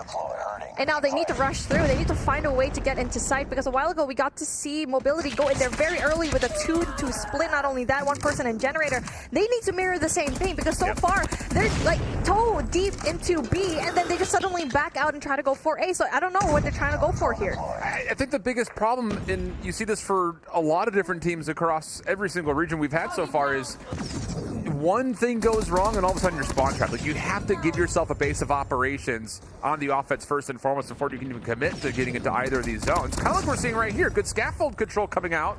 Sunny and Thug working together. Clock will stop at 8 seconds. And the lives are starting to get a little bit tighter. Still 20 playing up against 13. First tick looks pretty solid.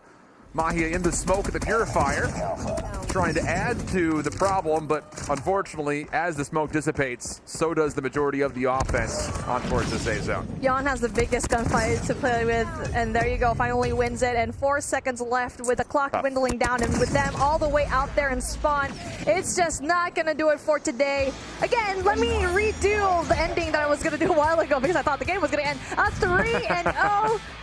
Beautiful games. Mobility just showed everyone who's boss. I mean, yes, it was a shaky search and destroy. I think so from both sides, but this control, hands down, it was all Mobility. Wow, this Mobility team looks nasty. Yeah. They really do. Like, I cannot understate how good this team looks as a full collective unit. And already having beat Mayhem, that would mean that they should have a pretty, I won't say comfortable road. I'm not beating it, but played Mayhem. They should have a more comfortable pathway to try to get to tomorrow. So, I don't know. We'll see. Still a lot to be determined for it, but you look over the course of what just happened in this control, and I think the coolest thing about this Mobility squad is that we're seeing new names start to pop up more regularly at the top of the leaderboard that aren't just Yawn, which is, I think, again, great news when it comes down to what they're able to provide for possibly a Sunday run. Yeah, it makes it a very whole team, and that Yawn is now at the bottom. He's been the bottom frag for the past few games too, so I mean, that's a really good sign for him, because everyone else in his team is going to step up, because everyone else is going to think Rihan and Awaken is probably going to be going top frag, but here we go. I mean, let's take a look at what happened here. Okay. Oh? Cold Showers up 2-0. Oh, a little treat for us. All right. Yes, I like it. I vibe with that. Come on, Madden Souls, I put my money on you. Well, I can say this, as we were watching in the smaller picture on our feed, Goliath was used in round 2 for Cold Showers to get their first offense underway. Big shout-outs to production for allowing us to see multiple angles across this Swiss format. Again, this is a do-or-die map here, essentially for Latin Souls, and oh, it's not looking good. Legacy for the double. starting to build a bit of a defensive numerical advantage, but doesn't stop Fatality from jumping on towards the zone, stopping the clock and nearly single-handedly capturing the first stick of progress at B, but the defense quick to recover and then also deplete. Not only that, Spawn Trap is underway, and now we get to see it winning all the gunfights here so far. Veteran almost gets one more. Spots a lot of the other players though. So again, this Spawn Trap is going to be really essential, because not only that, poolside, you already have play number 5 going in there for the defense as well, going in there for the pinch. Oh boy. And then, oh no, Jesus throws a Hunter Killer Drone right into the face of the Spawn of Latin Souls. Wow, okay. This is what if you're a Cold Showers fan, you needed to see this result. You needed to see a convincing 3-0, because again, I can't say for sure, but I have to imagine that based on the way that the Swiss is going to work, this Cold Showers team will play Mayhem for one of the final spots tomorrow. And at the moment, Mayhem look beatable, and if Cold Showers have picked up and only dropped 10 lives in that defense, you know they're feeling good. Yet again, another 3-0. Beautiful, beautiful stuff here, and I wish we got to see a little bit more when it comes to Cold Shower and, of course, Latin Souls, my babies, but obviously they're going to have to say bye-bye for today. I mean, that's just really hurtful for my soul, but you know what? They've been absolutely great when it comes to Stage 3, but, I mean, obviously they've had a really hard time here because everyone's stepping it up. Absolutely. And that's what happens when you've got nearly 2 months between Stage 3 and now. You know, you've got a lot of teams that are putting in a lot of manpower, a lot of hours. You also saw a lot of the team cams. They're all, like, in a centralized location, really taking this serious to push towards Stage 5, and unfortunately we say farewell to our first 2 teams in North America. 2 have also qualified, though. If you're joining us here a little bit late, Tribe, one of them, Undream, the other. Still 2 more that need to make it into the double elimination bracket on Sunday. And to break down the Swiss Round 2 action, we've got our guests back with us. Thank you so much, Mommy and Chef. What a fantastic cast that was. And as you said, 2 more teams. Well, the first 2 teams are going home. That is Mezexis and Latin Souls. You know, kudos to them for making it this far. But congratulations here to Team Mobility and Cold Showers, you guys, as they come out on top in a 3-0 fashion. Yeah. Bobby, was you expecting this dominant performance coming out of Mobility? I think you actually said it going into it. You said that they were a dominant team. So I will flip the question on the other side and say, Mezexis, what could they have done better in this series if they wanted to progress? I mean, at the end of the day, like, it's just, like, I've watched North America too much. I know how big the skill gap is between these teams. Yeah. And it shows. It's not like it's not a changes you can make type of thing. Yeah. Coming into this, I think it was kind of a general consensus. Latin Souls and Mezexis were the bottom 2 teams. Yeah. So nothing super surprising about those results, but the way it was, as dominant as it was, definitely a good sign for both Team Mobility and Stamina, but they're going to be facing up against each other next. Yeah, they are going to be facing up against each other next. And as we said in the beginning of the show, you know, the top 4 teams has been pretty clear-cut, and it kind of showed in those placements as well. But, you know, going forward, we still need to figure out who's going to make it to day 2, okay? Because we got some exciting matchups coming up here soon. As you guys already can see, who has progressed on and who is out the tournament. Now just 4 teams remain. We got NYSL Mayhem going up against Cold Shower, and then Stamina Esports going up against Team Mobility. So we got some good ones coming up, you guys. Now, you know, when it comes down to Mayhem's chances of making it through up against Cold Showers, I think Schiff alluded to it earlier, Bobby, that series is going to be a banger. Oh, it's definitely going to be a good one. I don't know that you can look too much at what we just saw because, like we said, that Latin Souls roster is one that was very, very inexperienced and struggled in their matchup against Undream as well.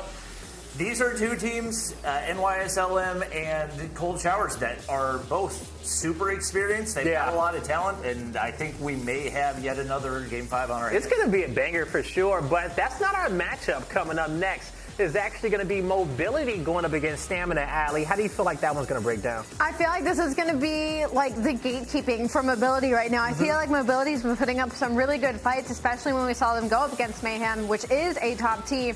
I think this is going to be a true test to what you're capable of. All right, it is going to be a true test. Don't go anywhere, because when we come back, it's going to be Stamina up against Mobility. 4 teams remain, and only 2 more can make it to Championship Sunday. When we come back, we'll find out who.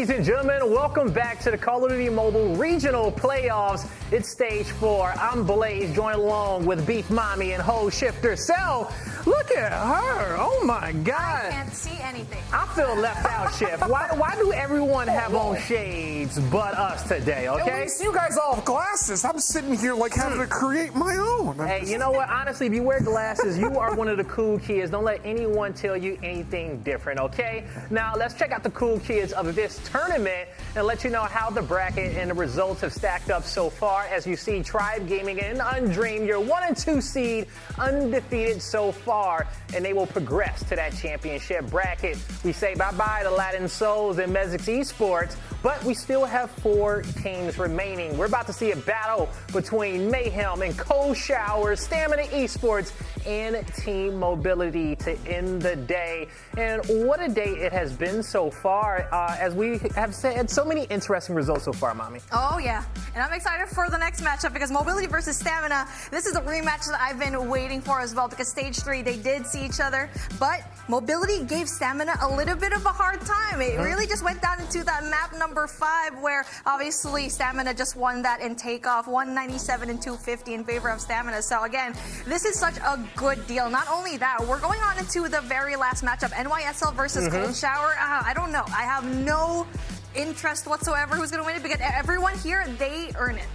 They did earn it, and you have to earn it too. You progressing on forward because no one's not gonna give this up for free. You think about everything that these players have put in, Chef, from stage 1, 2, and 3 to qualify up until this point, and now you got to show up. Oh, absolutely. And the thing about it is how different the day has looked for each of these 4 squads. Expectations were super high for Mayhem. They've fallen short of those expectations. Even the win versus Mobility, not convincing in any form. Obviously, you go up against Undream, you put up a little bit of a fight in the first hard point, but largely that's about it. For Cold Showers, we were expecting them to at least put up a show versus Tribe in that first matchup, and they were not able to provide us with that. So those 2 teams have had to kind of wake up throughout the day. Whereas Stamina and Mobility have blown expectations right off the hinge. They have looked really solid from start to finish, and I think that both of these 2 squads, or these 2 matches rather, are going to provide some really interesting storylines for us to go through. Yeah, man, they truly are, okay? And you talked about how good Stamina Mobility been, how they have surpassed a little bit of our expectations for them, but only one can go forward. Only one can progress on to day number 2. And before we break down that matchup a little bit more, let's kind of go into Cold Showers and Mayhem a little bit more, Mommy, okay, in those 2 teams, because Mayhem, they have struggled a little bit with how they started in that Game 5 series. They kind of bounced back, but is it going to be enough? Cold Showers has to show up. They got 3-0. They had themselves a 3-0, but this is going to be the toughest matchup for them so far. Most definitely. I mean, I feel like it's just so hard to open things up, especially if you're going up against the first seed, which is going to be Tribe. And yes, that 3-0 definitely was granted. We are kind of expected that. But for NYSL, people also expected them to do great. But up against Mobility a while ago in their first matchup, Mobility gave them such a hard time, and that kind of gives you a little bit of how they performed as a team and how inconsistent they can be. And now let's see if Cold Shower can go and respond to that. The thing is, Mayhem have not had a chance to build any confidence today. Cold Shower had just the chance on their last series. They blew the brakes off of their opponent. It was a quick 3-0. So you kind of have to wonder how much just the mental taxation that Mayhem faced last year, inconsistency was the name of the game pretty much all the way throughout the year, to not being able to build up any sort of confidence in your play day today. I don't know. You got to manifest it from something. Yeah, and what Shift is talking about right there is just, Mayhem going to that Game 5 and to get their first win right in that S&D, but then getting 3-0 by Undream, and now you're going up against this Cold Showers team. How confident are you really feeling up against the A team who's trying to come out with the Cinderella story, who may come into the series with not as much to lose, and we know how scary of a team that could be when you don't have anything to lose. Now we'll shift gears and go back to our main matchup of Mobility and Stamina. All right, Mommy, when it comes down to Team Stamina, what game mode do you feel like this squad has to excel in? Well, Stamina, obviously, we've already seen them before in Stage 3, but again, I feel like this is a team that has definitely eluded me just a little bit because, yes, they did see each other But I mean, at this point, mobility is just such a different beast right now because of how well they performed up against Mayhem, and obviously in their last game. And so again, the trajectory, the momentum is going for the side of mobility, but for Stamina, can you stop that?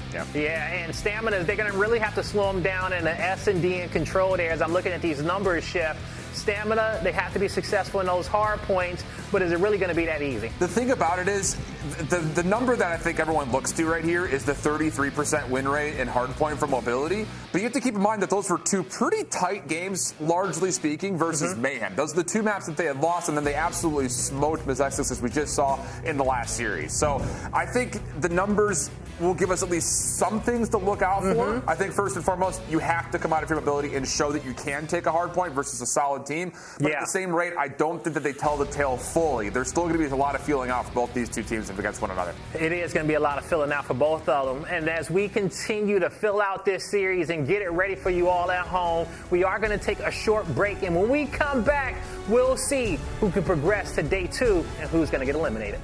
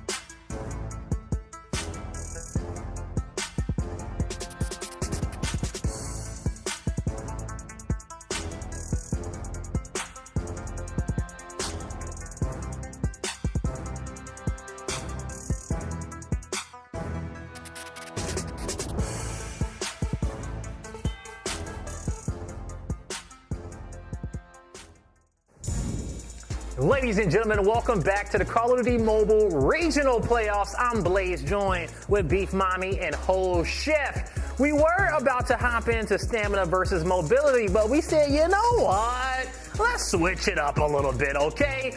It's Cold Showers going up against NYSL Mayhem because we wanted to see it so bad. We said, you know what? We'll skip it being the last matchup of the day. We'll bring it to you right now.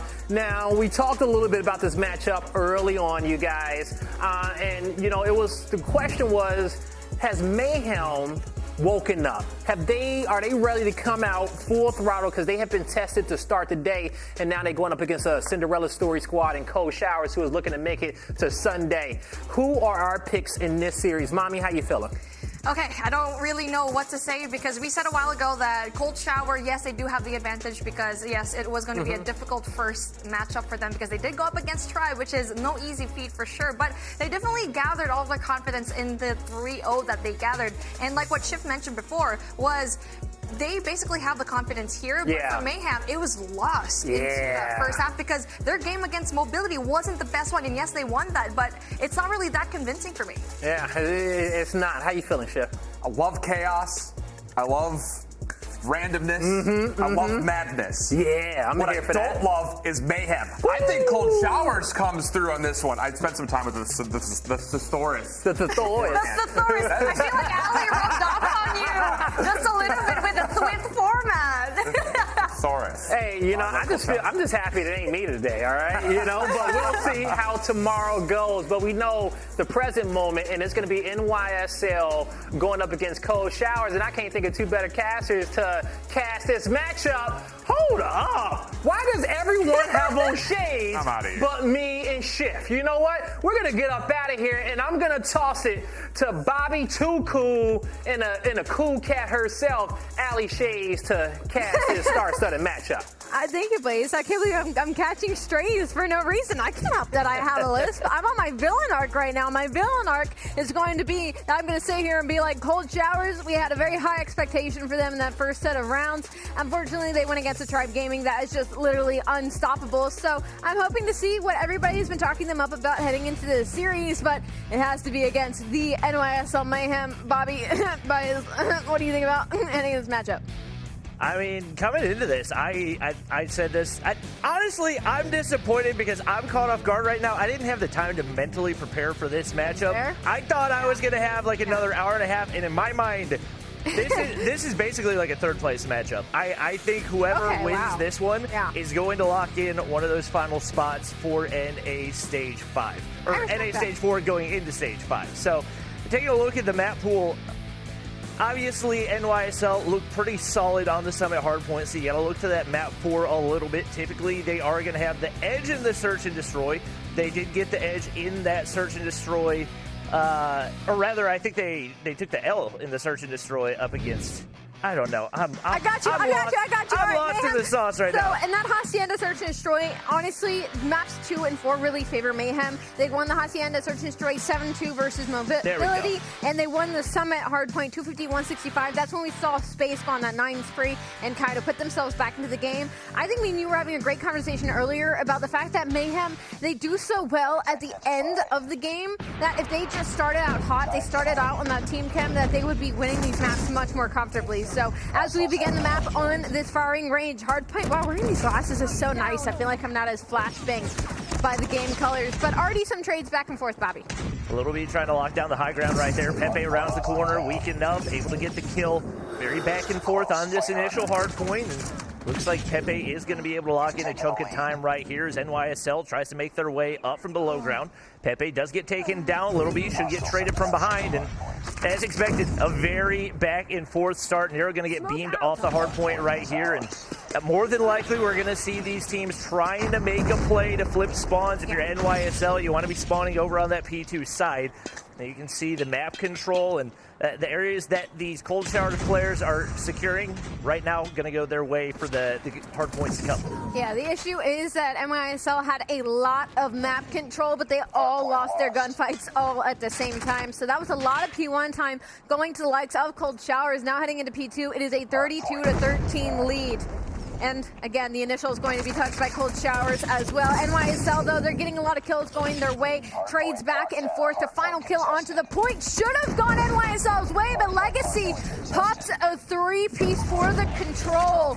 Time now still in the hands of Cold Showers. And honestly, we have not gotten a good look at this Cold Showers team so far this weekend, but I thought coming into this, Legacy was the biggest reason, or rather his absence, why we saw Cold Showers in the 8th seed. He's showing why he is so important to this team, already sitting on full streaks. That's going to pay dividends. I love this team cam right here. Just nothing but vibes in the conference room right now as NYSL are looking to try and put themselves back into this series. 47-33, the scrap time going the way of NYSL. A couple of hunter drones getting used just to solidify that little bit of scrap time. But now they got to start worrying about spawns. They got to start worrying about this mid-map control and trailer. Number 4 in your mini-map, that's going to be Nero. He's trying to hit around. He's shooting some shots, pulling some distraction his way. The pinch could be perfect. The issue is Pengy's going to have something to say about it. Yep, this is a nice wrap right here. Rabalo's going to be able to break one. Teammate looked like he was going to be there for the trade. It's going to be Little B coming away with one. Can't make it two. Purifier going to do a whole lot of damage. NYSL trying to put pressure on the backside. When you got a Purifier on the inside, that is difficult to counter. And well played by Cold Showers as they hold off that initial push for NYSL. They got a nice chunk of time over on P2, and you do see the Gravity Vortex coming on out. NYSL not quite able to find the break, but Carlos there for the trade, and they make their way into the hard point. Pepe takes himself down with the Gravity Vortex. Space giving a little bit too much trust in his teammates to win all those gunfights inside a trailer there. If he had committed to that push with them, maybe the trades would have gone a different way, but he ended up opting out to sit in mid control, shoot a couple players off spawn, and inevitably not really making much impact on the map. So this is still a lot of time going to the likes of Cold Showers, and that's not a play that we're used to Space making. So NYSL really need to see them regroup here and get some early control, because they have been losing these rotations time and time again to the hands of Cold Showers. And right now, we're seeing some really good operator usage out of this Cold Shower squad, but if you look at NYSL, every single player, with the exception of Space, has one ready to go. Looks like they're banking on finding some big time here on P4's Little B. Wins that crucial gunfight on the rotation up. They've got an opportunity to close the gap.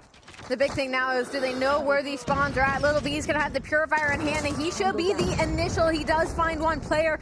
Probably going to find two here as Pepe is going to try and peek this corner. That's going to be a shot down. Big time going to the side of NYSL. I appreciate the fact that they held their specialists until they had this objective control. They did not try to use it to break into the hill. They will get pushed off for now, but it is only a 10-point game by the end of this, 93-85. Start to worry about rotation here. Only 20 seconds left on this clock that they're still fighting for this scrap time here in Bottomwood. I'm kind of curious about this play, as we do see Nero climb to top tower right there. This is not a hard point where you're going to be able to get a whole lot of value for it. So they are banking big time on him being able to make some plays up here for that P1 rotation. Right there, they gave up, probably close to 20 seconds on that final rotation. It is going to be Little B locking in a couple right there, and he's going to be able to spot out Veteran as well. So at least initially, it's going to earn them the map control, and they are going to look to play for those spawns over toward P2 as well. We got one player on the inside of trailer looking to hold things down, but he gets shut down in a big feed for Cold Showers. Going to be instantly countered by Carlos, but he's taken down as well. Yeah, an interesting investment there from the Purifier. Got a couple big kills, but I mean, this is P1 that we're talking about. So while that was going down for Carlino, his teammates in the hill get shut down, so it's now 122-95 lead, still in the hands of Cold Showers. I'd like to see Mayhem kind of commit to a side of the map and commit to a spawns, because it seems like a lot of time when they finally collapse and get that control, they're just getting sandwiched from the spawns out of Cold Showers. And once again, they're on the back foot of rotation. There's 15 seconds left on this clock, and there is no pressure from the side of NYSL. And right now, these are gunfights that you absolutely have to win. The constant solo chows just not working out, and we're going to see Goliath go ahead and make its way on into the hard point. We do want to take a look at the operators and see what's available for NYSL if they have anything to counter. Rabalo tries to make his way through the mid-map, not going to be able to connect. Little B taken down there as well, and you can look at the HP on the Goliath, it's still sitting pretty. They're trying to apply some pressure right here, but a lot of wallbang damage going to connect as well. And finally, some trophies going down as they look to hit a big chunk of damage, but it doesn't seem like anybody's got an FHJ. They just want to use those guns, and it looks like they're not going to connect on the gravity vortex either, but somehow still break into the hardpoint. And this is around the time that we've seen in historical past where Mayhem starts to turn up and put themselves back into the game. It is now a 60-point lead for the likes of Cold Showers, and it looks like the scrap time is also going to go their way. A couple players from Mayhem is going to try and contest, maybe try and get some time off this ult, but they just cannot get anywhere close to this point. Number 5, Jesus can save you. He can certainly save his team as he is sitting in trailer, winning every single rotational gunfight. Again, it has been Mayhem on the back foot. It has been Mayhem not rotating, and it has always been Cold Showers there first. Yep, just across the board, with the exception of Little B, everybody really struggling for Mayhem right now. And these are gunfights. You just got to win. Like, if your teammate is getting that answer, you got to at least find a way to trade.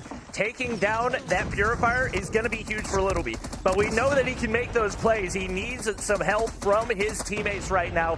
NYSL locks down the hard point, at least initially, and they're going to look to maintain. But Raballo pulls out the Purifier, instantly taken down. Little B going to be there for the trade, but man, it is chaos in the inside of P3. I mean, he had no help. Space and Nero were still at wood while there's one player from Side Mayhem just trying to stay alive with the Purifier and trailer. You cannot only leave one person in hill, especially a hill-like trailer where you can super soak this time. So now there's 20 seconds of scrap going to the likes of Cold Showers. Once again, Mayhem is just not committing to the pressure on the map. They're going to call in a Goliath as well, maybe a little bit early. I mean, there's only 15 seconds left at this old time. They're going to be setting up for new.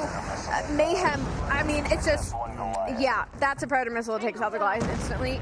Yikes. You have got to get trophy systems down every single time. Every time if you want your Goliath to stay alive, you need trophy systems, especially when you know there's players that are already streaked out on the opposition. And man, what a huge mistake for NYSLM. That'll likely mark the end of this one, because with the way the gunfights are going, it doesn't seem like they have much of a chance of taking this map. I mean, and it's just the unfortunateness of Mayhem. For some reason, they just turn up in the last couple hard points when it comes to these maps, but it's just never enough. They have to be able to do this early, because, I mean, that is a huge lead in likes of Cold Showers, 225 to 145, 30 seconds left. That old gunfights trading pack in forest time still going to Mayhem, but they have to play perfect hardpoint from here on out if they want any hope of closing out this map. And Little B leading the lobby 35, but once again, they've got so much ground to cover, and it's going to take some perfect hard point for them to make it happen. Obviously,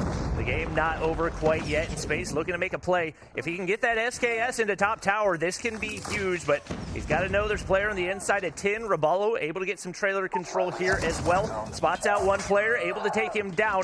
Couple kills in the feed for NYSL, and when you got that one player on the inside at tower, should be able to lock things down, but he gets taken out by a nade, and now Legacy in position to close out the game. Yeah, Legacy might just put the nail in the coffin there with that two-piece, and now just getting some damage output in mid here. I mean, we're back to P1, so it's going to be scrappy, but Cold Showers is winning all of the gunfights. 20 more seconds, and they can end it here. Mayhem is all spawning in the back here of Long, and they're going to quickly meet some cavalry on the side of Cold Showers. 240 to 173, 30 seconds left at this old hardpoint. A Goliath is going to be called on the side of Cold Showers. That's going to lock down some of this time and the spawn, and that should be the game. Yep, even without the trophy systems, NYSL has no streaks to work with. They got one operator, and it's not going to go to use. That is going to be Cold Showers taking map 1 and looking pretty clean doing it right there. Is NYSL unable to find any type of momentum, and they're definitely in a tough spot off the start of this matchup. I mean, it felt like a very uncharacteristic map out of Space and Euro, to be honest. I mean, Little B was putting it up for the city. 40 and 26, a minute and 38 in time, but I mean, Cold Showers, once again, I mean, all of them across the board on top of it. You got 2 with over a minute in time, 1 with over 2 minutes. Everybody across the board, for the most part, positive, except for Pengy, but you got a minute 15. You can do whatever you want. Yeah, very uncharacteristic. There is just so many strings of non-stop solo chells, and I understand the urgency, you want to get the break. But when you've got 2 people, 3 people on the inside of the hard point, even if you slide that corner, you take down one, they still get the points. You've got to find a way to get those breaks as a team rather than trying to make the hero play every single time. It feels like right now that's a lot of what we're seeing out of this NYSL squad. We will go ahead and say they have looked pretty strong in the search and destroy, so we'll see if they feel confident heading into that second map, but that one definitely did not look pretty for them. I think the issue is that Hardpoint actually seemed like Mayhem's strongest game mode heading into this, and for them to lose it in such a fashion where it just felt like they were never in control of the map. They never had map control. They weren't early rotating, and even when it came to spawns, like they were constantly being sandwiched by the players of Cold Showers.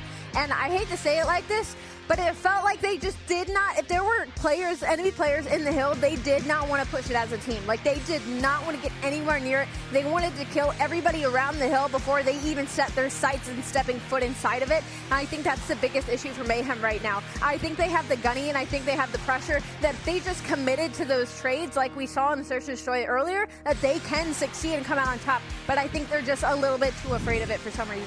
And you got to give a lot of credit to Legacy. We talked about his importance coming into this map, and he definitely showed it right there. It's understandable why in Stage 3 they didn't play him. They came in 8th place. He has definitely, following that Tribe game, not missed a beat. We'll see if he can apply that pressure here as we get ready to hop into the Search and Destroy like we talked about earlier.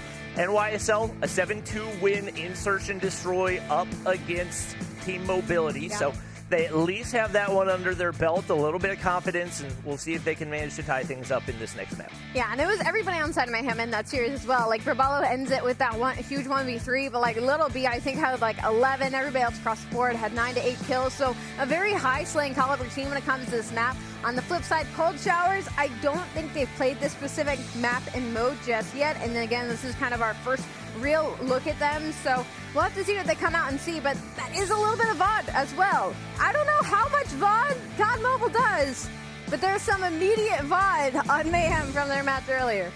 Yeah, it's a very unique map, and for the most part, we saw everybody full send the same side every single time. Yeah. The one time we saw somebody try to go to that water side, immediately obliterated by the sniper sitting in the back of the map. So it seems like most of the team's pretty content to play it, but the way that they play that side, a little bit of variation. Sometimes you push and get that mid-map control. Sometimes you just flood through the doorway side and you see what happens. I guess this is a question for you, because I remember when we were watching this map, it was space that was set really, really deep docks, almost out of map, sniping over that B site. Is it the fact that he gets the angle much earlier than the opposing side, or could somebody chow that with the sniper and it be just kind of like a battle? You can shell it with a sniper, but I like to be fun. I like to take the route that's less ridden. The main thing is he's always going to be pre-ADS first, so in that aspect, he's pretty much always going to have the advantage. You can counter that, and I will say Jeez can save you a phenomenal sniper in his own right. He's going to be the player looking to counter both Space and Little B heading into this matchup.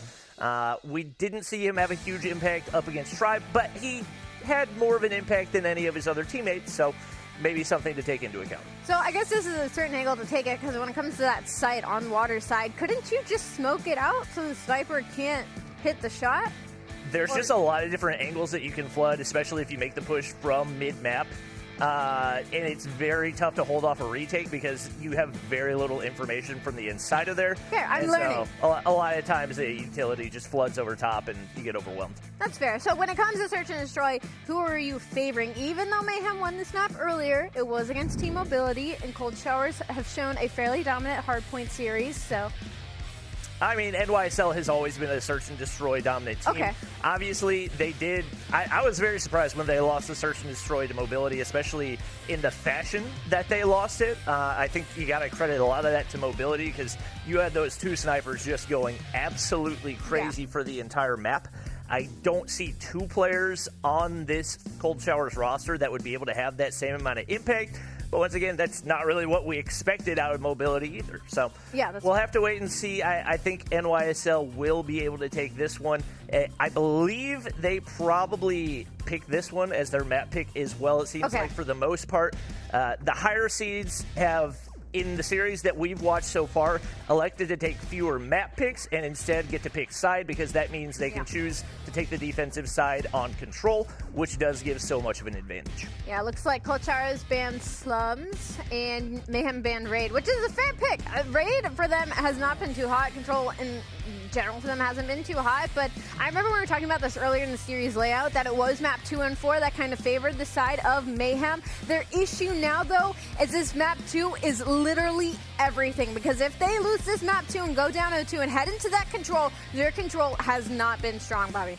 Yeah, I think if they lose this one, it's going to be slim odds that they actually find a way to make the comeback against Cold Showers. The S&Ds for them all year long for the last 2 years have been absolute must-wins. So they've definitely got to find a way to win. This is not team mobility.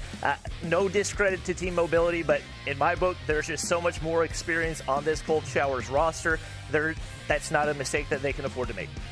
All right, got some stats to look at per our lovely producer in my ear. Hi, Crystal. You're great, and I love you, and I can't wait to see what you pop up for me. Pengy with a 0.65 right now. Wait, is that in Search and Destroy or overall? That's Search and Destroy. Is this the top Search and Destroy KD for... I don't even want to look at that anymore. Little B with a 1.06. When we saw him going up at Hacienda, like I said, I think he ended with like 11 or 12 kills. I mean, it was those snipes, man. Like, he was hitting every shot. That's kills per round. We weren't reading. That's kills per round.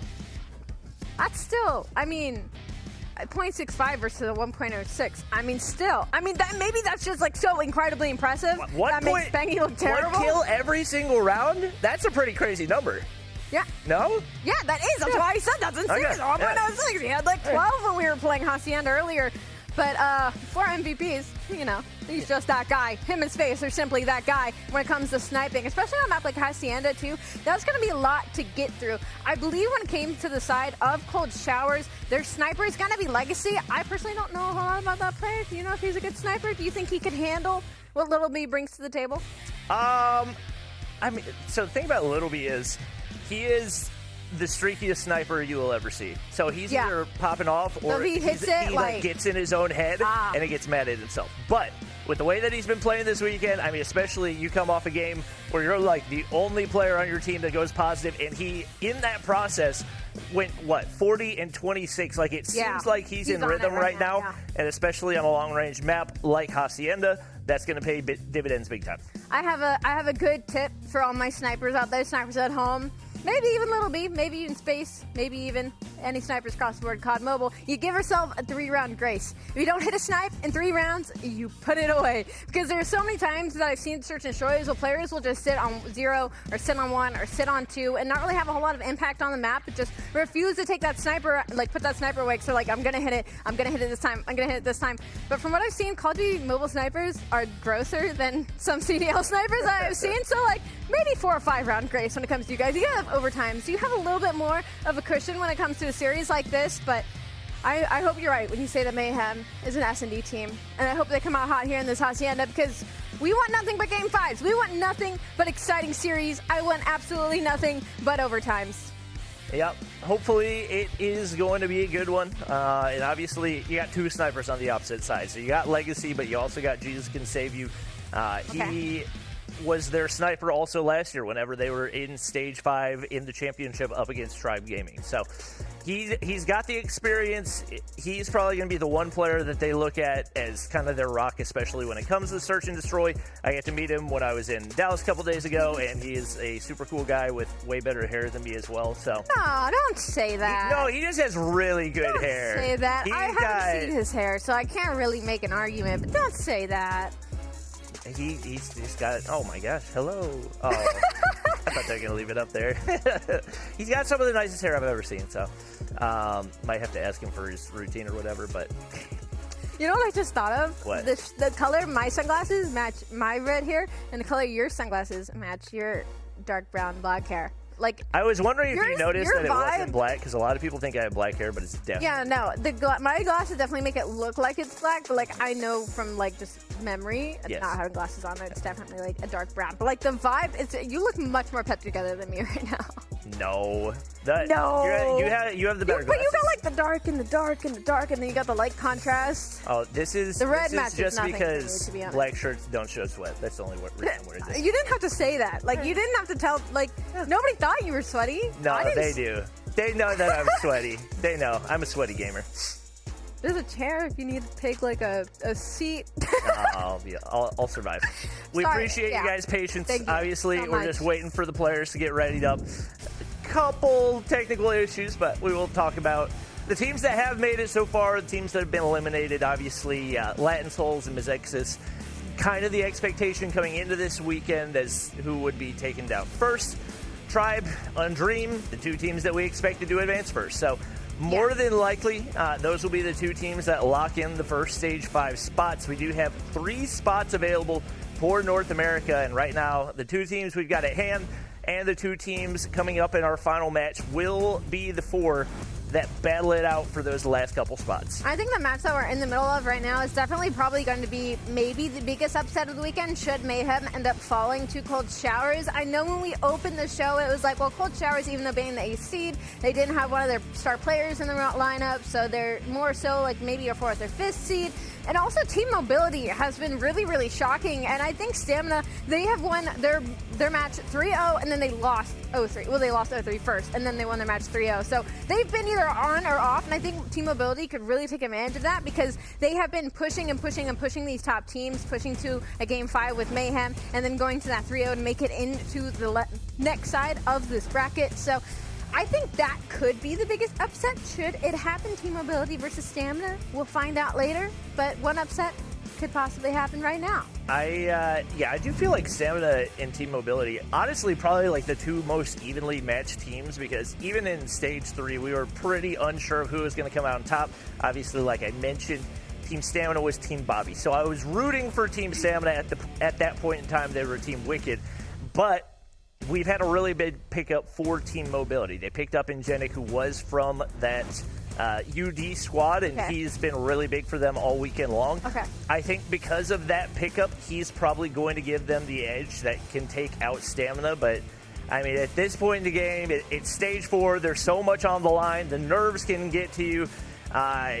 There's no definitive way of knowing who's going to take that one. Well, I will say if they have any edge in that series that's later on, you know, obviously we're in the middle of Cold Showers versus Mayhem, who's torching our time. We'll figure out who it is. I'll get their number. Don't worry, guys. But for our series later on, I think Mobility, I think their control is really big because that's a hard game mode to kind of be like, that is our best as our favored because what's so important about it is it's in the middle of the series. So even if you're down 0-2, if you can guarantee that control, you're forcing momentum for the reverse sweep for the second half of the series. So instead of just guaranteeing like, oh, well, we're good at hardpoint map 1 and map 4, you know, like, oh, we're good at search and destroy, so we just have to make it to a Game 5. Having that control under your belt, I feel like gives you so much of like a safety net in a series because it's like, all right, you know what? Forget about the beginning of the series. We're going to start this series now in this control. We're going to 3-0 it and push that momentum to the rest of it. So I think Stamina definitely needs to watch their back out in that series. Yep. I think at the series that we got ahead for NYSLM, I think the biggest thing for them is avoiding what we've seen out of them for what seems to be every respawn so far, and that they come out so incredibly slow. And I don't know what it is because you got to think they've realized the pattern, right? Like they understand, hey, we're really good at hardpoint, but for some reason, every single time.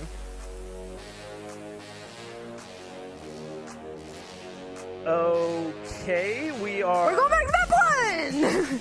Replaying map 1, but with NYSL at 122 and Cold Showers at 33. So Cold Showers needs 33 points to win. NYSL Mayhem needs 122 points to win. We're going to be loading back into that firing range hardpoint. We don't really know what had exactly happened, but we do know that we're going to be loading back into it, and whatever happened, that is going to be the ruling. So Mayhem, I mean, 122 to 33, I mean, it's not possible, but we know they start out so slow at the beginning of a hard point. If we had maybe done this right at the tail end, maybe, but now that we are restarting the hard point again, we have preached at Mayhem. I don't know if you can hear me as I'm shouting into the cosmos. Start out hot, hit things together, group up. I want to see Gorilla Pact on the map. I want to see all yellow arrows going the same way at the same time. Your gunny's going to get you through it. And on the side of Cold Showers, I mean, just do what you were doing. Yep. It was dominant. It was great. You were rotating for everybody else, and you need 33 points. So All right. Well, this could be a miracle, or it could be the fastest game of Hardpoint ever, because Cold Showers gets the first 33 points, then it doesn't really matter. But I believe we are about to load back into that one. I did not see that turn coming right here, but NYSL, yeah, like she said, you got to come out hot.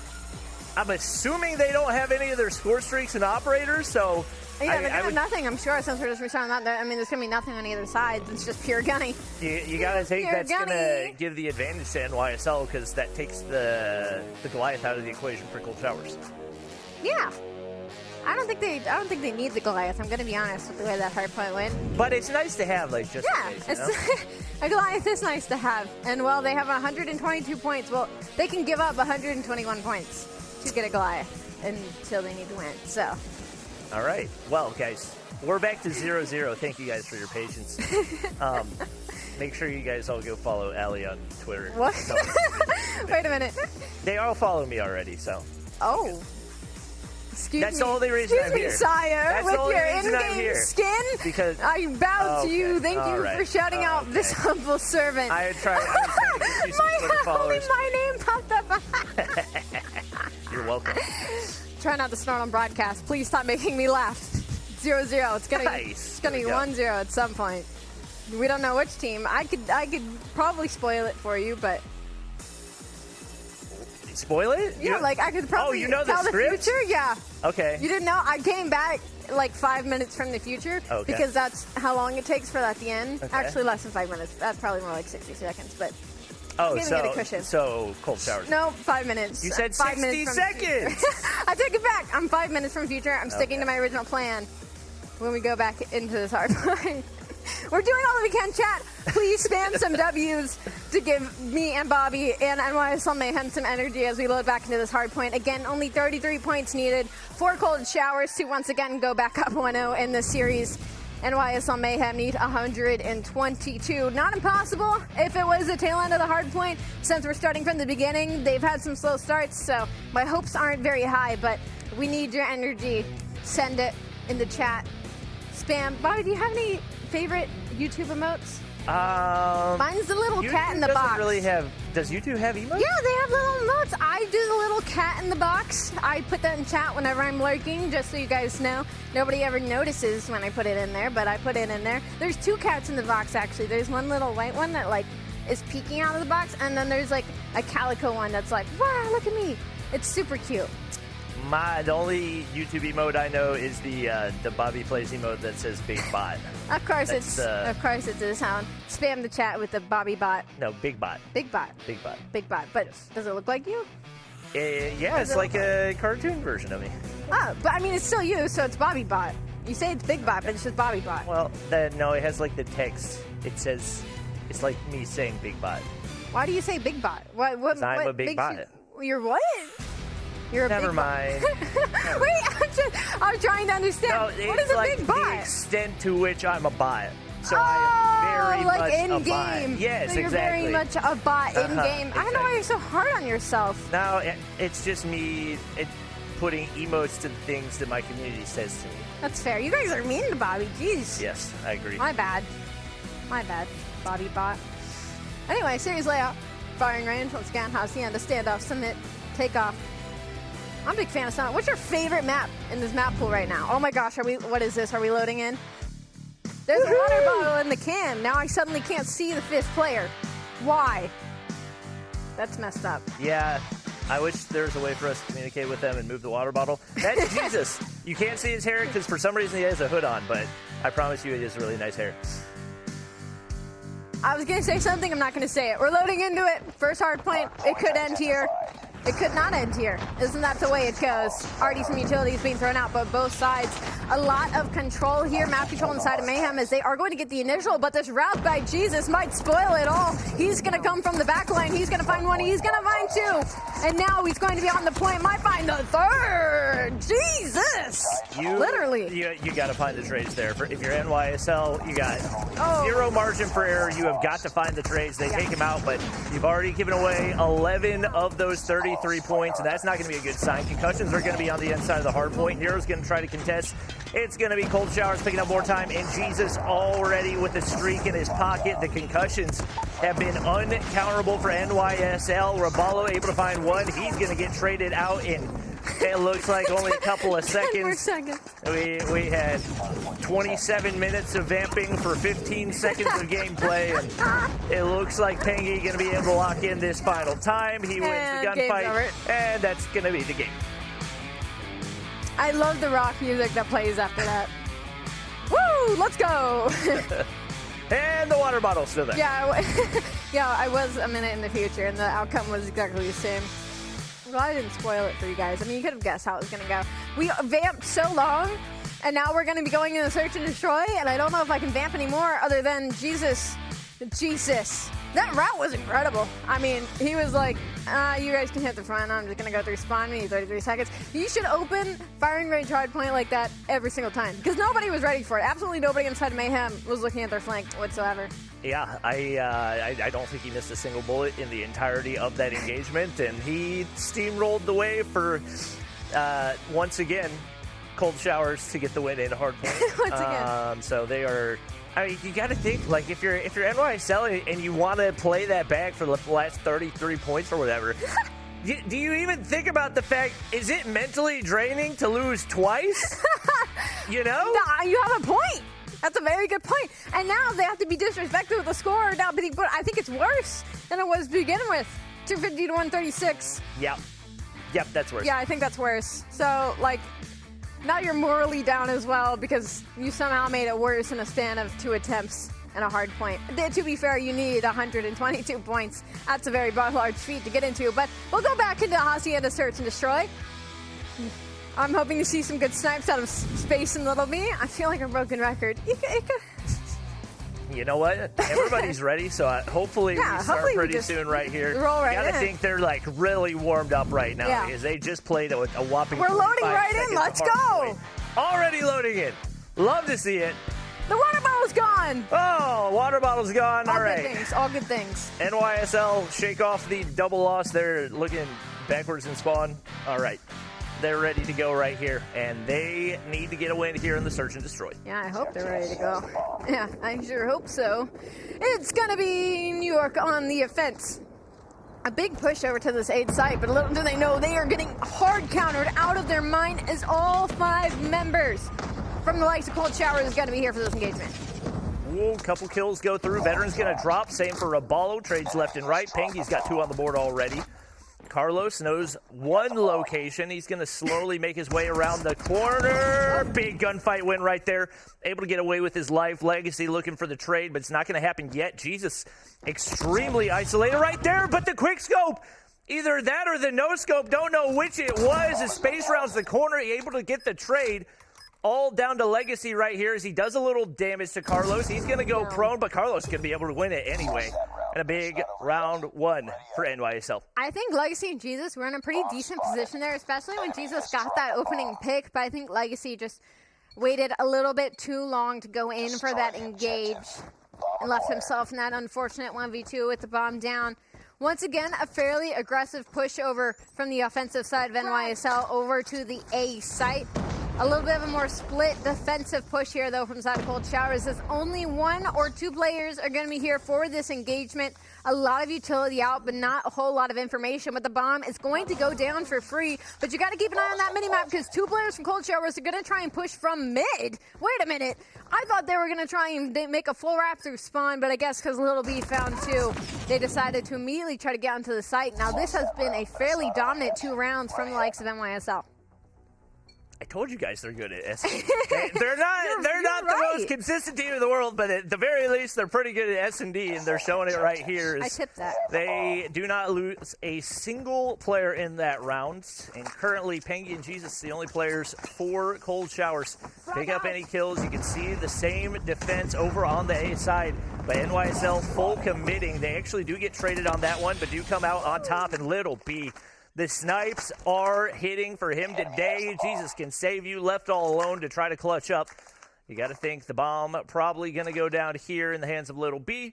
And now on for the 1v4 retake. Yeah, some seriously seriously dominant offensive rounds from side of Mayhem here, when usually Search and Destroy very heavily weighs in favor of the defensive side of things. Timing. What is this timing? Jesus is going to find one, but I mean, he's got to isolate 3 more gunfights and get that defused all in 25 seconds. A mere impossible feat, but would be an incredible clip if he could pull it off. Oh, what is this gunfight? Oh, Space saves it in the end. Mayhem now up 3-0 in the Search and Destroy. And we've seen Space struggle a little bit in the Search and Destroy with the sniper, but that has not been the case so far. 5 kills to his name, and still 2 players for Cold Showers trying to find a round. You can see NYSL still sending those 3 players on over the A site. Cold Showers trying to do everything that they can to counter, but Space has the read once again. And the opener going to be big for their momentum. The shoulder doesn't matter.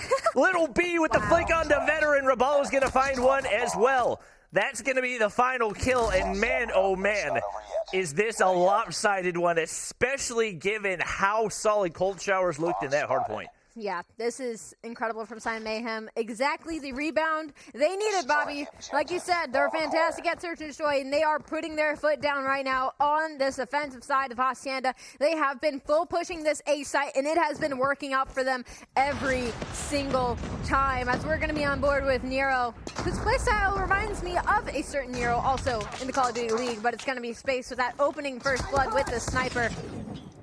I mean, the snipers have just been untouchable so far for NYSL. Pengi's going to go prone right here, but he's weak. Should be an easy deagle shot, but he's not going to wrap the corner.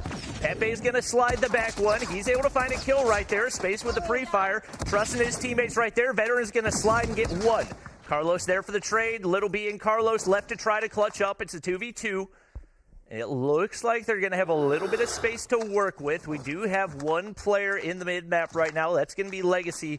Looking to make a wrap right here, see if you can find some information. And right now, the pressure on for Cold Showers to try to turn this S&D around. Pepe and Legacy have to time this perfectly. It almost feels like they're not in comms, though, as it doesn't look like Pepe was going to try and make this peak from top plat here. But as the collapse comes in, it's going to be Pepe in the first engagement. He might get shut down before any help comes by, but Legacy from the back is going to find both of them. As they were both trying to chow Pepe on the plat, nobody thought to look behind them. Finally, a round goes to the way of Cold Showers. Was it dominant? No, but did they need it? Absolutely.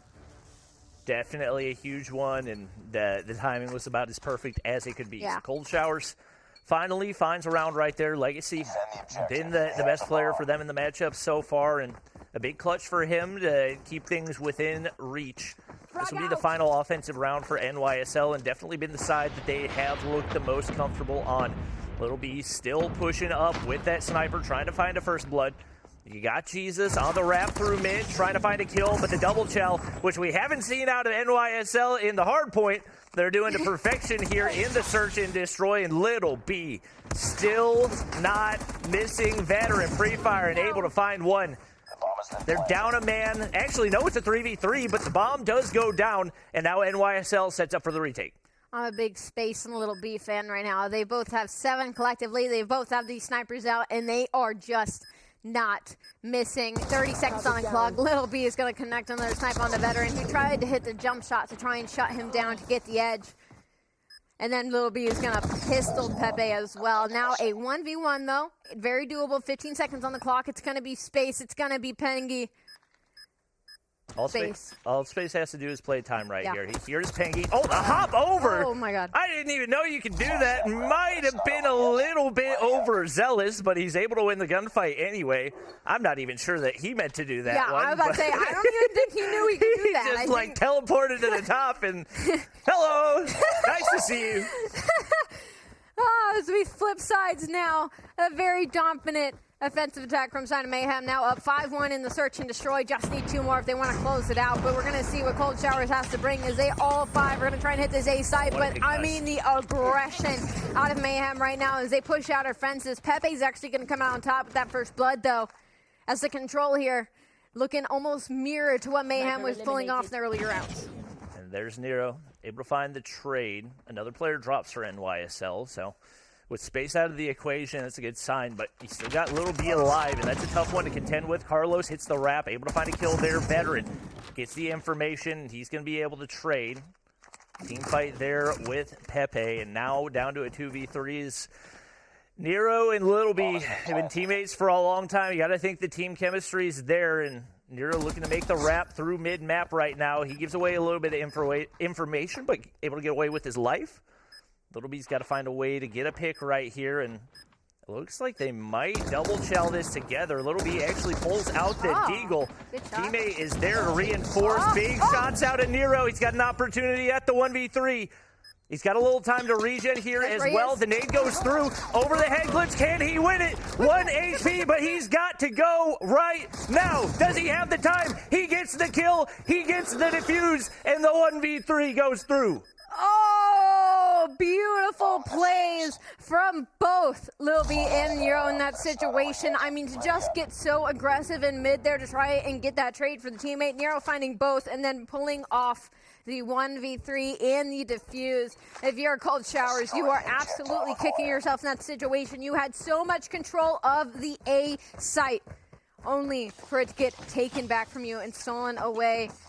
Mayhem, though, aren't going to see this coming as all Cold Showers are pushing over to this B site, but there is going to be 2 players, and it's going to be space with the opener. Legacy is going to try and hit a play by going out river. I almost thought Nero caught wind of it, but he should get shot in the back here should Legacy decide to hop up. Little B definitely has eyes on Legacy down here. He's going to play this smart, and a big wrap coming through, but it's not even going to matter. Little B cannot miss a snipe today. It's a big kill for Pepe right there. 2 players remain to try to defend the site, but it's going to be Pepe taken down, and now Veteran in a 1v3. Not going to be able to make it happen. NYSL looked a little bit rough in their first search and destroy of the day, and they had their struggles up against Undream, but man, they come out guns blazing and take the 7-1 map. I mean, fair enough. Fair enough, Mayhem. You put yourself back in the series. That was a painful hard point that we had to watch, not once, but twice. But good to know as we go to the search and destroy, you are not going down without a fight. A dominant map 2, in fact. And as we head into the map 3, it still does not favor the likes of Mayhem. But the good thing about map 3 is map 4 kind of falls heavily into their favor. Obviously, we know what they're capable of doing in search and destroy. So if they take map 3, great, awesome. Something we wouldn't expect. They don't take map 3, not the end of the world, not the end of the series. You still have ample opportunity. Yeah, no question about it. And when you've got 2 phenomenal snipers firing on all cylinders, that, especially on a map like Hacienda, is just so difficult to counter the predictable lanes. And you got the SMG slaying out in the mid-map to take care of any of those extra gunfights. That's about as well as you can play in Hacienda Search and Destroy. So across the board, very, very consistent. Maybe a little bit of struggle for Raballo, but to be completely honest, like 4 kills in only 8 rounds of Search and Destroy. Not the end of the world, especially given that best kills per round in Search and Destroy coming into this was Pangy on the opposition, and he averaged at 0.65. So more than anything, that was probably just his teammates slaying out and taking all the kills. I love to say, I appreciate that final offensive push from the side of Cold Showers. They decided to put all their pressure over towards the B site. The issue is with that play call, when you have a site so heavily favored on a map like Hacienda, when Mayhem were winning every single round at that A site and putting all that pressure and was going up like 4-0 in the offensive, that is when you make a play call to make a 5-hit push towards the B side. Because at that point, you have hit that A so many times, had so much success, that it's almost an easy read that Cold Showers is going to send all their cavalry and everything they can towards mid-map and towards that A site and leaving the B side open. The issue is Cold Showers hadn't even won an offensive round yet, and then they decide to make that change over to the B site. So it was a little bit readable. Mayhem sent 2 players over to the site. You saw what Space did with that opening first blood. So I appreciate the effort and I appreciate the thought process, maybe not implicated at the best time. Yep, you got to think that's got to be some nice momentum for NYSL to carry into the control as well. They are going to be on the defensive off the start as expected, so this is going to be map pick for Cold Showers, but NYSL going to have the advantage with more defensive rounds, and typically that's the side that you do prefer to be on when it comes to the control. We are going to send Raballo on in to defend that A site, and it looks like actually a pretty heavy push over toward the B side. We'll see if they flood through Broken Wall to try to make their way into A. That's not going to be it. They are going to get dropped one by one. Space with the SKS in hand. Absolutely torching it. It's an early spawn trap. This is not a good sign for Cold Showers. Again, I appreciate the boldness of sending everybody over towards the B site, but you didn't even have somebody look towards mid-map. So now you're in the worst spawn trap of literally all time. 28 to 15. Mayhem look like a completely different team right now. I thought the control did not. Why are they not looking at him? He's literally been sitting in the same spot, gunning everybody on your team for the last how many seconds, and now we got a 14 life advantage. You got Little B lurking in gas. He's going to have the information. And Cold Showers just looks lost. That was painful to watch, to be honest. But, I mean, it's not the complete end of the world. There's a tick on A. The kill feed's lighting up yellow for the likes of Cold Showers, but it is a 20v9. So, once again, one of those situations, you can just start playing TDM. Mayhem has a lot to work with, and that's going to be 3 kills going their way. 18v6, 40 seconds on the clock. A has 2 ticks gone, but honestly, you could completely give it up and just go for the spawn trap at this point. And that's probably going to be the game plan for NYSL. I'm a little bit surprised they're still challing over here on the A site. They're going to go ahead and give things up. They know where Carlos is. The live's starting to dwindle a little bit, so if you're NYSL, you got to be a little bit cautious. I don't know why you're trying to push into gas. All you have to do is sit over here and defend, and you've allowed Pepe to go ahead and get a Goliath in the process. That could be deadly come later in the game. Pepe must have just not fallen yet somehow. I mean, obviously he falls to Raballo at the end of that round, but I was kind of scary there for a moment. I mean, I saw a Predator missile getting called in from side Cold Showers, and I was like, who in the world managed to get a Predator missile in that situation? It was Pepe. He's going to have 7 kills to his name, but I mean, it's nothing compared to the teammates with 2 and 3s and 4s on the side of Mayhem's. I mean, you got 6s and 8s. A lot of serious slaying pressure, and looks like Cold Showers is trying to answer with some of their own. Yep, it is going to be NYSL already making their way on into that A area, and it looks like Cold Shower is going to try to put on a spawn trap right here, but Carlos keeping things clear and alleviating a little bit of that pressure. Absolutely turns onto Pengi right there, and you get Raballo on into the B side as well. The objective play on point, maybe not a well-placed smoke. They're going to still be able to win the gunfight, but that allows Little B to now get 2 kills for himself, and the pressure keeps going over here on the B side. Typically, we expect for teams, you can't let the Purifier go to waste, because he didn't fire a shot. He will get it back with about 75% progression, but you cannot let that go to waste. It looks like they will go ahead and lock in that A progress as well. With the life advantage looking like it does as those Purifiers come out, looking like a good chance they take the offense as well. Wow. I mean, this is incredible if you're a Mayhem fan right now. I mean, the split push from the A site and the B site, being able to stay alive at B, just because, I mean, these players have to funnel in through this house. They have one place to try and get to this point, and now Space is just boxing people up right and left hooks. All over the place. He finally gets shut down, but that's 2 ticks on B, almost 3. Oh my gosh. I can't believe I just witnessed that. They still get torched. Oh, Space gonna let that. Maybe a little bit cocky right there as he lets that go to waste, but I love it. I mean, a 12 life win on the offensive side. I did not expect to see that, and right now you got, the Goliath in the hands of Pepe. You got to think he's just going to chuck that down at the start of the round, right? I mean, listen, I got to say it to chat right now. You got Raballo 15-8. Space is 15-3. Carlino is 13-8. These guys are slaying out of their minds in this control. All the energy that we sent them earlier for the hard point is getting funneled in through this control as they're looking to put them into another spawn trap. I mean, that is a plethora of kills going the way of Mayhem. 26-24, already a life lead. No map control from the side of Cold Showers. You maybe have one player close over to the B site, but he's going to quickly fall to Nero. This has been insane, Bobby. Cold Showers just looks like they haven't played standoff on, or control on standoff before. I don't know what's happening right now. Maybe. The weird thing is, this is Cold Shower's map pick. The Goliath goes ahead, it comes in right here, and they're going to see if they can make something out of it. but you would think with this being your control map pick, you got to feel pretty confident. And NYSL has not looked great in control at all this weekend. So the fact that this is as lopsided as it is, it's just a little bit shocking. I feel like maybe this was like a little trump card NYSL had in their back pocket. Like, we'll pretend like we're not good at control in this map, and then they're going to pick this map, and we five-headed the map veto process. But on a serious note, there is a Goliath call from the side of Cold Showers. It is going to stop the clock for now over onto the A site, but there's also a Goliath on the other side in the likes of Space. It is going to be on B, though, so it looks like Mayhem is going to just give up this A site as the second tick goes through. The third should go here pretty soon, and that's going to add a minute onto the clock. It'll have about a minute and 30 seconds to work with, a 2-life advantage for the side of Mayhem. Goliath v. Goliath. This is a pretty heavy investment for NYSL. I don't think they have reason to be worried, but if you look over at Cold Showers, they've got 4 operators ready to go. I'm surprised we haven't seen any of them come into play yet. More than likely, we get a chow over here against the Goliath, and why is he so scared? I don't know. Like, you're what Goliath, bro. Check the corner. Yeah. You lost all your teammates now. So all your teammates are dead, and now your Goliath's gone, and now you have to use every single one of your operators. So even if you do find a miracle round, I think they're just getting spawn trapped by Nero. Purifier goes to waste as well. Oh my god. Oh, that's going to be the game. He's going to throw in, does get taken down off the Purifier, but a 12-2 life advantage. I just don't understand.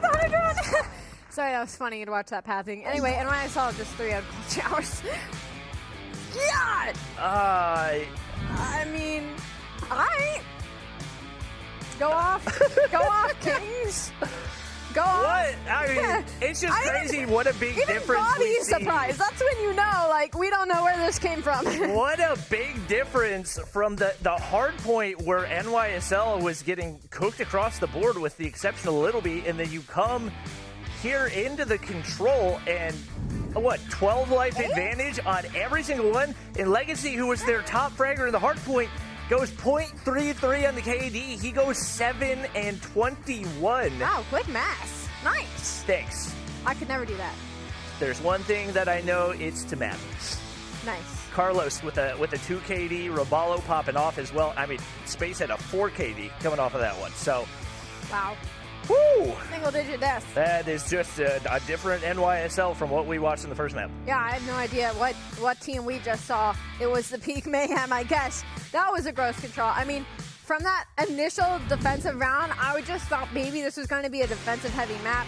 Maybe this spawn trap was just really easy to pull off, but even the offense, like, their priorities were there. That's something that I will always preach when it comes to control. Like, you can't forget that at the end of the day, it is an objective game mode. It doesn't matter so much about lives when you're stopping that clock, when you're getting those objective ticks. I understand COD Mobile a lot of times it kind of turns into TDM.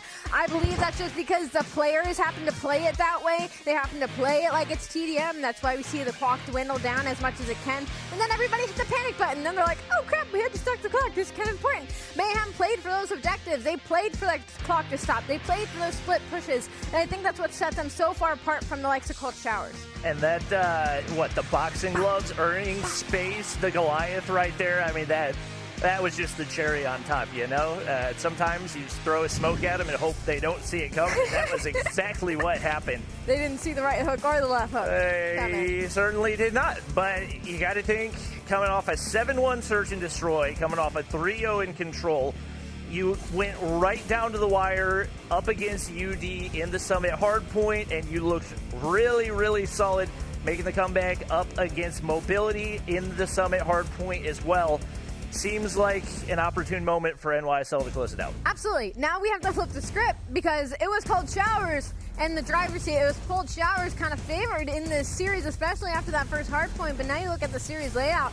Hacienda 7-1, the Control 3-0. We said maps 2 and 4 were favoring Mayhem. And like I said going into this, if they don't win this Control, it's not the end of the world. They still have ample opportunity. If they win it, that is when it's scary for Cold Showers. They win it not only from 3-0 in a dominant fashion, but now they're heading into a Summit hardpoint that when we saw them earlier close it out, it was a very neck-to-neck hardpoint. But those final 3 hills and chain after Space got a 9 spree were just beautiful. They were textbooks. They were early rotating, and if they can implement that very early into this game mode, if you're Cold Showers, that's worrying.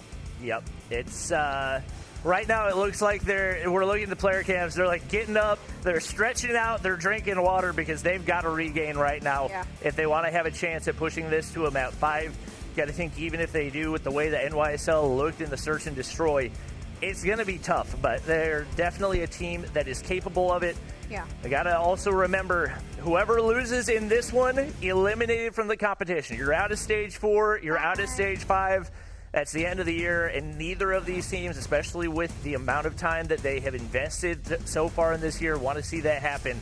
We'll see if pressure back against the walls, if this Cold Showers team can make something happen. I think we, as well as viewers at home, could all take some notes from the likes of Cold Showers. Everybody stretch it out, get some water, get ready. This could be the last hard point that Mayhem or Cold Showers are going to be loading into. As it is stage 4, we're going to be loading into this map. We got to get ready. Got to get our bodies, our voices ready, because this should be a battle. If it's not, well, I'm going to be very disappointed as we're going through the map fly-through. I would be very surprised if it was as lopsided as the control was. I think primarily just because of how well Cold Showers played that first hardpoint map. It was their hardpoint map pick. So we're going into this. This is NYSL's pick. This is where they feel comfortable, even with the L up against that UD roster. They feel pretty comfortable right here. Raballo's going to be able to find one. Does get traded out by Jesus. Pretty back and forth off the start, but Space is going to be the only one to find any kills for NYSL. And we've talked about those slow starts for them, especially in the hard point.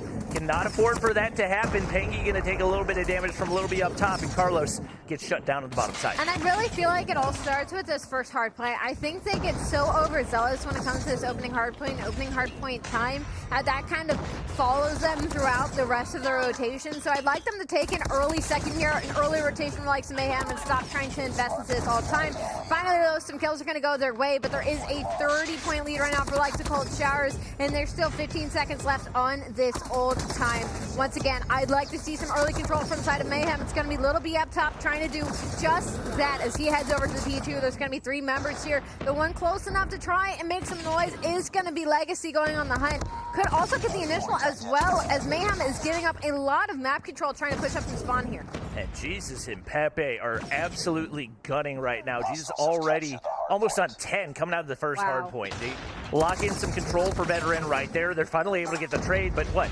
It takes a triple chow in order for it to happen. Legacy's going to get shut down on the inside of the hard point as well.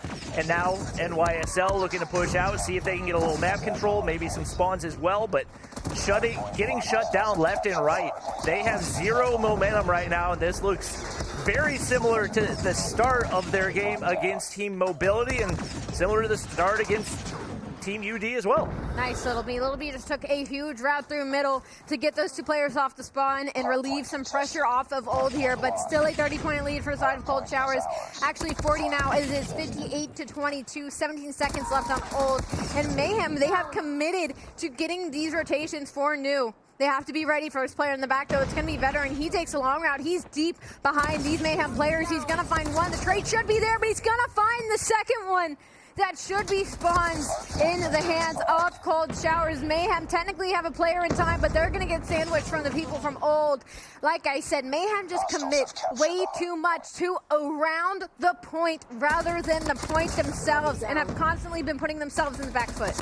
And that's such a big mistake to let Veterans slip through right there. You give them the spawn control.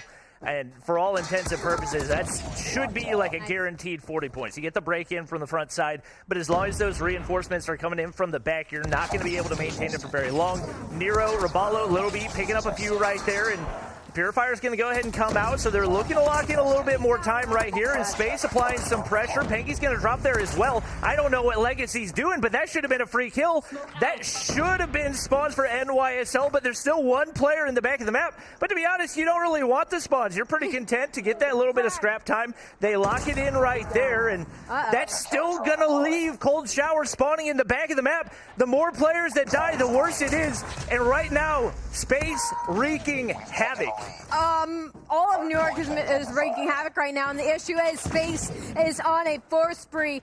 I think it could make it a 5. We could be seeing a repeat of what we saw earlier, that when he went on a spree, it was like the tides had completely changed. He's on a 4. Still, with the Purifier out. He's going to be soaking his time. All of the kills have been going to the side of Mayhem right now. This is clearly one of their more favored hills when it comes to this hard point, as it's still going to be space. He doesn't have the Purifier anymore, but he knows this player is going to be here. It's going to be Pengi. He's just looking to stay on this spree right now as Mayhem's going to take the lead, 100-76. Space will get shut down, but the time's still going to the way of Mayhem. I don't know what it is, but it's like they just flip a switch and then all of a sudden they're a different team. Very confusing, but I guess it works. And if it ain't broke, don't fix it. We'll have to maybe see a different strategy up against teams like UD and Tribe tomorrow, because they're not the type of opponents that are going to let you have that much room for error. But right now, I think the main story is consistency, and interestingly enough, typically one of the stronger fraggers for NYSL. Nero struggling down to 8 kills, but you look at the flip side, and Pengi and Legacy, the 2 players struggling. And Legacy, like we mentioned before, strongest player for this Cold Showers team. And man, only 7 kills on the board in an elimination game. You've got to step things up. Yeah, I think the biggest issue, again, is Mayhem is just not very good at these P1s at all. They might be getting these gunfights, but they can never actually get the player off of time. So Cold Showers have just been super soaking, 124-104, dwindling at that lead. 30 seconds are still left on this P1. You cannot allow this to become a money hill for the likes of Cold Showers. And not only that, Mayhem is investing a lot. I just saw a Predator Missile get invested, and it did absolutely nothing. Time still going to Cold Showers. It could be a lead flip once again. 15 seconds left. 124, time still going to the likes of Cold Showers, and it's going to be Pepe in the back for New, trying to play for the spawn. Space is going on the hunt for him. He doesn't know where he is. Going to get a couple shots, might be able to turn on him. Pepe comes out on top. That's going to be the spawns for New as well. Right, it just looks like, depending on the hard point, we're just not even watching the same teams. Like, it's not even necessarily about the rotations. Like, it's like one team all of a sudden winning every single gunfight, and then you go 60 seconds later and it's completely flipped, regardless of what the map control looks like. So NYSL looking to heat things up. They didn't look good on the first 2 rotations, but Spade's going to be able to push in right there and getting a little bit of time for his team. They're not going to have spawn control. Nearly gets the 1 burst onto the Purifier. Would have been nice to have. Legacy going to back up, and I think Little B has the info right there, so he's going to be able to pick up the kill. Nice. And he's going to be able to take down a Purifier as well. That's going to be huge, and you do also have to keep in mind they got 2 Goliaths in their pocket. That's a lot of gunfights going their way. A Goliath is actually going to get called maybe a little bit too early. I mean, there's still 20 seconds at old. The good thing for the side of Mayhem is that all of Cold Showers is still hitting this all the time. The issue is Pepe's at New, though, and he's going to get some damage into that Goliath. That is not what you want before this hardpoint even pops, is to get some damage onto one of your heavy hitters. And now all of Cold Showers are going to try and rotate here through the backside, try and get spawns, but for the most part, Mayhem has held on. They have that information. The issue is they can get sandwiched here with this Goliath, as it's just going to be Roballo by himself. He's going to have to get these kills. That's going to be 3 per side of Mayhem. Make it 4. 145-162. It's still going to be Cold Showers with the lead. I don't know if NA teams don't know that the FHJ exists. Maybe it's banned. Man, I'm pretty sure it's not banned, because I'm pretty sure I saw it in every other region, but it's by far the most effective way of getting rid of a Goliath, and nobody seems to have one equipped. So maybe I'm tripping, maybe I was watching a different tournament, I don't know what it is, but Roballo has single-handedly stayed alive on the inside of the hardpoint with no reinforcements for a span of what seemed to be, 35 seconds right there, and now they're pretty content to go ahead and give up the rest of the scrap time and look to play for that P4. And even after all that investment, after all that fighting from the side of Mayhem, they still don't have the lead. 171-186 by the end of this old scrap time. Biggest issue, they called the Goliath. They're going to be set up in New, but they got old spawn somehow. Thankfully, Space and Carlino combined to clear out the back, but the issue is the push is going to be much closer and much faster than they would have liked, as all 4 members now from side of Cold Showers are going to be here in the back. They could make a very good spawn trap here if they play their cards right, but this Goliath is eating a lot of damage from the side of Cold Showers. 186-184, still a very close game. And those streaks are paying off big time as they continue to lock down the time. The trophies are down, able to stay relatively protected and still over 50% HP for Carlos's Goliath right here. So they get some information. The back spawns don't mean anything. If anything, it just means you're dying more right now for Cold Showers. You have got to get the Goliath taken down. They keep going for the poke damage, but you just continue to feed those points to NYSL, and they will gladly soak them up. As right now they're going to go ahead and move into the lead. The Goliath still, 20% HP right now, and that paid dividends on those last 2 hard points. The big issue right now, can you find a way to win P1? That is the biggest question. Well, they're going to try and use a Goliath to do it. As the Goliath is going to push its way toward mid-side, it's going to get shot down by a Vortex. And once again, P1 just not going to the side of Mayhem. I don't know what it is about P1s, but they just cannot get any map control. They just can't. It looks like they can't shoot straight. I don't understand what happens, but they just enter into P1 and they can't win a gunfight. It's one of the most unusual things, and maybe they're not even looking at the gunshots. It's so mind-boggling to me. You only need 20 seconds, and they're just sitting there, backs turned. It seems like no communication whatsoever, and this is putting Cold Showers in a position to maybe win this. Jesus does get taken down.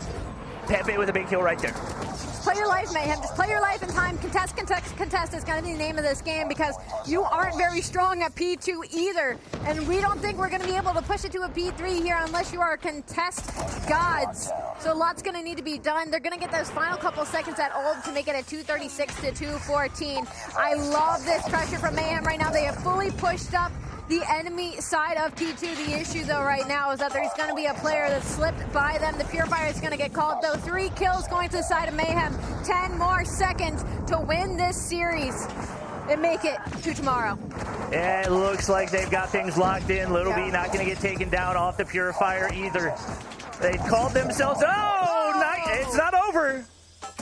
Nero's going to stay alive in the bottom side. Misses a couple shots right there. They got to get the hard point cleared out. And right now, Cold Showers, they only need 30 seconds right here. A bunch of team shells. They finally get things cleared out. Imagine.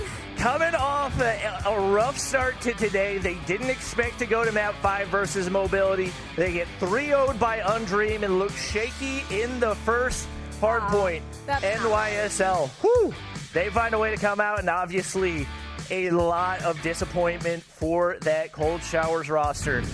Lots of time put in, and their dreams will come up short as they will be eliminated from the competition. That's not right. Going to that player cam. Carlene Hall with 2 minutes and 6 seconds in her. I love that for you.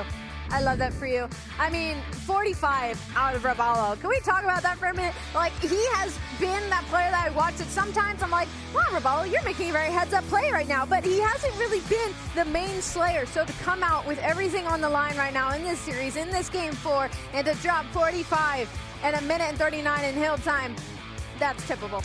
That is incredibly tippable. I mean, you got to give huge credit to both him and to Carlos. Their 2 Goliaths basically won that game. They got maximum value, and Cold Showers just did not seem to have any strategy. They even had operators. I don't understand how they didn't find a way to take those Goliaths out, but 3 straight maps for NYSL, gonna lock in a spot for day number 2 and gives them the potential at earning a spot in stage 5 as well. I think the biggest takeaway for me when it comes to New York, especially in that game 4, in that Summit hardpoint, is that they're able to chain the 2 money hills in Summit that are on completely opposite sides of the map. Like, I don't know how they do it, but every single time, doesn't matter the rotation, doesn't matter if they had early rotation or not, they always are going to be able to chain P3 to P4 and, like, absolutely super soak it. Just figure out that P1, boys. I don't know what it is about it, but you're not very good at it. Des, it has been a wild ride. We have missed you. Please take it away.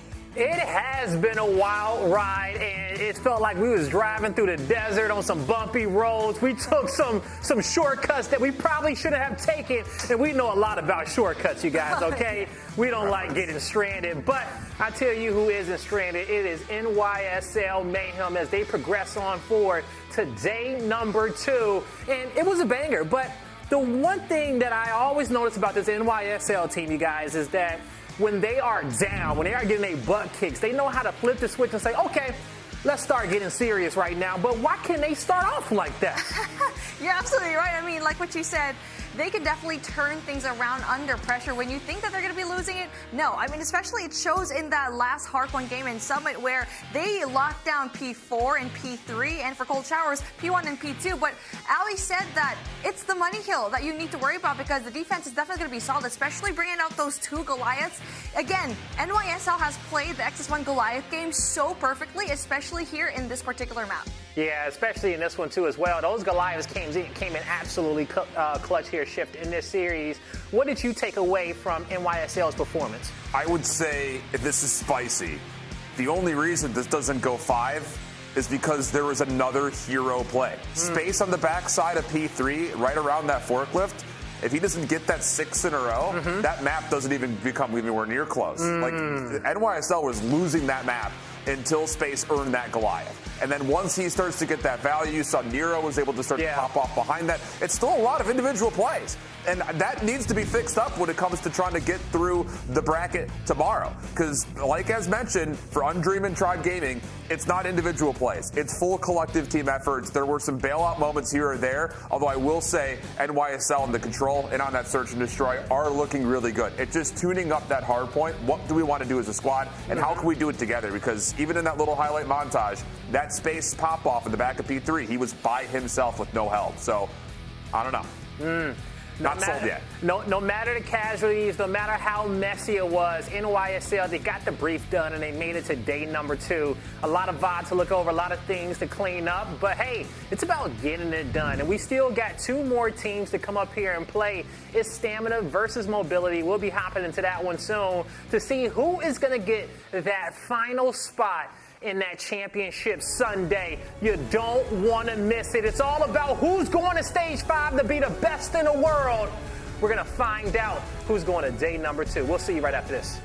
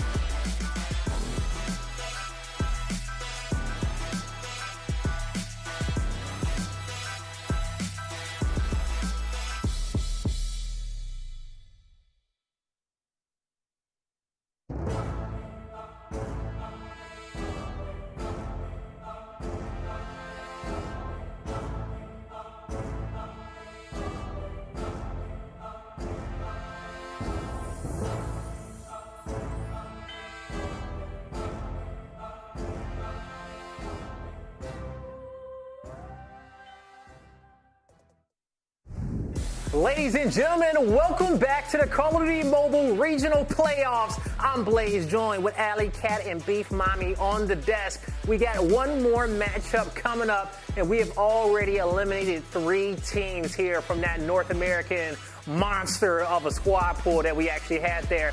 But hey, only one can go forward, and we're about to tune into Stamina going up against Mobility. Oh man. But you know, when it comes to these 2 teams, they have shown us a lot this tournament so far. They have been tested, but this is the 4th seed going up against the 6th seed. Mommy, how do you think this is going to break down? I mean, both of these teams definitely really good. So, I mean, I feel like for Team Mobility, they had such a great start up against NYSL, definitely getting that firing range S&D in a very convincing fashion. Also taking that slums control as well, pretty good. And so I feel like when it comes to the hard point, that's when they kind of struggle just a little bit. But for Stamina, I feel like for this team, it's been up and down for me, especially in this series. Yes, they did such a great job against Latin Souls, but I mean, Latin Souls is not even here in the first place. And so, I mean, you're going up against a team that has been going up so much, and it's your job to just stop that trajectory. You gotta stop them, especially in this moment. Do you think Stamina can hold their 4th spot and make it to Sunday with the other top 3 teams that was in this Swiss play? No! I'm a big Mobility fan right now. I like what they've shown us so far. And Stamina, I mean, they lost in a 3 fashion, won in a 3-0 fashion. We talked about they went against Latin Souls, and that team's no longer with us. The team's no longer here. So you talk about difficulty in schedule. They lost to Tribe in a very convincing fashion where Mobility has been constantly pushing the wall. So I said this earlier. I think this is really going to speak to what Mobility can actually do. A very surprising team that we didn't expect to be the one taking to the game 4s, to the game 5s. So I think this will be a very, very good series. Ooh, okay. Will Mobility have the stability to stay in this series, or is Stamina gonna be able to outpace their opponent? We're about to find out. It's time to take it to our casters. It's going to be Whole Shift and Bobby Plays to close us out on the day. Take it away. We got a good one for sure. I'm pumped about this one. I think the desk absolutely knocked it out of the park, framing up kind of the expectations at the beginning of the day, and more importantly, how things have changed dramatically, so to speak, for both these 2 squads going into this matchup here, Bobby. Yep, Stability versus Momina. Going to be my favorite match of the day. Absolutely no question about it. Obviously, Team Stamina was known as Team Bobby in Stage 3. So my heart... Keep going to this. My heart says Stamina, but my head says Team Mobility. I think they've got a lot of firepower right now, especially when you look at how closely they played NYSL. NYSL steamrolling 3 maps against Cold Showers. That is not an easy opponent. I feel like there's a pretty significant edge for Team Mobility. I think that's a really good assessment, and as we kind of look over at least the first 3 maps, the only thing that really stands out in my mind is we have another slums control, which we saw Team Mobility take versus NYSLM in their opening matchup today. Everything else kind of feels like I won't say a flip of the coin here, but there were some moments, I think, for both teams in their hardpoints and their searches today that lead you to see some pros and cons that very well could be the difference makers for these first 2 maps. Yeah, there's no question about it. I mean, obviously, we did have Mobility losing the... Oh, my gosh, it looks like we're already hopping into the action. This is one of the first times that we are seeing standoff hardpoint on the day, which is a little bit surprising because standoff definitely one of the all-time great hardpoint maps. But right off the bat, we see Stamina picking up a couple of kills, looking to get some grandma's control. Not going to happen, at least initially, as Rihan gets pushed through right here. Take a look at the mini-map. There's a whole lot of mobility on the inside of the hard point. What they need to do is get pushed out a little bit and see if they can make some map control out of it. Oh, well, Lofty, Shotzi, both on the break attempt. 3 straight kills come through. One more to find at the bottom side near the reception desk, but Lofty tries to step away just a touch longer. Not going to be able to, as right off the respawn, Mobility right back in. And I will say, just kind of watching over the mini-map, Mobility's been really creative in how they're trying to hit little routes here and there to continue to keep the pressure on the pitch almost constantly. Allows them the initial break, allows them the secondary break, and a very small lead here early. Yep, it's pretty tight on in the hard point right now, and nobody really breaking out. Nobody above 4 kills, and nobody's sitting on a goose egg so far. So looks like it's going to be a tight battle throughout right now, as it is going to be Team Mobility rotating out early right here. Shotzi's going to go ahead and peek that. Low on HP, not HL, I would recommend. And Rihan, currently ruling the gas station, does get taken down. as Reckless going to be able to push through and it earns some map control for his team, but Shotzi gets taken down to the inside, and Jenik looking to play his life right here. It is going to be the Hunter Killer making his way outside the window. Right now he's got to trust his teammates to give him a little bit of help, but they are not there, and he gets absolutely wiped from the top side. Both these two teams really letting them have it at the moment. A couple of the routes here and there that have allowed Stamina some really good looks at break attempts, but everything kind of stabilizes for this last 30 seconds. On the backside, Mobility, lots of numbers, trying to clean out the backside of the warehouse while also trying to make sure that any push from the front side of gas is contested. Awaken now on 4 in a row is looking for early streaks on top of that, and it looks good for it. Honestly speaking, this last 18 seconds, Stamina says you can have. We'll go ahead and rotate over to new. It just comes down to can you start to earn these streaks as you rotate to 3. It's just ridiculous consistency right now for Team Mobility. Everybody between 7 and 8 kills, and the rotations have been on point as well. Not the prettiest gunfight right there, but Claps comes out on top, and at the end of the day, that's all that matters. It looks like it's going to be Team Mobility winning the gunfights, pushing up into the hard point, and the player taken down. That opens up the opportunity for the Gravity Vortex to have some impact there as well, and could not have been placed any more perfectly. Clap's going to be able to pick up another one off of that, and now he's got a Pred missile looking to find a Goliath as well. Spawns are still not here, though, for this Team Mobility. You got one player in the back of Mammoth who's trying to flip these backsided spawns, and is doing really well to at least block them for now. But how do you get into the second floor is the real question, especially with Claps locking down the window. Initially, looked good for a couple of kills, but gets turned aside. The team focus looking good for Stamina. Now they're on potential operators to hold down this back 30 seconds. Awaken looking to make sure no reinforcements can enter by way of the Annihilator, but for Stamina, they're fine with the two players that are on the hard point. Vibin's absolutely chilling on top of the hill. Finally, Awaken will come through and try to break it up, and it's a double, and that'll be Mobility on the break, over 75 points. And Awaken is one of the more experienced players on this roster, represented NYSL in Stage 5 last year, and is looking to make some things happen with a new roster. They're looking pretty comfortable right now, and they've got the early rotations, but there's a Gravity Vortex right there. Not a whole lot you can do to counter, and they're just kind of stuck in the outside. That allows Stamina reinforcements to get there, and they can pretty comfortably hold the hard point now, especially with those close spawns. Well, the thing is, the hard point really wasn't even open at that moment, so you still have an opportunity, even though the Gravity Vortex gets you the initial. Mobility can still find a way to set up for a bit of a pinch, and that's exactly what happens. Claps from one side, the rest of the team from the front, and the break attempt is just as clean as you'd like. Annihilator is still in play for Yawn. As you see the spawns on your minimap, Stamina are pretty much spawning off the map with how far away they are from this hill. And that is not what you want right now. Mammoth going to try to hop up, but there's an Annihilator waiting for him on the opposite side. Yawn gets a little bit of information from those mid-street areas, but not able to find anybody right there. Slides the corner. Once again, the gunfights have been looking clean for him all day long, leading the way. 18 kills on the board and looking to earn a Goliath as well. You can see quite a few streaks available right now for Team Mobility, and things very quickly slipping out of control for Stamina. Yeah, and I really think that, you start to feel when Stamina are pulling out things like the Vortex gun before the hard points even open, that they're starting to feel like, we need something to start going our way. And that little bit of chomping at the bit, a little bit too much, has led to timing from ability to recover very nicely. And boy, have they. 139-39 the score after the first set of hills. Stamina looking to desperately get on through. It's Annihilators, 2 of them out, but none of it's working through because Pred missiles and Hunter Killer drones are waiting for them on the entry into the side of the courtyard. Finally, a couple of trades come out, but it's just not significant enough for Stamina to earn a break. And right now, I think it's looking like Team Mobility may have been the most underrated team coming into this weekend, because I don't think many people considered that they would at least be top 4, but man, oh man, do they look unstoppable right now. Played NYSL closer than Cold Showers was able to, and they are absolutely rolling past Stamina right now, as Vibin's going to slide into the point, doing his best, trying to get a break, and not going to be able to find it as Ingenic shuts down 2. They're grasping at straws, and right now, I don't know what they need to do other than win some more gunfights. I mean, it's just, how do you at this point? 175-41. Pred missiles still available for 2 different members. 2 Goliaths are ready when they want it. It just, man, all of the things that we've been talking about with this Mobility squad, the co-eccentric being of all 5 members playing fluidly together, their ability to zone off the hard points after they get good breaks, it's really coming to life. And this is not a bad Stamina team. In fact, they actually played Tribe not terribly bad at all, but this Mobility team is just different right now. Yeah, it's going to be Vibin pushing on in, trying to get some control. The Goliath going to sacrifice a lot of HP there, and it looked like we were finally going to see a break, but Team Mobility, every time the break almost comes through, finds a way to get back in, and unfortunate timing on the nade throw right there. Absolutely obliterated by the KSP, and every time it looks like we might see a hint at a stamina break, Team Mobility immediately shuts it down.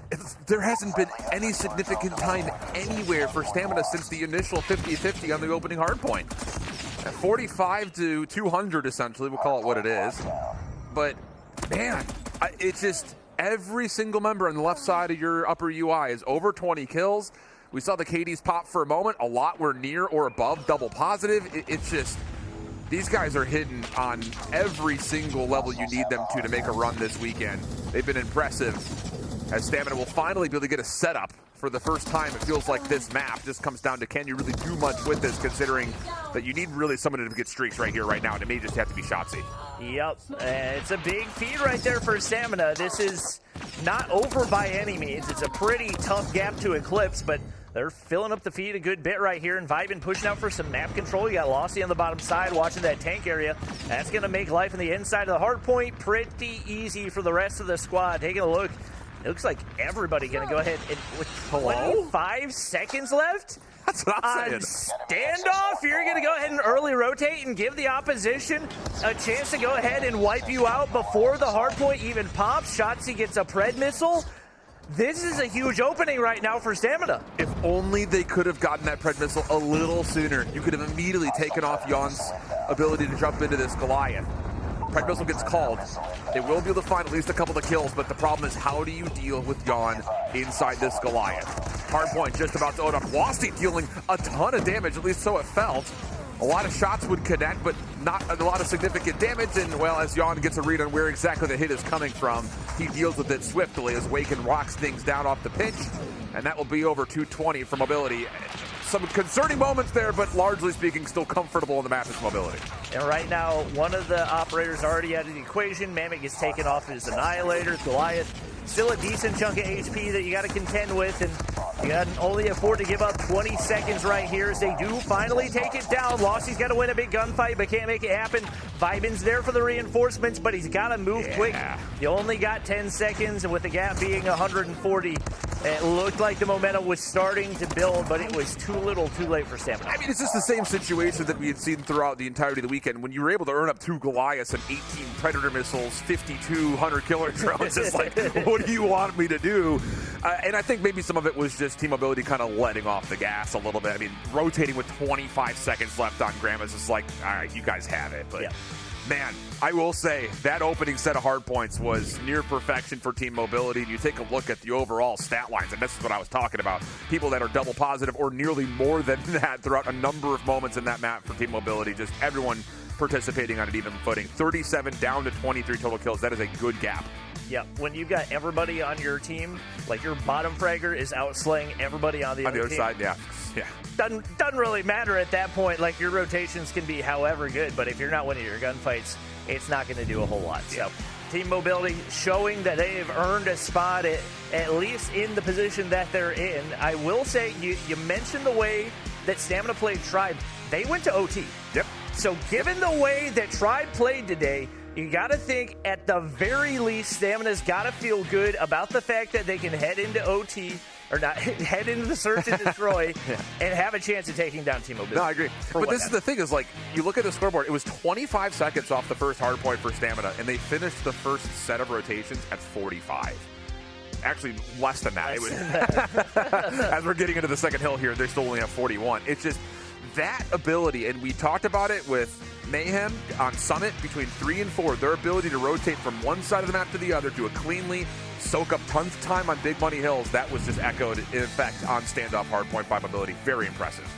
Yeah, that was one of the stronger performances that we've seen today. And obviously, they're going to want to bring that into the search and destroy. We saw them take a search and destroy map off of NYSL, and for the most part, they're considered a search and destroy team. So you can definitely not consider this a lock if you're Stamina, but I believe they are the higher seed coming into this matchup. So what that means is, more than likely, they're getting the map picks on maps 2 and 4. they're also going to get side pick whenever it comes to the control. Yep. So this is going to be their map pick. Feeling good in the search and destroy. Definitely can't count them out in the way that we saw NYSL immediately, despite a slow start, take those 3 maps that you get exactly what you want. There's absolutely an opportunity for Stamina to do that. And just to throw a little caboose behind that conversation, when you deal with side control on control, Slums is not necessarily, at least today, been purely defensively favored. In fact, when Mobility was playing up against Mayhem on that map, it was 3 different offenses that were successful. So who knows? Maybe something to kind of consider in theory craft over once we eventually get there. But for the Hacienda Search and Destroy, first and foremost, you have to have that same kind of performance versus Tribe here if you're Stamina. Come out hot, set the tone, set the tempo, force this Mobility team to have to adjust to your identity on the map and not the other way around, because that was pretty much the case that we just had on map number 1. Yep. I would 100% echo that. And I think going into this one, momentum's got to be a factor. Team Mobility at a 150-point lead, and especially the way that they shut down the rotations and play that Goliath so well. Yeah. You got to think the mental game does come into play for this Stamina squad. So we'll see what they can do. Looking at the snipers on both teams, obviously it's mostly newer talent, but Vibin, definitely somebody you got to keep an eye out for on Stamina. On the flip side, Yawn went crazy. Dude, he's probably the best sniper KD today. Yawn and Rehan both popping off big time. So if they can do something similar to what they did on the firing range search and destroy, it's going to be a beauty. Every Hacienda Search and Destroy that we've seen so far today, which neither of these 2 teams have played, was dominated by double sniper setups. And a lot of that from NYSL. So I like the call, pointing out those scopes first and foremost. And Yawn, I'd say, he's been that guy throughout the entirety of the day when it comes to sniper search and destroy presence. He's been probably the best, I would say. Yeah, I would agree with that. I'm really impressed by what he's been able to do, because really leading up to this point, he's not been that dominant player. So for this to be on the main stage when you're finally popping off and making the big plays, that's not an easy thing to do. And I think even looking back to last week, like we had Spy who popped off a lot in the first couple of days, but couldn't carry it through. So we'll see if he's able to continue that through tomorrow. If they're able to make it through, that's going to be another question we're going to have to think about. One goes home. One goes on with a chance to finish in the top 3 for a spot at Stage 5 World Champs. Whew. It's going to get spicy in here for sure, friends. Don't go too far. We got Hacienda coming up. And I think the thing is, we're starting to see on this map in particular, just to kind of reflex that conversation back in, is not just been dominated by sniper rifles, but we've started to see a couple of unique looks as far as utility usage over towards the fence side of the map. Would that be the indication that we get here? Because we've seen both of these 2 teams rely on getting those opening picks in their search and destroys by the way of sniper rifles. Can you turn that into a different dynamic? Can you possibly find a way to incorporate some speed with subs and utility to take away the map? Because if you do that, some of those big threats don't have an opportunity to get activated. Yeah, I think we've talked about before the usage of utility, probably the biggest gap. Maybe not the biggest gap, but one of the biggest gaps between the top and the bottom teams, and the way that they use those to their advantage. So looking at the S&D stats, obviously you got Stamina with more wins, but you've got Mobility with more wins, you got Stamina with a higher kills per round. Plants versus Diffuses, Stamina having a rough time getting the bomb down. We'll see if that comes into play as well. That's something that I feel like we haven't had a chance to talk about too much, largely because A, this is a very convincing number, but B, on top of that, it just hasn't really been thrusted into our faces when it comes down to overall conversation points.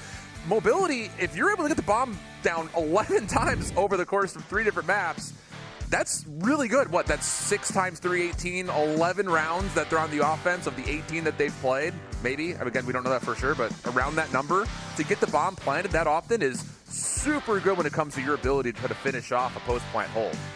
Yep. I like it. We got everybody in the lobby. It is 1st to 7, and we do have win by 2. So these 2 teams might be able to take us OT. We'll have to wait and see. And interesting look off the start out of Stamina right here. for the most part, we've seen the offensive teams go on over to the A side, but they're actually going to send the bomb through mid-map right now and seeing if they can get some things cleared out over on B as well. Just feeling things out, and I think Shotzi just on the corner by the backside of the archway. Yeah, he did see a couple of players defending in towards mid-U. So you've been able to at least get a lay of the land here if you're Stamina. What can you do at these positions up top in the hallways, though? And apparently you can do a lot. One kill on the opposite side of the map towards B. The other was over towards Patio, and that will allow Stamina to rotate the bomb freely over towards Water Stairs. And right now it's going to be pretty much a free B site. There's no type of map control over here. You do have Claps that you got to account for, but he's not close enough to make a play on anything. And now with Shotzi getting wrapped all the way through that bottom side, Claps is going to have no idea. Could potentially be a free kill depending on the timing. Reckless should spot him out, but he's actually going to hop down. But there's Shotzi on the wrap right there. And now it's all down to Awaken. All 5 players alive. It doesn't seem doable. Losty's going to be there for the trade. And a strong start here for Stamina. I love that out of Stamina. Don't give the scope anything to look at, but on top of that, kind of rebutting to our conversation, if you're staying back behind the archways, backside over towards garage, towards the B side of the map, you're also not giving away any information because you're not being hit by any utility. So I love that idea. Kind of keep yourself concealed for a little bit longer than you would normally expect based on what we've seen so far today. Once again, the defenders using their utility to try to get very far forward, but this time the difference is Claps wants to try to challenge the backside art. There are players on the opposite side of this corner. The first one up would be Mammoth. Claps thinking about it, but reconsiders, and as he does, Stamina just watches over this easy double. What? You hear the gunshots Unreal. turn around. Like, obviously, he's got the silencer on there, but you have headphones, and they exist for the purpose of telling you there's somebody shooting at you. Now, Yon and Ingenic going to be down to a 2v4, and Ingenic does make a nice wrap right here. Should be able to make his way through that showroom, and with the smoke down, he's not going to be able to get any information. He's going to get flanked by Mammoth right there. And now Yon left all alone to try to play those cheeky back angle spots. He's not going to be able to find Shotzi up there. And right now it looks like it should be another round win going in for Stamina, as they definitely look a lot stronger here in the Search and Destroy. If I'm Yon, I'm going to the back of the map, and we're talking about the next round for the next 20 seconds. Because at the moment, they've been completely bamboozled. The opening defensive round, never get a look at anybody over towards the A site. The second round, you're trying to take over mid-map to try to counter, but like you mentioned, shots came out, and it just looked like there was a big miscommunication as far as what are we watching and how are we going to be able to watch it. So what will Mobility have to try to respond defensively here in a very key round 3? You don't want to let Stamina go up 3-0 early. Yep, and it looks like a very similar look, a little bit more pressure over toward that A site, and maybe expecting that Team Mobility will soften up that push and instead go to the other site. No real information right here as the bomb just kind of solo sits over by A, and now Team Mobility, or rather Stamina, going to flood through those top sides and see if they can find an angle right here. They find Clap sitting in the corner. Beautiful movement from Lofty and a little bit of body shooting too. This isn't a matchup that I expected to see that in, but Rihan not going to be able to connect with the sniper, and Lofty's doing it all himself right there. The team shots go through as well, and now Yon going to miss on the sniper shot.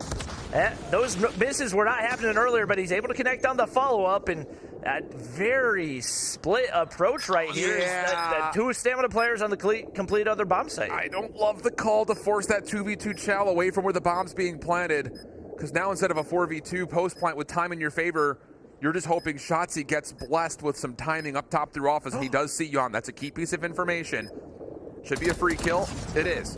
But where is Ingenic? Through mid-U, there is a chance for him to still pick up 1 and keep his life for the second. His move, now on the backside. Reckless gets an idea, and yeah, he was damaged as well. Good help from Shotzi all the way through it. And a 3-0 start from Stamina. Whew. Yeah, maybe a little bit of a questionable call right there. Like you said, no need to take those gunfights, especially if you've got the bomb site wide open, but a win is a win, and right now they look like they're on their way to tying things up. You got a couple of goose eggs over on the side of Team Mobility, and once again, Rihan, typically the go-to sniper for the squad on a map like this. I think you got to give huge credit to Stamina for countering so hard and finding ways to minimize his impact, and he's really just not been able to find any looks. The minimization of it is just by not challenging him, honestly. This time, different look coming out. It's Vibin who will get the opener, but Yon responds, so the scope still stays in play for the side of Mobility. And there's also a pretty far up member in Angelic who's continuing to go back and forth here at you. Shotzzy's read this. This should be an easy isolation, and it is. No follow-up around as Jan was the nearest defender. The rotation, though, from B could provide an opportunity to capitalize still on the kill of Shotzi, and so it will be. And we get to a 3v3. Bomb still yet to commit to a site. Oh, and Reckless trying to bait him in, but he gets his teammate killed in the process as well. Mammoth on the flank. He goes big. The team shot's going to secure a kill and an assist right there, and now Jan all alone. Wait. Yes, he is all alone. Yeah. Okay, I was looking at the other colors. I got a little confused for a second, but Stamina's got the bomb in hand. And it's going to be a wide open B site right here that they feel pretty confident defending. And right now, Jan on the complete other side of the map. If they can stay tucked in these corners, he's only got a sniper in hand. Going to be difficult for him to challenge. I'm surprised Mammoth is actually pushing out towards Boathouse here. You know that Jan's going to be sniping. Your best opportunity to hold this is to just play crossfire positions inside the water stairs, but Mammoth's pushed up. Jan a chance, if he can find the corner, he sees the gun. Okay, there's the first. Now it's just down to, does he get a read on where Reckless is? Double checks the window behind. Now we'll see where the bomb is planted for. Slides the corner. Next one up, on the way in, but doesn't really give him a chance at the gunfight, and Reckless beats him to the punch on the trigger anyways, and Stamina stay flawless in their attack.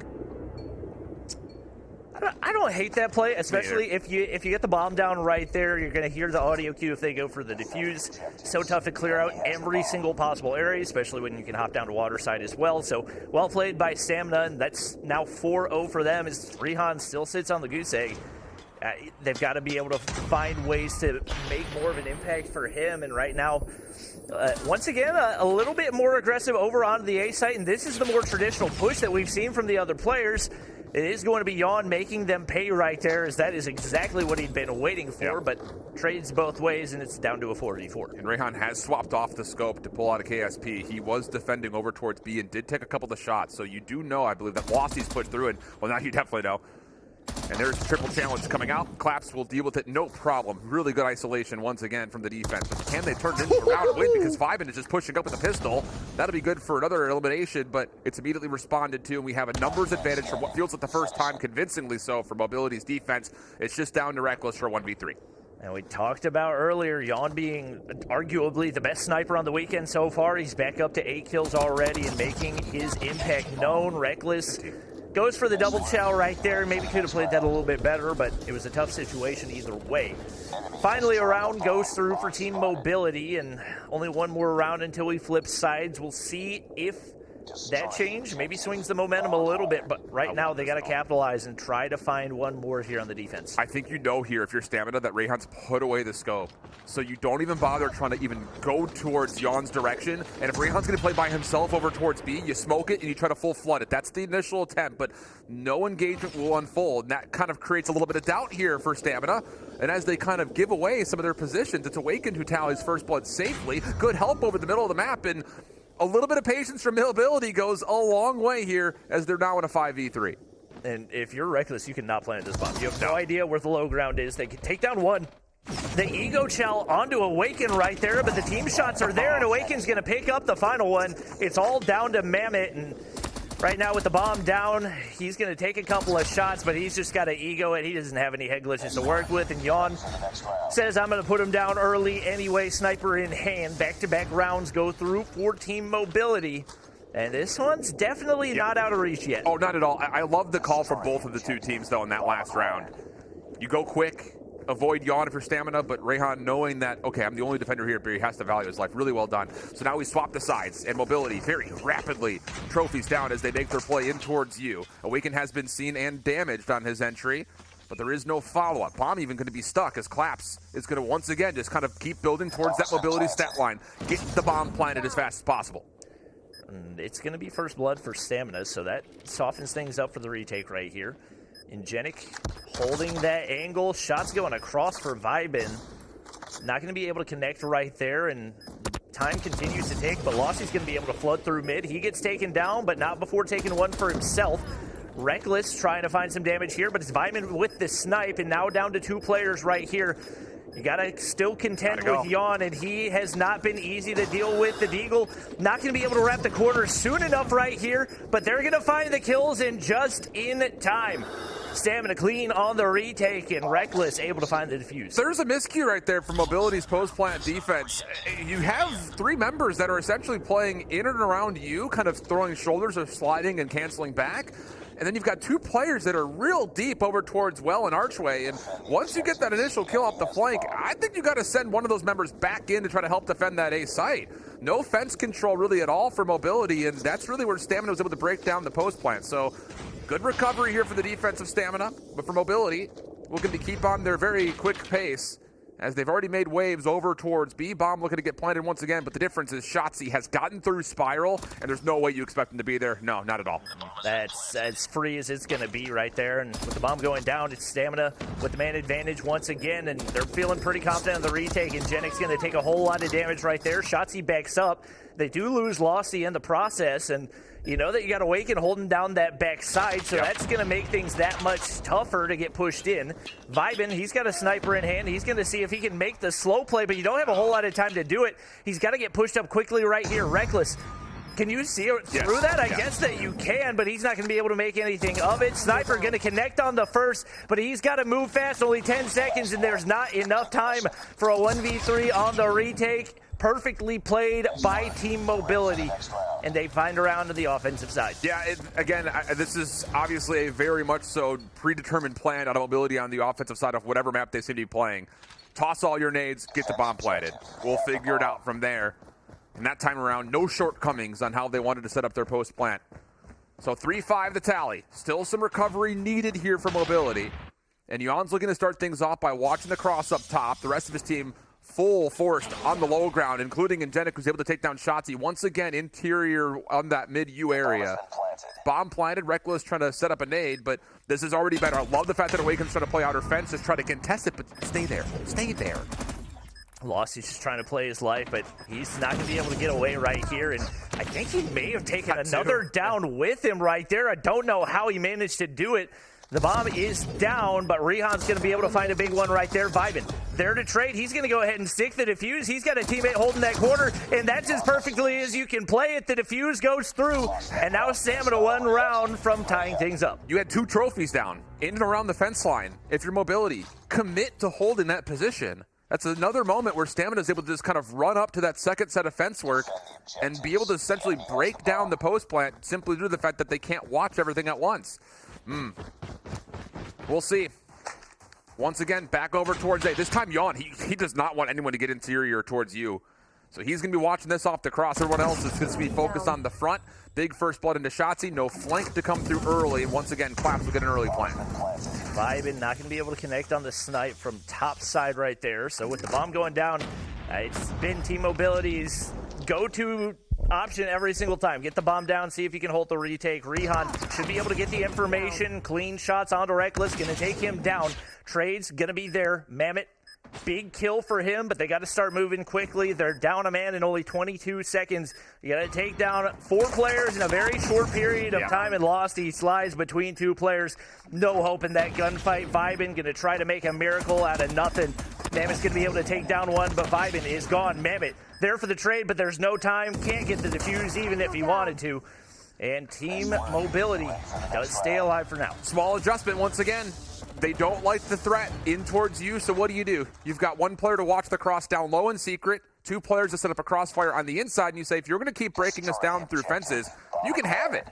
We'll just play you heavy in the middle of the map. So I love the adjustment, but again, is it a day late and a dollar short? Because now you got to win 2 rounds in a row to see overtime. And it's going to be a full flood over towards B. Shotzi is the player here to contest this. He has been seen outside the water. Is there going to be anyone to try to contest this? Vibin sniping is going to be outside in the hallways. But that is a tough angle to watch with the scope, and with trophies reinforcing Claps, they will once again get the plant off with opening trades, getting us to a 4v4. Shotzi gets them the information. They're able to find the opener before getting traded out. That smoke looking to cause chaos, but Rihan's got the read onto Reckless, and that's about as easy a gunfight as you're going to find at this stage in the competition. Shotzi hoping somebody peeks through right there, but you got to make the play and Claps. Here's the audio cue right there. Another easy kill for him.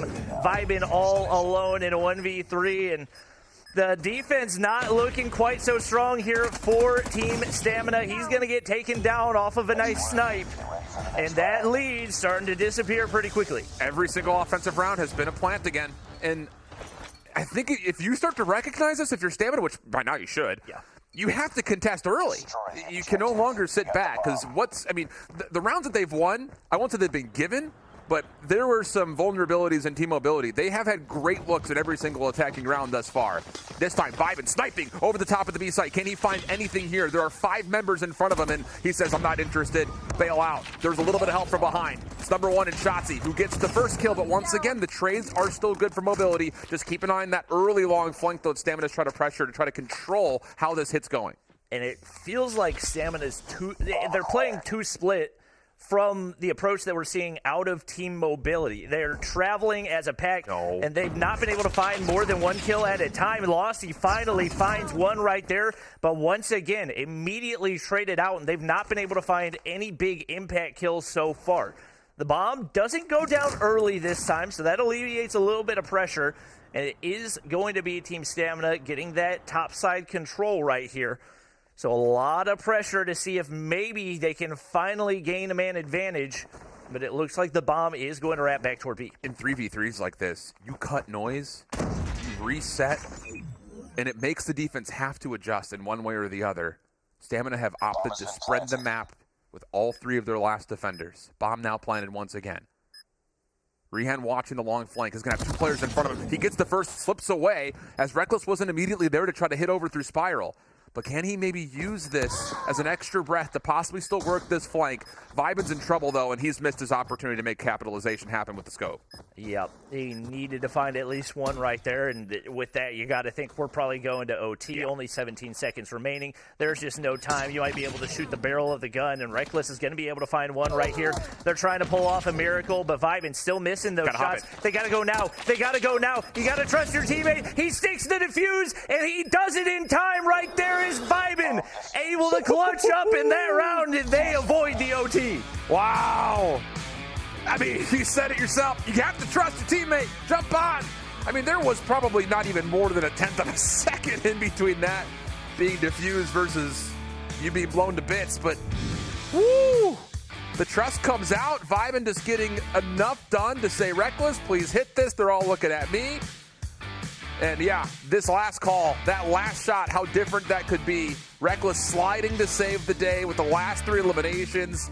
And just as the clock was about to hit 0, the defuse comes out, and we have ourselves a tied series at 1.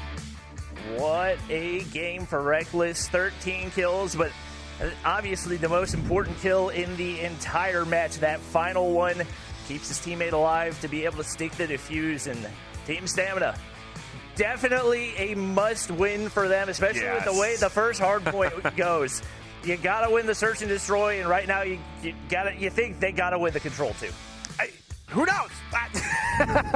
I can see the argument. I can see why you'd want to make that argument, but it is control after all. And on this map in particular, we've seen some crazy stuff happen on the day, including some of it from team mobility. So hard to necessarily pick a full-on favorite, but you do have to give a lot of love to what Stamina was able to do to make sure that they were adjusting, finding good looks, especially from the offensive side of the bomb to start things going. The thing is, can you replicate the offensive success from Search now here onto this control? Because we know that mobility is able to. A lot of it, though, to be said, was on the backside of great streaks and specialist usage. So can you stop them from earning that in the first place? That's, I think, where everything kind of at least starts off conversationally for me. And obviously, this is going to be the map pick for team mobility. So we saw them, even despite having fewer defensive sides, still able to take the win against a team that, against Cold Showers, looked phenomenal in the control. So this is not going to be easy. Taking a look at some of our stats so far, obviously, better record going to team mobility. Better KD going to team mobility. Round win-loss, going to team mobility. That 1.4 overall team KD, though, is really high. Pretty impressive. So their ability to slay, not going to be questioned, at least based on these stats. On the other side for Stamina, they did get a little bit beat up when they were playing up against the heavy-hitting teams in North America on control. So you expect the numbers to kind of, level out in some ways.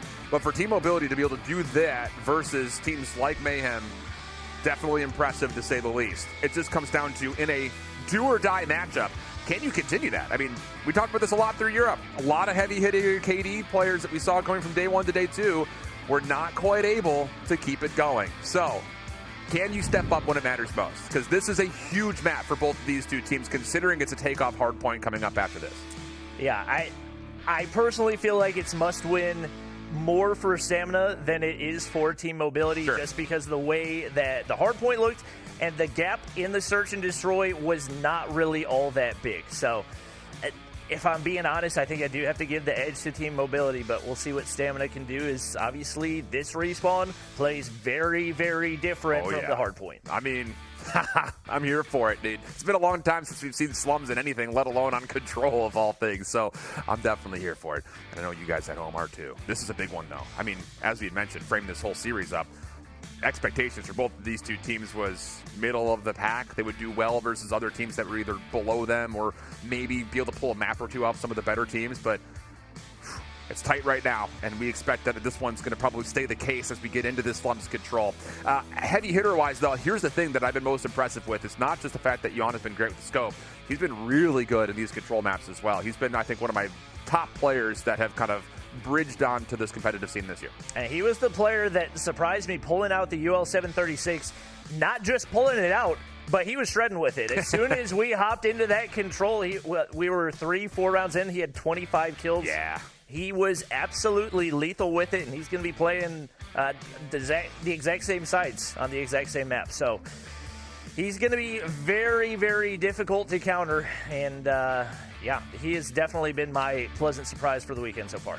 There has to be something to be said, because outside of like Space running an SKS, we really even haven't seen much AR gameplay. A couple of kilos here or there, but is there something to be said about pulling out the UL on a map like this and using it to be a bullet hose on one side? Say, I got this side of the map, you guys focus somewhere else, because let's be honest, that's the way that you kind of have to work through the offensive side of the map if you're going to get through electronics or through bricks.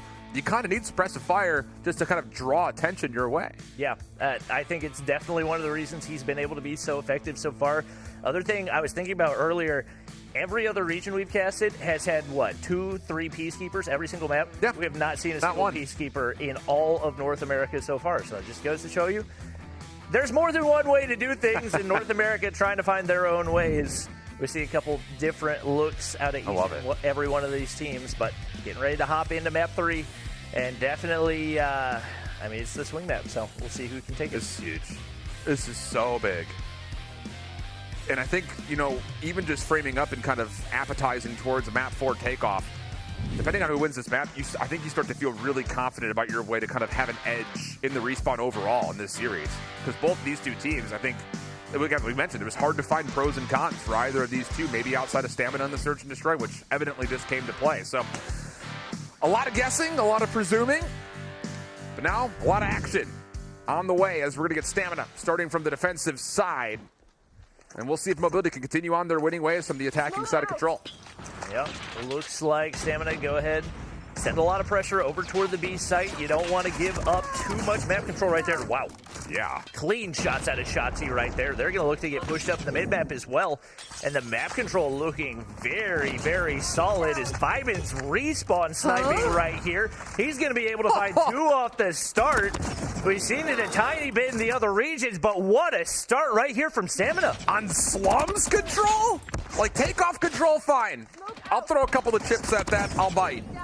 Slums control? You're crazy. Does anyone want to kill Shotzi? No. Or are we just going to kind of let him roam entirely free through your spawn, and he gets the information, not going to be able to get the kill onto Claps, but Viben's going to be able to go ahead and relay that, and the quick scope lands. He's on 3 in a row right now, looking to build some streaks, and if I'm Team Mobility, I am terrified to peek him. Just flood him. I mean, try to, I guess. I mean, come on. He has to put it down to rescope in. You'd think you would just be able to overwhelm him, but it's a 23-13 life lead, and it's getting worse. Stamina all over this opening defense. Really never dropping any mid-map control. An opportunity for Mobility to get over through bricks, but Reckless is here to try to meet this. Not going to work out. Hold on a second. There could be a stack over towards A. The defense scrambling to get over to try to respond to the play through Garage, but the number is good for Mobility as they stop the clock and start working on the first tick of progress. And A, typically the more difficult site to capture, so they're going to find a couple openers right there. And if they can get full control right here, there's hope, but they've got to work fast and they get cleared out. Man. There is no time to work with. And that is not the start that I expect a Team Mobility. No, I don't think anyone would have expected that out of all things. And how much mentally do you say, we couldn't get through a sniper rifle on Slum's control? Come on, what are we doing out here, huh? What's the big deal? Golly. And the thing about it is, with how convincing that KD is going to be after round number 1, now all of a sudden you look towards players like Losty. How early can you get a possible operator to possibly just turn the tides on the offensive looks towards either Garage or over towards the electronic shop? Exactly. That's why having those big life advantages early on is so crucial. You turn it into the operators, which turns into more operators, which turns into more rounds. And so just like that, it's going to be some big kills going through. On the flip side is Team Mobility, obviously, having the edge here on the defensive side. That's what we expected out of them. We'll see if they can maybe find a way to snowball some things. As right now, no score streaks or operators in play for Stamina. They weren't really able to make a whole lot out of that momentum. No. Smoke will cover this entryway over towards Bricks, and Jenik was looking to use his kilo to lock down the cross to the hole in the wall. Calling for a little bit of assistance. Rian, Claps making their play back over. And Jenik actually finding a lot of damage. These players still concealed by smoke, but only for a short time. And as it dissipates, you take a look up towards the kill count. 24 plays up against 18. We start to flash the timer underneath 30 seconds. And just as convincing as Stamina was on their defense, well, Mobility is 100% answered in kind. The big thing, I think, if your Stamina is like, you sit back and try not to get spawn trapped. You only got 13 seconds left. There's no hope that you actually win this round. They're still full sending it forward, and I just don't think it's worth it to feed those operators and score streaks, especially when you look at the flip side. Some of those score streaks starting to get in play, and Jenik's got a Hunter Killer and nearly has a Pred Missile as well as he takes down another right there. They're going to look to get the control over on B. I just don't know that it's worth it. I don't think so either. I mean, that is just good overall discipline for Mobility, making sure that your Kilo, who's watching the entryway from across the map essentially, stays safe. But you also need to kind of keep in the back of your mind that Fiben also pulled the scope out on the offensive side of that round, which is, again, just echoing how puzzling the call is in the first place. But Jenik carries, I believe, 5 kills in a row this last life. Pred Missile obviously earned, but the Goliath is a fraction away from also being another resource that could be called in. Early Grab Vortex, early Annihilator coming out for Mobility. They're looking to go quick. It's 10 streaks that are, or 10 operators that are available whenever they want them. So this, you got to expect, is where kind of the defensive side advantage has the potential to go out the window, as you can call those operators in whenever you want to. Losty plays the bottom side of that that wall about as well as he can right there, and Reckless gets pushed up, gets a little bit of information, knows Rihan's going to be there, and that's going to be another easy gunfight win. And wow, what a cheeky spot for a sniper to hold, but he gets taken down regardless. A little bit more aggressive right here, and those operators going to give an avenue for Team Mobility to get pushed up into B. It's not as convincing as they'd like, though, but Awaken walks on in and gets 3 with the Annihilator. Now all of a sudden you can push forward. You can kind of bump out this defense just a touch, but the counter comes out of Reckless. The Vortex gets pulled. An opportunity to try to regain, but it's not going to work out. 22 plays 17. Third tick of progress at B on the way for Mobility's offense. Shotzzy, feeling the pressure, will try to answer with Annihilator of his own. He gets the double, but it's too late to do too much. The Pred Missile will also take the Annihilator off the table. Massive advantage towards Mobility's attack. And if you're vibing, at what point do you say, all right, the sniper's not working? I hit some nice clips off the start, but sitting on 6 kills and your team's getting picked apart on the defensive side, you got to find a way to adapt. And right now, he's not making any type of sizable impact for his team right there, just looking for some shots through the smoke. Not going to be able to connect, and he's trying to get the backside cleared out, but so much more you could do with a more versatile weapon. He can't watch this bottom lane by himself. He has to call for help, and meanwhile, the rest of Mobility just flood on in towards Garage, and they deal with the defenders in their first attempt. First tick of progress gone. Clock stops as the second one's on the way, and defensively, Stamina's still trying to play around through P3. It leaves Awaken by himself in the hill. He'll take a double. The second tick is locked. And really just comes down to, do you even need this last tick of progress? Just find 4 kills and you're cruising. I just realized Awaken is the only person I've seen in all of Stage 4 that for one of his streaks is running the EMP system. So that is basically an instant counter for the Goliath. An interesting strategy that we could potentially see come out later in the competition. I don't think in this one that we'll see need for it a whole lot, but it is going to be Stamina. They lock things down to the inside, but with that big of a life advantage, you got to win a whole lot of gunfights right here. Well, they're getting gifted a lot of them. I mean, you've got the entire map. Like, literally, Stamina's giving you the ability to surround and just start spamming away. Collapse. There we go. There's kill number 2. One more to grab. And at this point, Engenic is just watching them off a spawn. Awaken will get the final kill, but offensive mastery coming out of Mobility, although it's been made easier because Vibin's still pulling out that scope. At least he was. He swapped over to the KSP now, but he only had 6 total kills with it when he was trying to play it through 3 rounds. Don't love the call. Yep, and you got to think with that one offensive round locked in, now it's definitely advantage team Mobility. It looked like coming out that maybe Stamina had found a way to master this one, but now they have to find a way to take an offensive round. They don't have any score streaks. They've got 1 operator to work with, and 3 players get gunned off the start without being able to find a trade. Awaken has come alive. Yeah. Maybe you could say he's come awake right here as they are winning every gunfight possible, and things looking pretty bleak here in the control for Team Stamina. Not good.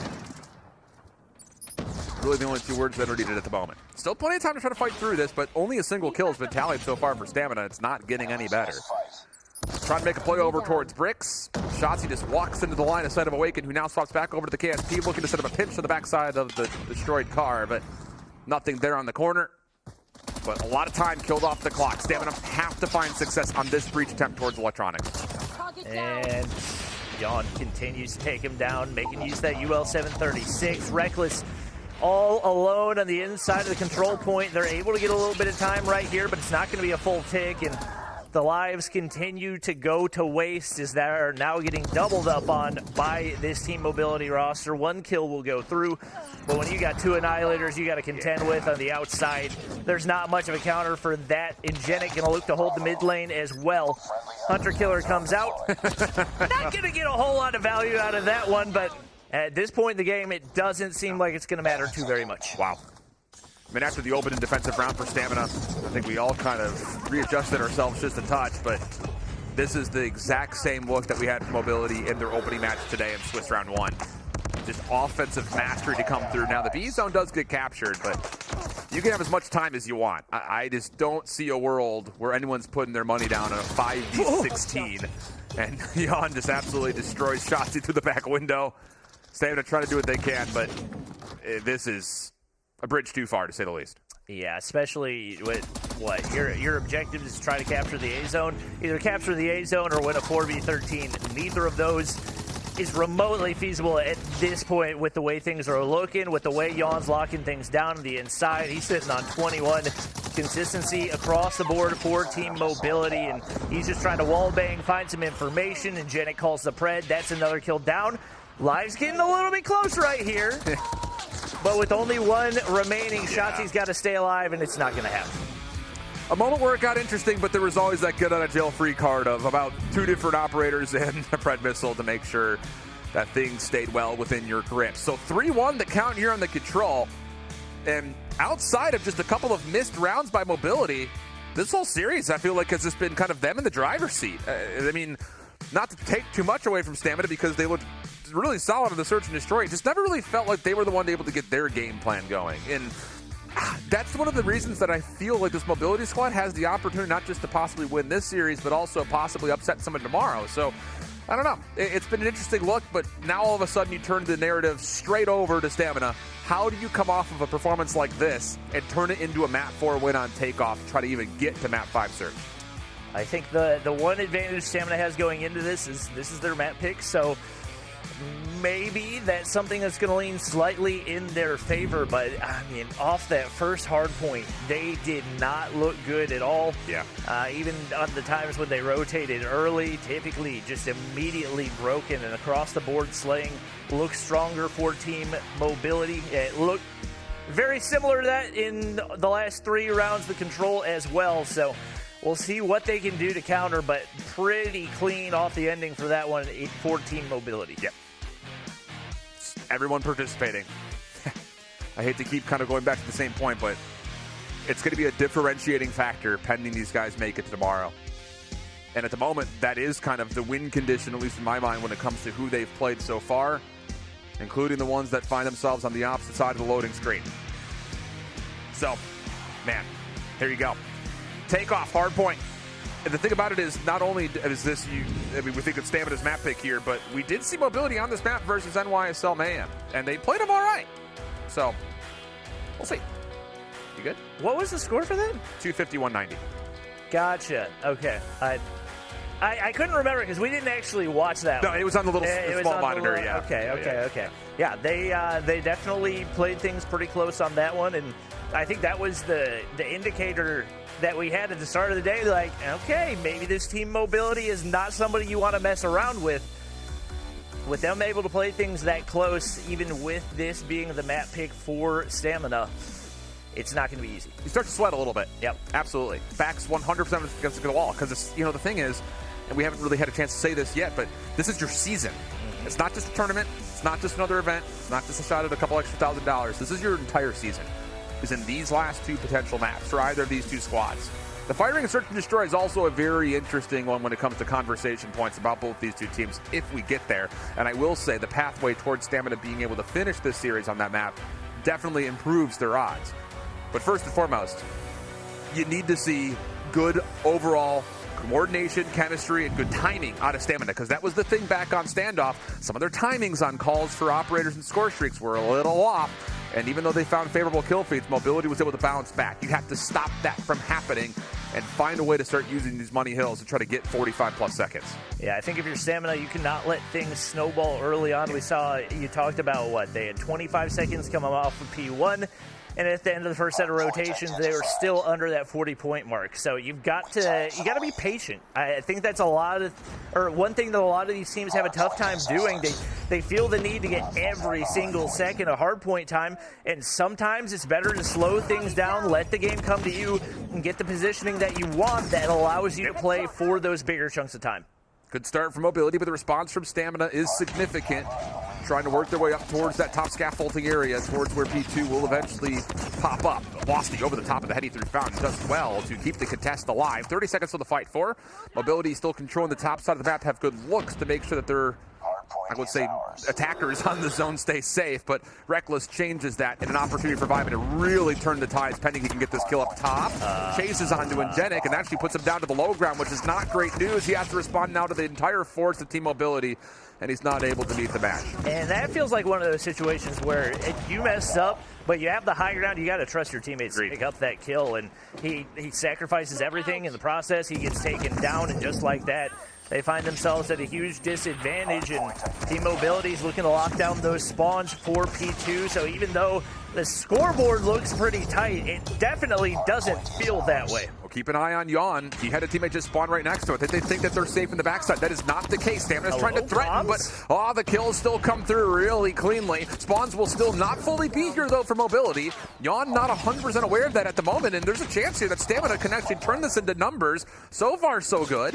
Clap's waiting for a little bit of help as he tries to climb up the side window. Lots of shots into Losty. That will be good for the kill. Help has now arrived around the back, and even though mobility are not in the hill at the moment, they have reflipped the spawns. And this is pretty impressive and quick regain out of Stamina to be able to lock down a big chunk of time. Right now, they've got the spawns for next, so we'll see if they try to apply any pressure right here. With only one player jumping up on scaffolding, there's not going to be a whole lot you can do, but you want to still apply a little bit of that pressure so that they can't go ahead and rotate and break you before the hardpoint even pops. So you can see 3 players already set up. They're trying to deal with Losty, who's kind of bobbing and weaving over in that P4 side, and right now it is going to be Vibin trying to push from the outside and see if he can maybe get things cleared out with some crossfire. Watch out for number 2 in yellow. Awaken has spawned to the bottom side, so this will set up a natural pinch with these split spawn situations. But the Vortex gun gets pulled. Losty's going to find 2 with it. That will completely clear the north side of the map. And as Vibin locks down the side door, really good start on this hard point for the side of Stamina, reading the hit really well, and Mobility's taking their time. They're going the long way around, not trying to hit from the back really whatsoever, and this is just allowing free time to be accrued by Stamina. And I understand being patient, but Team Mobility is applying no pressure right now. They finally slide on in, they find a couple of kills right here, and all of a sudden they flood at once. So this is pretty much opposite of what we've seen out of a lot of these teams. So many single-person pushes. Team Mobility says, nah, we like our 5-man pushes, and just like that, they're able to find the break right here. They should be able to get the rest of the scrap time, but That's a lot that you invested into getting just that little amount. They do get players rotated out early, and that's going to be a big kill for Yawn as well. So now it's all about how you play the rotation, and Mammoth going to get taken down right there. Players looking to push from the backside for Stamina. And Yawn's only on 3 straight kills this life, but he's been getting a ton of damage done. He's actually close to possibly earning up a Goliath as he tries to make his way in. He does slide to safety, but is it actually safety? Stamina is already inside the hard point. Takes him down, so an early threat of a possible Goliath off the table. But the rest of Mobility are here with reinforcements out of Rayhan with the Annihilator. 3 in a row for him as he starts to build towards early streaks of his own. They know Shotzi's going to spawn out right there. The Annihilator, perfect to counter, and now they're going to look to take the high ground control as well. Vibin trying to make his way in, but we're seeing a lot of these solo pushes. They haven't paid off so far. Vibin's going to be able to find 2 and has not been traded out yet. They're holding down the backside for now and still keeping things nice and close. Definitely far from out of reach, and they're going to be able to find the break right here, and this is some crucial scrap time. Yep. You need a bump here, though. You can't just sit and wait for the next 10 seconds to fade away because you already know Mobility is looking to get back into the middle of the map.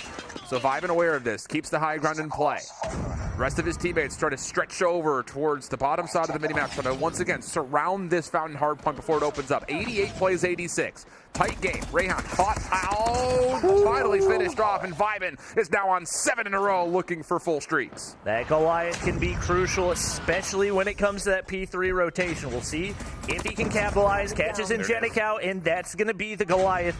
That's huge. Looking at the flip side, Yawn, the only player with any streaks, and Vibin continues to go. Probably could have gotten back closer to another Hunter Killer as well, but the value has been found, and they're finding some more time here on P1 as well as the hard point on takeoff looking like a completely different map from standoff. But Mobility back in, earning some good time. Vibin still feeling the hot hand, just runs on in for another double. That will neutralize the score being earned up by Mobility. Losty even having a nice little left and right with Awakened in front of him for a triple of his own. So Mobility honestly bested on this rotation from 4 to 1. And they're being threatened as Reckless gets around the back as the second hard point now becomes the new consideration. But the mitigation is there, and Mobility will have a chance to stabilize, and they also get a read, I believe, that you've got number 2 and Vibin who spawn out, but doesn't matter. This guy's a walking kill streak right now. He has been unstoppable for them. Mammoth's going to get that top side control, and Yawn gets the pinch from Reckless. That looks like they're going to try to lock in spawns right there, but it's Team Mobility finally spawning out. And that's exactly what you want if you are Stamina right here. Vibin, whoa, a little bit dicey, but teammates going to be there to clean it up and keep him alive. Continues to go on these streaks, and looks like he might be able to build some more. Could get him a second pred, could be a Goliath for a teammate. Stamina's not really reading the situation the best that you would like to see them, though. Still 25 seconds to fight for. I don't think they ever quite recognized that Mobility were still spawning in the back, so numbers eventually amount for Mobility to get the last convincing break for scrap time.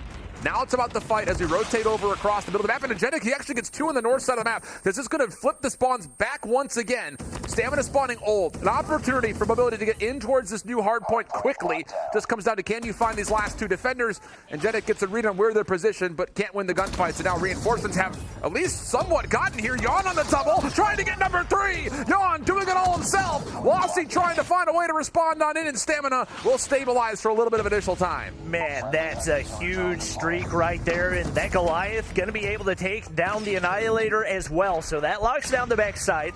You got split spawns right now. Team Mobility trying to figure out which way they want to push. We saw that 5-man push before. They're trying to make it happen again right here as Yawn applies that pressure, and they do get the break. Stamina able to win the trades. They make their way back on into the hard point. Ingenic with an Annihilator out, trying to get the break here as well. But they haven't been able to find much value out of those so far, and Yawn gets taken down the process. The smoke shot's not going to connect, and Stamina continues to build on this lead, and they've still got a Goliath to work with. Stamina has done really well under the guise of these smokes. There have been smokes on the last 2 hard points, it feels like, every single second, allowing for these pinches, the concealed kind of bunker up strategy they've got put together on a lot of these holds. And an important rotation right here, right now for Mobility. Have to have it. And Stamina is able to get the first couple of eliminations. Looking for Losty. The kills come through. Mobility with the numbers, and Stamina need to put a little bit of a pause here. Wait for help. Get us around, and then make sure you're actually focused on this break. Vibin's Pred Missile goes completely to waste. I don't love that timing. Maybe trying to play for a second right there, but it's going to be Team Mobility now breaking through into the hard point, and there's going to be a lot of stamina players in the backside they got to contend with, but Claps finds the opener, and now that he's got the reinforcements from the backside, that's going to make things easier. Teammates there. The trust is there. Nade's going out, and they're not going to be able to break from this front side. They've got to try to flip. Oh, here comes the pincher on the backside. It's Reckless who's trying to get around, able to find one on the entry. Awaken doing what he can to keep us live, looking for the second side, and the stuns assist, and that's going to be good for the second. Shotzi trying to finesse for the scrap time. And you know through mobility, you cannot allow these 12 seconds to go over freely, especially with Shotzi finding every single kill inside the point. Stamina on the break attempt for the scrap looks solid. The contest is good, and we're going to exit this second set of hills, 190 to 165. In the game is mobility, but we still need to keep our eye on when exactly will Vibin try to pull out this Goliath. If I had to guess, it'll probably be on a final rotation back to P3. We've seen teams try to get it called in on P2, but there's just so much openness in that top side as the Pred Missile comes in for a double for Yawn. There's so many easy counters with concussions and nades from that top side. So Shotzi in the high ground right here, trying to see what he can do. Main objective, just to keep that hard point cleared out. Players for Team Mobility, the smoke's going to open up a push back on in, and they continue to get this little trickle time right here, and Stamina's not doing a whole lot to counter right now. This is not time that you can afford to give away for free. And that's the lead swap very convincingly. It was 190 to 165. Now all of a sudden it's 190 to 200, and it's just too much finesse for the spawns. I mean, right now this feels like a takeoff civil war because it's the north versus the south in the minimap. You've all of a sudden got the Goliath being called in. Again, weird timing for this. You've got mobility looking to try to threaten, but the Goliath will be at least controlled by Stamina, and Vibin can use this to go up. But I already know what you're thinking. You don't love the call of this on this hard point. Yeah, I don't love the call. They do get the trophy systems down, but they gave away so much free time as well. Double gravity vortex is going to come through right here. He's trying to get out of the hard point, but the main reason you got it there is so he can be in the hard point. You do force them to invest a lot right here, and they're not going to be able to do all that much damage off of it. Very well played by Vibin to stay alive right there, trusting the teammate on the bottom side. So they're going to be able to pick up time, but they gave up so much free time on P1. You got to wonder, is this worth it? They haven't even earned, they've earned 5 seconds off the Goliath. That's it, just 5. So now Shotzi needs to get it done with the Annihilator. The second one right around the corner, but just dancing with the devil is Rayon who gets the double. And a little bit of support as his teammates start to flood out through, but Losty, he responds to the vortex of his own. That will clear out a little bit of the scrap time. Yawn still trying to play around the back. The last member for mobility to try to get something done as Awaken is trying to work a bit of an angle, but the rotation as you look down towards the minimap does favor mobility, at least at the moment. But they got 4 players looking to apply pressure right here. Players going to spawn out for mobility. Initial gunfights go through for Team Mobility, at least for right now, but they are able to take out Lossy. Rihan trying to find another here as well. It's Stamina on the inside of the hard point. Question is, how long will they be able to hold it with Yawn? Popping the Annihilator, able to find 2, make it 1 through the smoke as well. Connects on the Vibin too, and he's untouchable right now. Might be able to get a Goliath, finally gets shut down, and Stamina somehow still in control of the hard point. Tight game, 225, 227. Lead swap looks imminent. Predator Missile not really able to get too much, says Yawn had just previously earned it. It's just down to, can you find a way to break on the backside of this? The spawn's a little all over the place for both of these two teams. Still an opportunity for Stamina to win on this hard point. The numbers are looking pretty solid. The only one that contests is Ingenic, able to get 1. Reckless around the corner, but waiting for a little bit of help. You can't wait. You got to go. You got to get outside. Waken trying to work his way in for 3, but only gets the first 2. The next hit for mobility. Still trying to work together individually, but it's not quite enough. The last member is Awaken again, and the contest will allow an opportunity to go 1 more hill. Oh my gosh, the barely contest on 249, but Reckless is rotated out. All he's got to do is get 1 second here. He's trusting his teammates. They should be able to lock it down, but Claps able to find 1. It's no telling, but it is Stamina breaking back in. Ladies and gentlemen, we got a game 5. Man, so many small things across that map, brother. We're both like fanning ourselves with our jackets. Are you kidding me? And I hate to say it, but Yawn drops 55 for L, dude. 42 for Rion for the loss, by the way, as well, who had well over 90 engagements. 55! Yeah. Oh, my. Woo! I mean, you've got to find something out of that. And we talked about a lot of mistakes that Stamina made as well, but the one thing you got to give credit, the teamwork, everybody always there for the trades. So many trades on the inside of the hard point for them to be able to lock down those last couple. Man, oh man, what a hard point match out of these two. And how about this spree from Viden?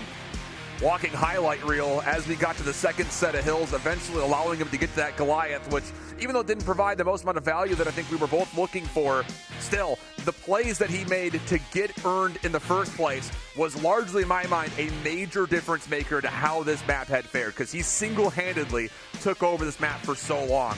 And then you had Yon on the other side. At this point, when he's at 32 and 17, he nearly gets to a Goliath of his own, was shut down by Losty. And how different could this map have looked if there was the ability to counter that Goliath with one of Mobility's own? But, man, Stamina, they held tight. And I say that with such emphasis because I think America's not said by that way.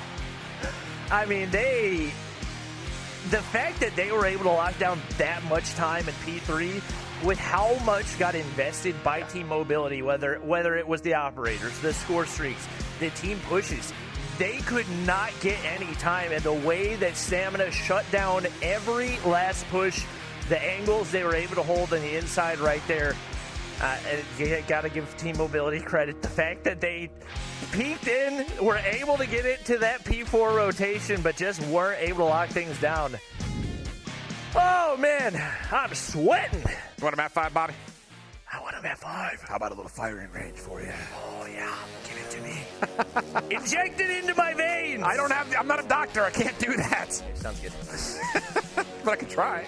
Verbally, I don't know if that's the thing, but here we go. This is the interesting point. You have to know that Search and Destroy, we saw the stat. It was incredible. It was sexy.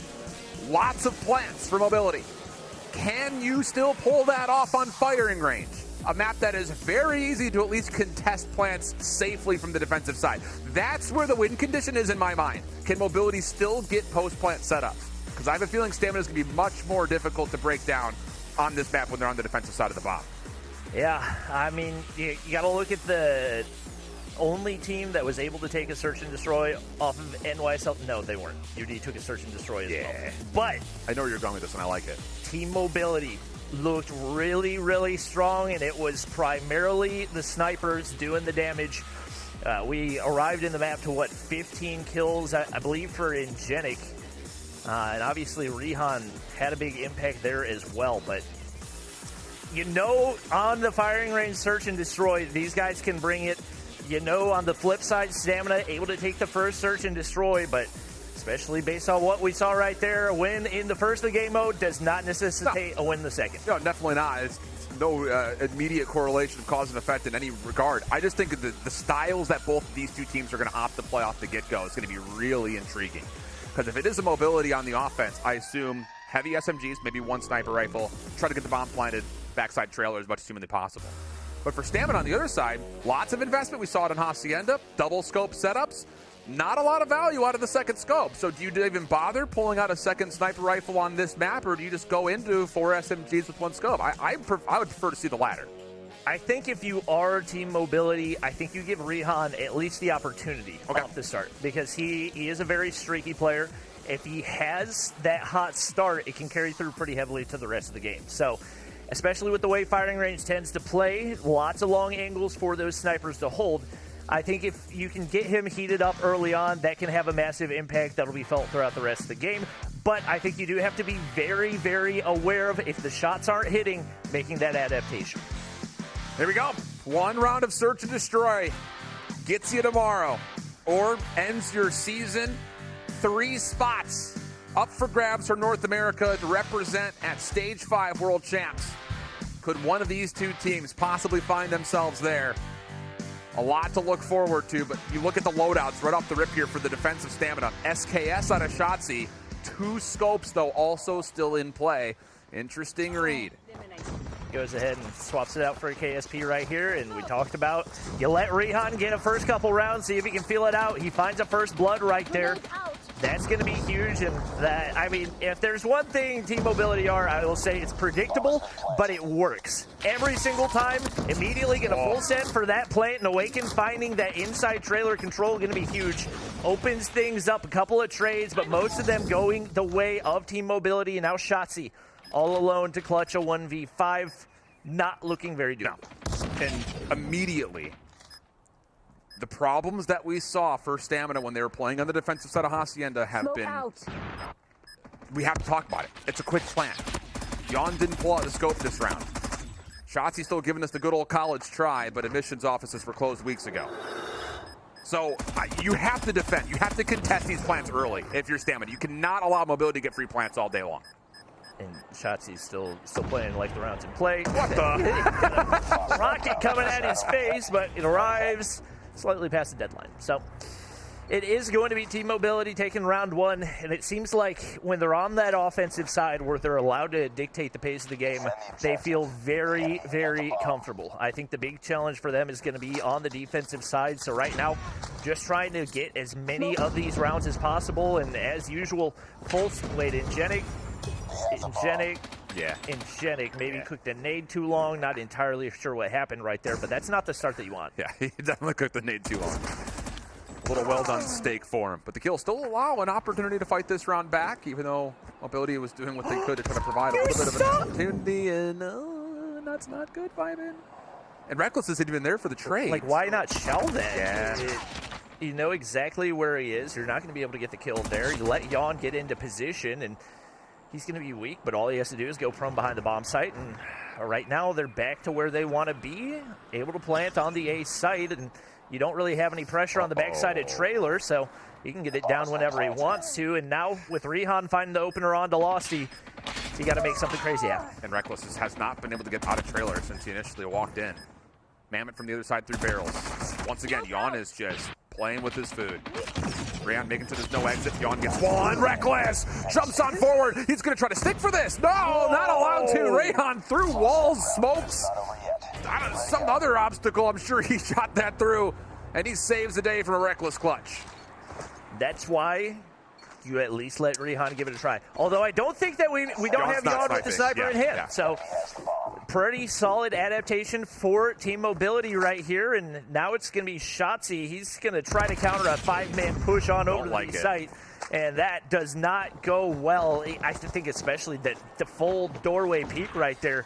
Very rarely is that going to go your way, and the smoke's going to come through. Stamina looking to confuse, but Ingenic takes down Mammoth in the process, and right now Lost, he's trying to make something happen. He's going to find two, not able to make it three. Rihan with the snipe again, and Jan finding another all down to Losty. Losty got the third. It was just a quick set of trades that came out outside of Losty, so he's stuck right now. Backside cars over through the tires, but he's got an opportunity for a full-on ace. Jan sees the intel. Rihan still watching, wants to go long. Losty goes prone, read by Jan beautifully. And the defensive effort, honestly, the first thing is, you called it. You don't just run out in towards a 1v question mark situation. But Mammoth also kind of just sacrificed his life by giving away Tin to play inside the bomb site again by himself, and Mobility take advantage. Yep, and it's the 5-man push once again. If it works 3 times in a row, why not stick with it? And that's a whole lot of smokes, a whole lot of nades, a whole lot of trophies, but Vyman there to counter, does find the shot onto Awaken, and that halts them in their tracks right there. And now you got to see, does Team Mobility have the ability to reevaluate things? They lose that one player off the initial push, and now things get a lot more complicated. Absolutely, but the thing about this is the defense has now been conditioned towards these very aggressive hits. They relinquished all of the B sites, so they're still playing recovery, making sure that no one's already at B. So once again, kill the noise for Mobility. They create a severe level of doubt. And it's with 1:12 on the clock, they still have the ability to re-aggress back towards A if they want to. Losty just going to play a 1-for-1 corner. Be the alarm bot. Sit there, get one, call the action if you see it. And he gets the audio cue right there, so he knows at the very least they're peeking from the top side of big pick. That treehouse, or whatever you want to call it, and that pick's going to open things up even more. Shotzi with the quick scope. clean as can be, and Losty going to be able to find another one right there. Stamina finally starting to get things figured out right here. Claps all alone, sitting on a goose egg. No real hope of a 1v5. And how different the round looks, just simply due to the fact that Vibin finds a shot through smoke, backside trailer. Losty also defensively changed his position up to help over towards A, but Claps, he may get a plant off here. Utility on the way in. That will connect, to say the least. If he gets the plant off, it's just a free defuse for the opposition at that point. He had absolutely no hope. And now Stamina finally getting a feel for what's happening right here. We'll see if they're able to full counter. I'm interested to see if Team Mobility just full sends it over to the B site, because based off the pattern that they've taken, that is what I would guess that they would do, and that's going to be what they do. And Shotzi going to, at the very least, get the information right here. He backs up, and they're at least in position to try to defend against the plant. And that's all you need to do. Just defend from them getting the bomb planted. Give the defense a chance to take over the middle of the map and trap Mobility in this position. Smoke is out. Awaken on the little pinch. Finds Losty kind of peeking over, maybe way aggressively. Shotzi up the top through sandbags, not able to get an initial angle. That allows an opportunity for Ingenic to try to spam him down, but doesn't hold down the trigger long enough. And an opportunity for Stamina to collect themselves if they try to approach the retake. Shotzi misses the first, but Reckless is it. Shotzi just egoing right now. He knows there's a sniper on the backside, but he connects anyway. Huge shot for him. Trades from the Mobility teammates, though, and now Shotzi all alone, and it seems like they know his location right there. Claps through the wall, going to be able to see him, and it's only a matter of time. Not much to work with right there, and the initial retake looked pretty strong, but picked apart one by one. Team Mobility with clean 7. Here's the other thing to keep in mind if you're Stamina. Because you're forcing your scopes to be your point of contest on the outsides of the map, you don't have the ability to use those scopes to get an SMG through over towards wood. If Stamina could get some mid-map control, these hits from Mobility become so much more hard-pressed to find success. But because they're so focused on the speed from Mobility, they don't have the ability of ever even sending anyone to 10, let alone up to try to threaten wood. Now it gives so many early advantages to Mobility. Vibin does scout out one over towards the mid side of that top wood area, but no action yet. Looks like Shotzi going to be able to find one onto Ingenic. He goes ahead and backs up, and got to think they're probably not trying to make any more pushes toward the B site soon. If I had to guess, probably the cheeky wall bang spot through the doorway, and now that's going to back him up. When Stamina's found a way to do this before, they've been able to capitalize, get around, and would definitely be nice to find one right here. The bomb in the hands of Claps, and they're still just lurking around wood, hoping that Rehan can find a pig. There's a lot of what we saw out of EU Search and Destroy on this map as well. And we'll see if the different approach can work out for him right here. Would be nice to find that one. You get the trade, but you lose a player in the process, and you still find yourself down one. Too expensive. Yep, way too expensive. So Mobility gets stuck once again, not being able to quite get towards either site in their last offensive round. Rehan would have to open up with the snipe just to even have a chance to threaten either of these two sites, but B is kind of already out of the picture just due to how it's located. And Stamina are going to play for full zone of control. Hello. Vibin is still alive somehow. Claps finally able to get the kill.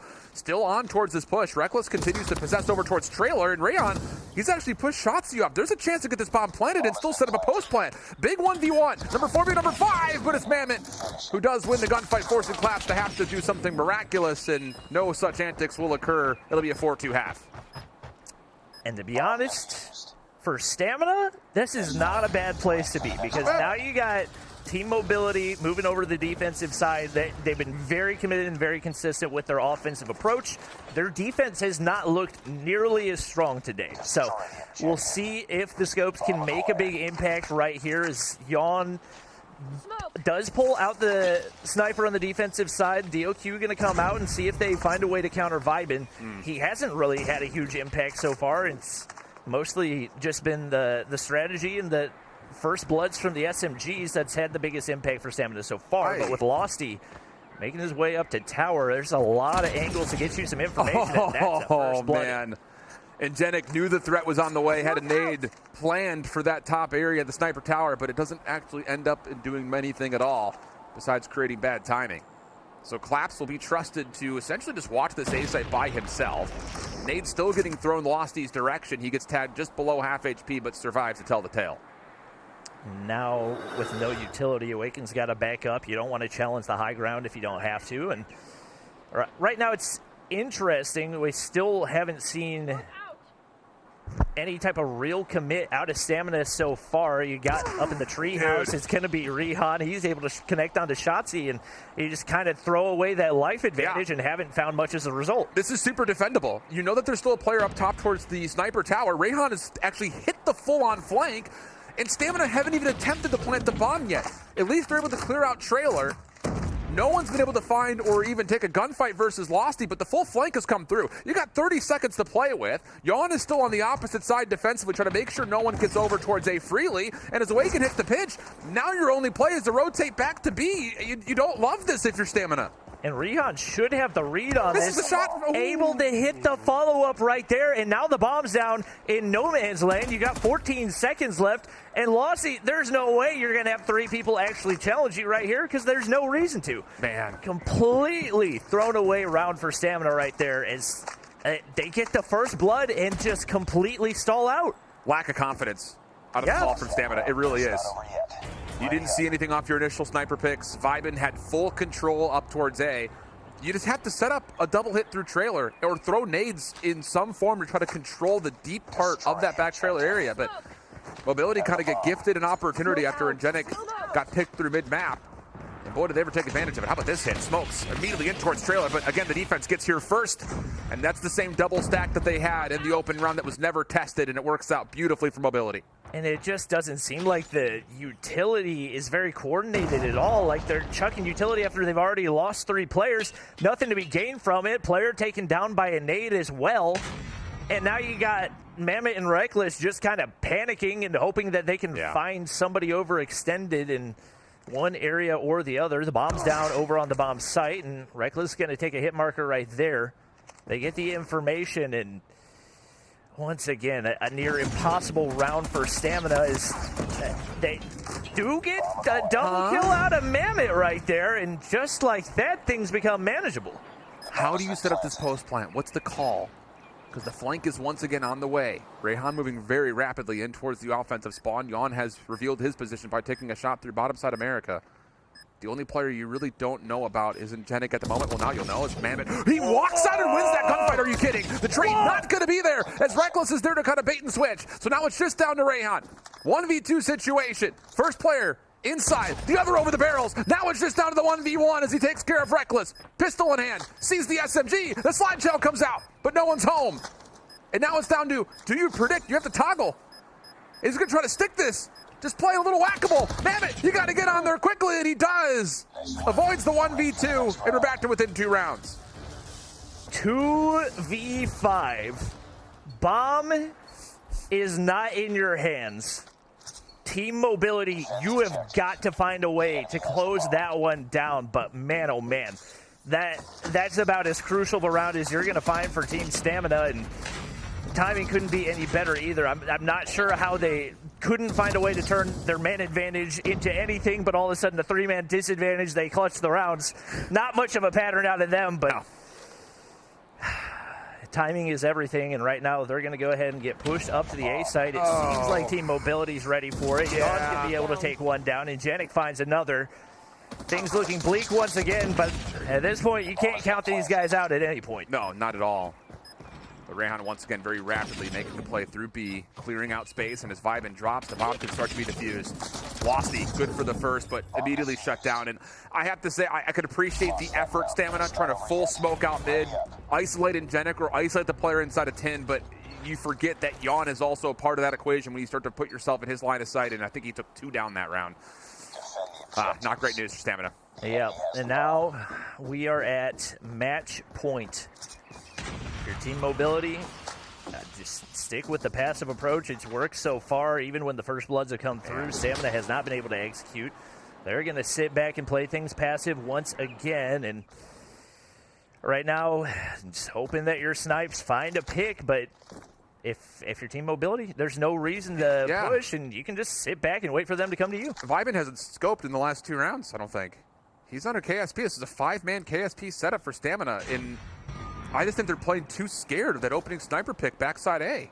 And Vibin opening round, got to the jump on the red wall, didn't see anything. You just have to trust that he can lock that lane down. Everyone else can push with it, but now it's down to essentially full flood. You have to overwhelm one of these scopes on either side of the map. You just have to pick your poison. Which do you want to go at? They commit a smoke right there, and they do literally nothing. With it. Nothing. Agreed. Like, they just sit there and watch the smoke and hope that somebody runs through it. They're too good of a team. They're not going to push if they have nothing to gain out of it. And right now they're content to just bait your utility more and more. And with Awaken pushed up, they're definitely not going to expect him in that wall. That's going to be a free kill, maybe a two-piece, and Yawn going to be there to clean it up.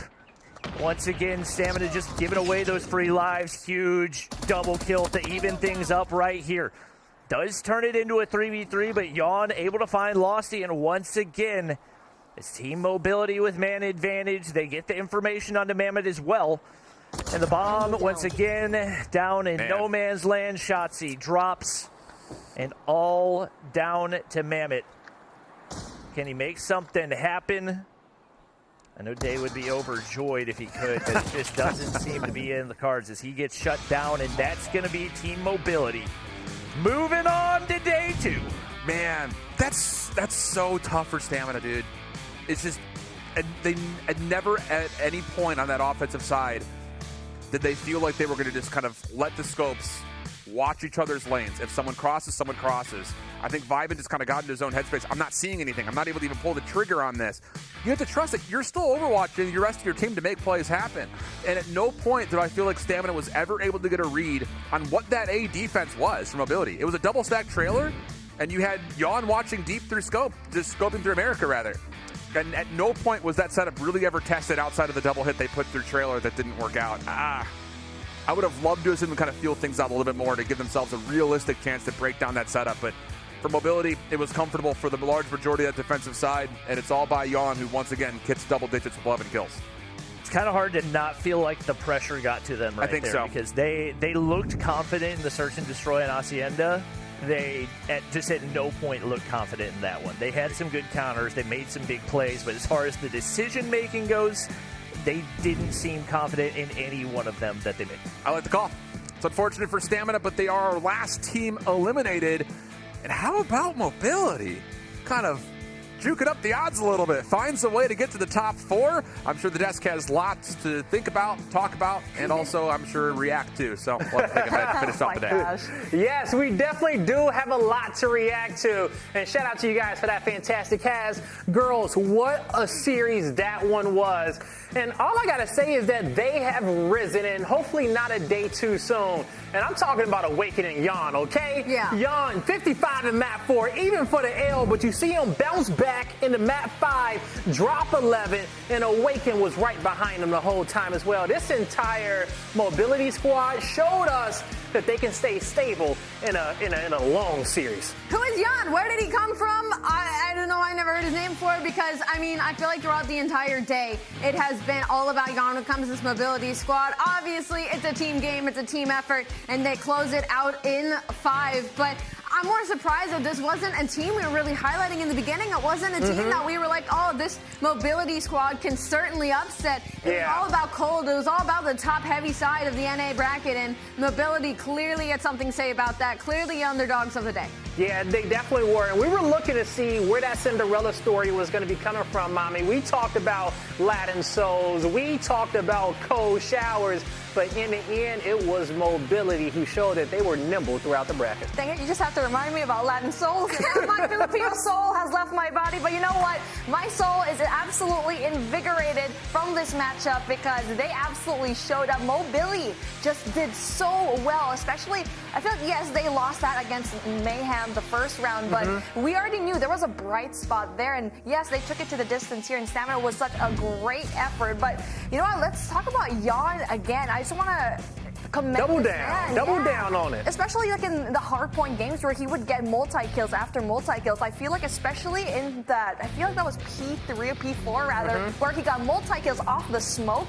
But then, unfortunately for him, everyone else in his team wasn't there for the backup. But again, they showed up here in that search and destroy and finally just delivered here. Tomorrow is going to be absolutely insane. It is insane. It is going to be insane. And we saw some great plays today, some insane snipes. And you talked about that matchup that we saw earlier in the day, Mobility versus Mayhem. Maybe we get a rematch somewhere tomorrow. And based off today's performance, who knows? It could be a rematch for one of those final spots. But this is the bracket. It's Tribe versus Mobility, Undream versus Mayhem. Chat, how y'all feeling about this bracket? Who do you guys think is going to progress forward? Ladies, when it comes down to these matchups, which one do you want to see the most?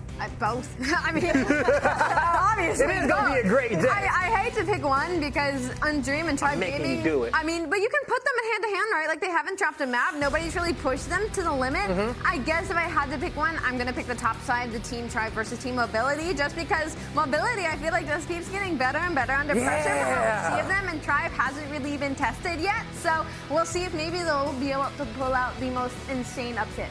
I agree with you on that one. I think Mobility up against a tough opponent can show up, but, you know, Tribe, hey, they're a different breed, as we know. But today has been absolutely awesome. Ladies, any final thoughts that y'all want to give? What about you, Mommy? I mean, we didn't talk about it yet, but Tribe, yes, they're really good. But I'm really looking forward to the Undream NYSL rematch that we saw at Stage 3, where we saw that NYSL was able to get one map off of Undream. And so that was going to be Raid.